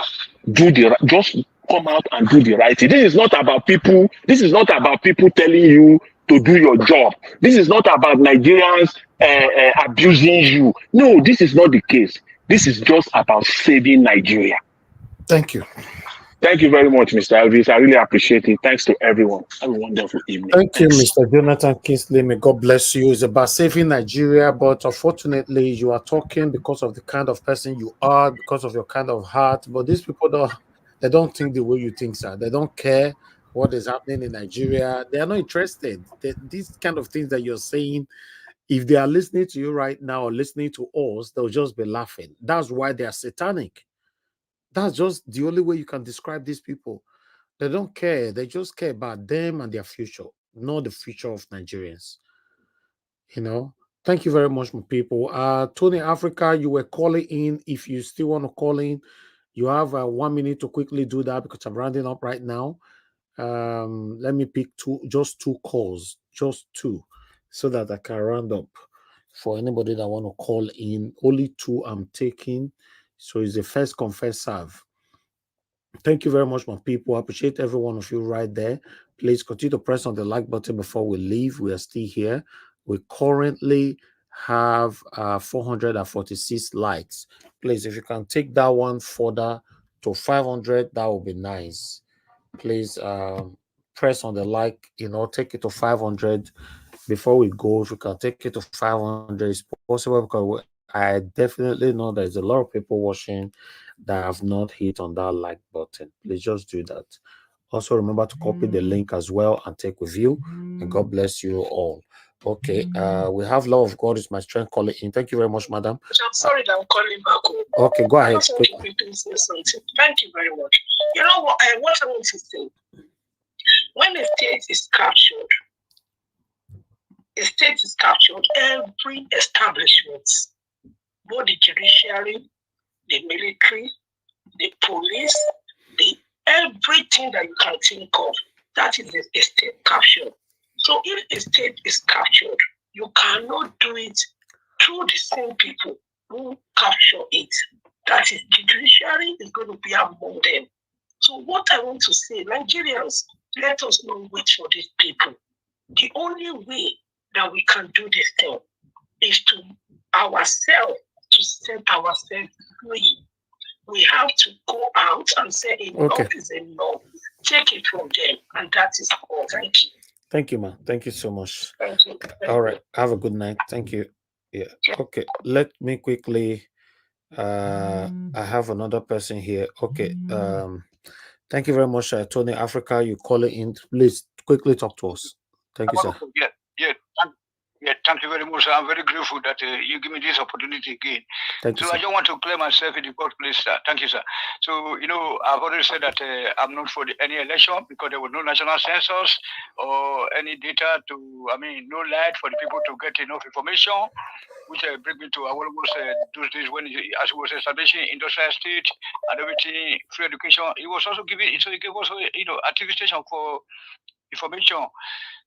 So that's why I said that just to say, please, I'm very sorry that when I said that I'm not supporting Tinubu, but I said that at least because of his antecedents of punishing people, like 1 naira. Yeah, but there's nothing wrong if you support Tinubu. I don't have problem with that. I just want you guys to be proud of it. I don't support him. Yeah, but I have to say why I wanted Tinubu, and then why I think that right now my agenda of trying to bring the power or to break those powers that be. I don't want to mention any session. I'm happy that that due to his character and those people who are, I think it's now backfiring on those people that pick him up and say they want to force him down our throat. That yes, that is good for them because you can see the way he kicked out one of the governors, the ex-governor that even used his blood and everything to put in there. So and then now because another Yoruba man. And an average Yoruba man is like my mindset. Forget about whether Yoruba is working with North. No, they are working with the North in order to get this power. But behind the scene, they are working to achieve Chief Inaoro's true federalism or build out the country. That's what is going on, sir. So nothing. Okay. So we are happy that we now control the whole system. We are controlling the most powerful system. And then I'm saying that I'm very sorry that it's Yorubanizing everywhere, but it's very good for us. It's better we have Yorubanization as a northernization, stroke Saudi Arabianization. So it's okay. True. Thank so you. We want to have it's a starting point. It's a starting point. Okay. Before Obi will come in, Obi is coming in so that Obi is somebody that I can call and say that there's no light in my city. He will talk to us. I know he's a very calm man. But okay, sir. Meanwhile, before Obi will come, let Tinubu do more damages before the Supreme Court and every other whatever. Okay. Thank you, sir. Thank you, Mr. Tony. God bless you, sir. All right. You see, when Buhari was there, Buhari put his own people in every position, every key position, right? And all of us was complaining. All of us complained. Buhari, all the major position, he put a Fulani Hausa for everywhere, blah, blah, blah. Tinubu now, though they do the same thing. Now, the same people will complain that time. They say, it's better, it's better. You see, say for this country, all of us, we are the deceive ourselves. Now, wow. Are deceiving ourselves. Why, if Tinubu is removed tomorrow, whoever that will take over tomorrow, which I know, by God's grace, maybe Peter Obi, may they give him the power, can I win the election? Peter Obi cannot do this. Peter Obi knows, say, the people they in neck. He cannot do this. We can't move Nigeria forward like this with this kind of mindset. We cannot move Nigeria forward. The way we think, the way we do things, we are not going anywhere. I don't like watch. Thanks for calling in. Please talk to us, my brother. Good evening to you. Okay, my brother Elvis, I greet you. Thank you so much. I greet you people in the panel and the people we don't see come out. My brother Elvis, I really love what you do. I love you as my brother. Thank you. They say Benin, they carry last. They do not they carry last. In any situation, there must be a solution. Why? Because we cannot just keep quiet like this. Okay? And all these things that have been happening since election till now, we know what is really happening. All of them are APC parties, the thieves parties. So we must find a way. My happiness is that with the obedient, not the one that is pretending, but the one that is pretending or whatever. All this rain that is falling, is going to follow us. But with the obedient, we don't have that mind. Maybe we are not going to suffer much. Let me put it that way, because when you see the stone that is coming, that will meet you, you know how to escape it. That is one thing I like about obedience. But no matter what, this is my word. This is my word. That day, that very day of election, when they declared that election, I cried. And that cried, I said, Tinubu must go down, and he must go down. You know, even though not 10 people for that Nigeria, they'll feel rescue Nigeria. So with the help of technology, as I see the talk, make una the press button. That's where I go talk and reach. I love you. Thank you, my brother. Brother, Thank you so much. God bless you. Thank you, my brother. Thank you, my lovely brother. Thank you. Yeah. Anyway, the truth of the matter is, I would like to also quickly put this on. Tinubu must go down. I don't know if I should agree in that word. Tinubu must be removed, yes. But Tinubu must go down. I will not support that. You know why? I was having an argument with somebody before I round up the other day. No, conversation, not an argument. Although it led to arguments later on between them, others, but I left. You know, one particular one was saying that Nigeria will be useless, you know, with passion under Tinubu. Nigeria will be useless. Nigeria must be, he was praying and saying all that. Then I rebuke it. You know why? My people, we shouldn't get this twisted though. Like I said before, me, I'm not against anybody. So I have said it so many times. It looks like when I was supporting Governor Obaseki, there were these people who joined me that time, you know, supporting Governor Obaseki. You know, when Obaseki was doing wrong, but I didn't see them anymore. So that means some people support some people for their personal gain, you know, while some people criticize some people for their personal reason, you know. But when you criticize people and you support people for general reason, especially if the person is a public figure, holding a public office, I think that's better. Let me put it like this, my people. If you know you are part of the people that have been praying for Tinubu to fail, and Tinubu was sworn in back in 29th of May till now, I believe your prayer point should have been Tinubu must be removed. Say Tinubu must fail. Now Nigeria, they fail. You know, Nigeria, now they fail. Make we get that one for mind. So anybody that is saying that if Tinubu, no, if for example now say Tinubu, they not remove Tinubu, Nigeria must be useless and all that, I'm sorry, you are entitled to your own. For me, I cannot pray for that. Tinubu must be removed. Now be my stand, because as I speak, Tinubu is unconstitutional precedent. Tinubu ringed the election. Tinubu have fake or forged his certificate. So he actually submitted a fake certificate to INEC. So these are my stands. While if you are part of the people that are taking it personal, Tinubu must fail, Tinubu must this, I want to tell you to change your prayer point, please. Because if they say Tinubu must go down or Tinubu must fail, how do I put it on? If Tinubu fail and you not remove him as president, and Nigeria they fail, they follow. Have that one in mind. Except you remove him first, may only him go fail, may go find where fail for a house. Say Tinubu still there, you say make he fail, and he's still the president. He be as he get to. Mr. Elvis, Elvis, see, it's a tough one. Whether we like it or not, Tinubu is still here as president. Yes. But for me, it's not like wanting him to fail as a person. Tinubu has no capacity to lead Nigeria to where Nigeria needs to be. For example, if you say people should not send money to Nigeria, because the money they are sending to Nigeria is developing Nigeria.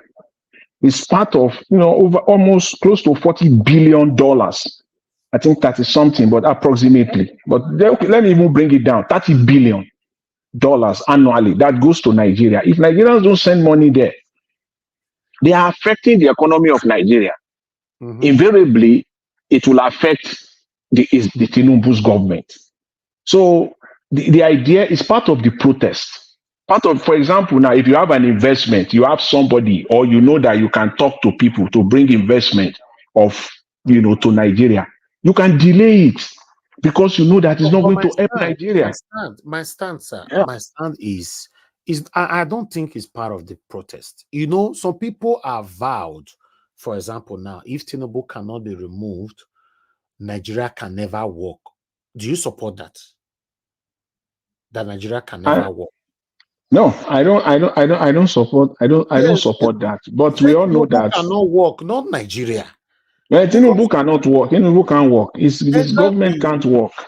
Exactly, because this country right now, I might not make sense, but I'm just saying mine. I'm trying to let people understand that.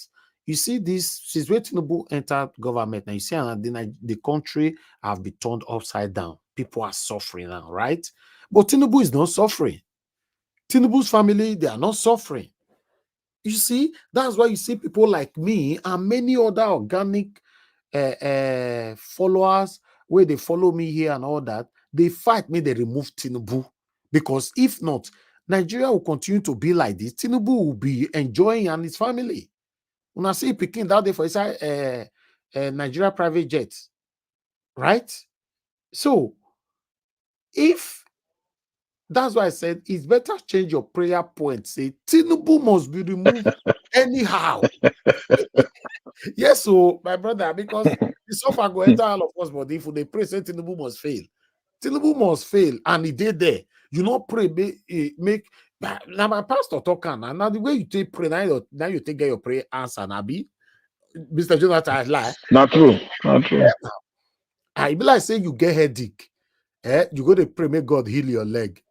Now your leg you go heal now. That's true now. They give you money, may you go buy a fencing for your headache. You go use the money play gamble. The headache go finish. No, not true. Say if you pray for Tinubu to succeed, you pray for him to succeed. See, it's like a criminal who stole something, and then you still say, okay, I agree. As long as you are using the money that you stole, you are using it very well. You can. It's okay. Continue. That's what it means now. That's what it will mean for Tinubu. That's why that one. That's yeah. I don't first talk one thing for year before, Mr. Jonathan. I don't know whether you did hear where I talk him. I say Tinubu ring himself entered there. Tinubu get fake certificate. Tinubu this, Tinubu that. But I talk and say, as Tinubu enter that 29th of May, the swan in, then he declare Obasanjo arrested. He declared Buhari arrested. He declared Jonathan arrested. All the predecessors, people, in fact, people don't rule since 1999 come. He don't declare, go reach Babangida, all of them, both the military, all of them. Me, myself, where you're the see so, I'll be giving the clap for you. I'm telling you. It's the truth. Because what me I'm fighting for is a better Nigeria. It's not about Tinubu, Atiku, or Peter Obi. Right? You see, Gaddafi, when Gaddafi was alive, he did everything to make sure, say, people say they did okay. But that time, ma'am. Exactly. But the Westerners don't like him. No. The Western leaders. They don't like him. Yes. So my concern now is, even if not be them they suffer today, the Libyans. Now they suffer today now. Yes, now they suffer today. And there's every possibility that the same people that is fighting so hard now to keep Tinubu there, una go suffer. Una go suffer. Una way they pray make Tinubu there, so una go suffer because it's already obvious now. Say the way Tinubu they go now, take and divide. Now they your day. I tell you now. So for me, Please, whoever that is praying, your prayer point should be like this. Anyhow, Tinubu must be removed. It be like as Dele Momodu talk today now, the video day Nigeria watch. He say, even after Supreme Court judgment, there is other avenue in case he Yeah, not yeah. work. He said there's That part avenue of to it, remove. I really like that part of his talk Exactly. today. Yes. Now so he talk him. He said there's other avenue to remove Tinubu. Hey, me like that. That means he's very adamant that Tinubu must be out, even though say they are two that friends before. Now so me they say basically they say no, Nigeria must fail if Tinubu is not out there. I beg, are they part of the Nigerian? I mean, they cost like that. I beg. Change your prayer point. Thank you very much, my people. If I don't make sense, make una take her like that. Continue from where I stopped. Now where my sense reach, and there they talk reach. Now God, I go bless all of our people. Thank you very much for those of you that are still here with us, Mother Patricia. Give us a mandate. Mr. Jonathan Kingsley. Thank you. I appreciate you all. Those of you that came in as well. Thank you. Those of you that supported this channel today. I'd like to appreciate you. Make sure your name once more, Dr. Alexander Gomez. Thank you very much. Thank you very much, George Blueshell, Jaja, Michael Ganemaro, and Miss Tutu. Now, God bless all of you. I appreciate you all. Thank you so much. Then I would like to quickly check my people right there in the comment section, starting with Mother of all Mommy Diaspora. Thank you very much, Mommy, for all you do. We appreciate you always. Thank you very much, Jude. Uwanto, thank you very much. I appreciate you. Jude said this criminal is a drug addiction. How you expect him to do anything? Yes, I know, Jude. I know what you are saying. I don't want it to be there at all. So if he's there, then he can't do anything. So that we are saying the same thing. If he's there at all, if we cannot remove him, hey God, we could not prepare how Nigeria will be. $1 could be 50,000. Why £1 could be 75,000 naira. We are saying the same thing. So that's why I'm saying that you people should send your prayer points that Tinubu must be removed. Not be bad prayer point. Tinubu, because if you know you are genuinely fighting for Nigeria, that should be your prayer point. If you know you are waiting for how Nigeria want to scatter, say this is our journey. So many people they hide under under Peter Obi must win, Tinubu must come out, but many of them have different agenda. I felt talking just now. If your agenda is for Nigeria to succeed, then your prayer point or your effort is how to remove Tinubu. Yes, it's not for Nigeria to scatter. Me not did that one, no. I not follow anybody do anything to scatter Nigeria. I love my country. I will always love my country as long as I live. I'm not part of that. And I've never been part of that. And I can never be part of that. I will never use my strength, my power, my platform, anything that belongs to me to be part of destruction of my country. Never. Yes, if you want to share Nigeria, if they have decided to share Nigeria peacefully, if they want remove Tinubu, anyhow they want to remove Tinubu peacefully. Anything you want to do in Nigeria, say destroy Nigeria, more rebuild again. I'm not part of it. God forbid. It not be me and now. I beg. I felt talk. That's why you see that I'm very careful on this platform when people are giving their submission. When people are saying that what is the next option, if I see where they go, I will say you don't do. I beg, go talk for your living room, for your parlor, not before here. Because at the end of the day, when you are fighting for something, you know what you are fighting for. We're fighting for a better Nigeria. Tinubu ring himself enter there. Me and you know. Yes, he ring him. He not get certificate. He don't get anything. So even according to Frank Shaibo today now, he say he not get primary school, he not get secondary school. So even though Supreme Court can say the Chicago State own say they not accept that. So what happened to the primary school and the Supreme Court save Nigeria? They save Nigeria. If not, especially Una, we support Tinubu. Una go here watata. Una go here. When the people who they abroad can decide, say they not go send una money again. The main crime rate increase, no wahala. Now una know. Me or your wait make una swim for inside the government for 8 years before I go visit Nigeria. for 5, if now 4 years, now take remove am more fine. If now 8 years or anyhow now want to do am, make una swim am, make una enjoy am. Yes, from UK here will they watch you. My people with the America, all of us go to watch you from here. That's all the best that we can do. You know, so on the 6th, sorry, on the 2nd of November is the final day. So my people, you have the opportunity to quickly change your prayer point now. May you take counter down the 2nd. Counter. Where all our prayer warriors? All our prayer warriors with them. If I make we do some prayer right now, more do some prayer because me not gonna be like say we not pray before we go. You know, because our prayer warriors, well, by the way, we will not do. You know, when don't hear the date now, not be this one when they come here because they say Nigeria watch Nigeria. Make una your begin tighten the bet now. They say now second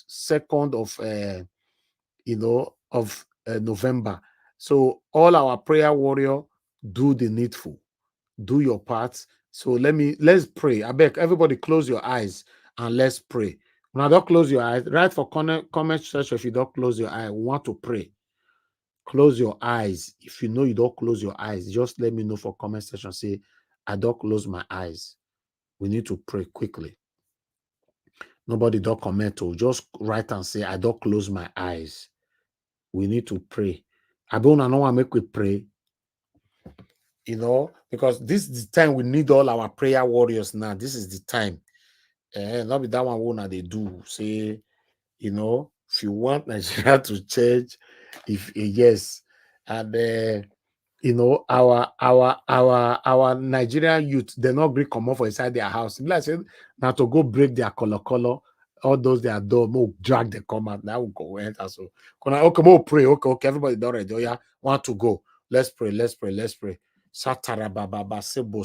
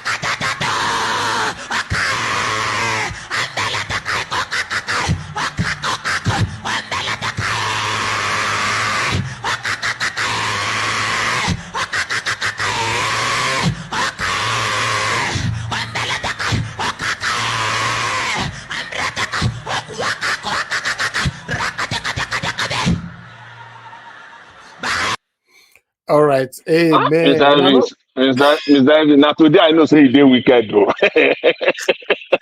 You won't make person laugh 5 years, man. My brother.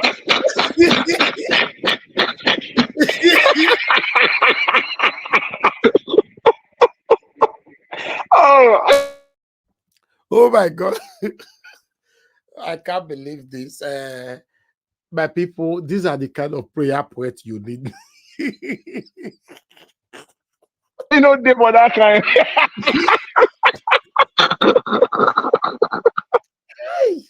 How did we get here?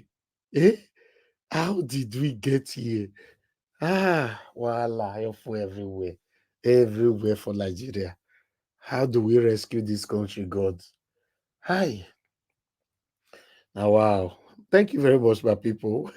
Since we don't pray now, let's close. Let's close. We'll go ask. Instead, don't respond, go ask. Hi. Thank you very much. Thank you. But Rita, I can see right there on the comment section. Amorigi, thank you very much. And I can see I don't like words. Thank you, my brother. Tony Africa, I can see you. Thank you so much. I can see Abigail. Thank you, Mother Tusabi. Thank you. I appreciate you all, my people. We have come to the end of this broadcast. Amaka Fojabi, thank you. Black Panther.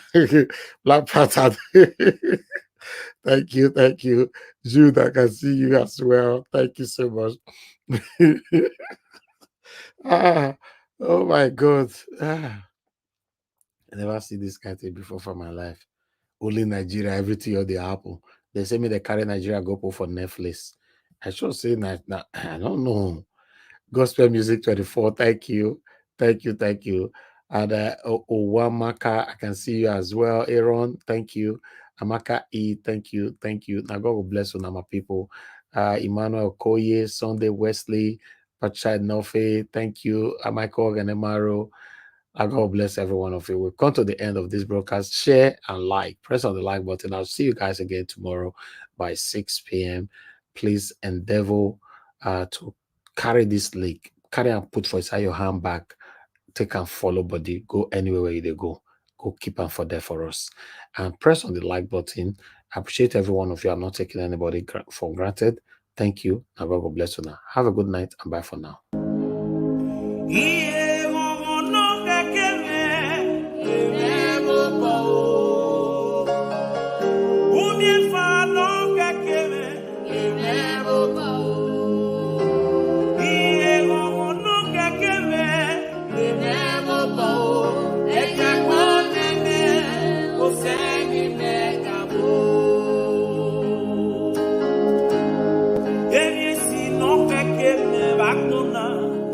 Eke ya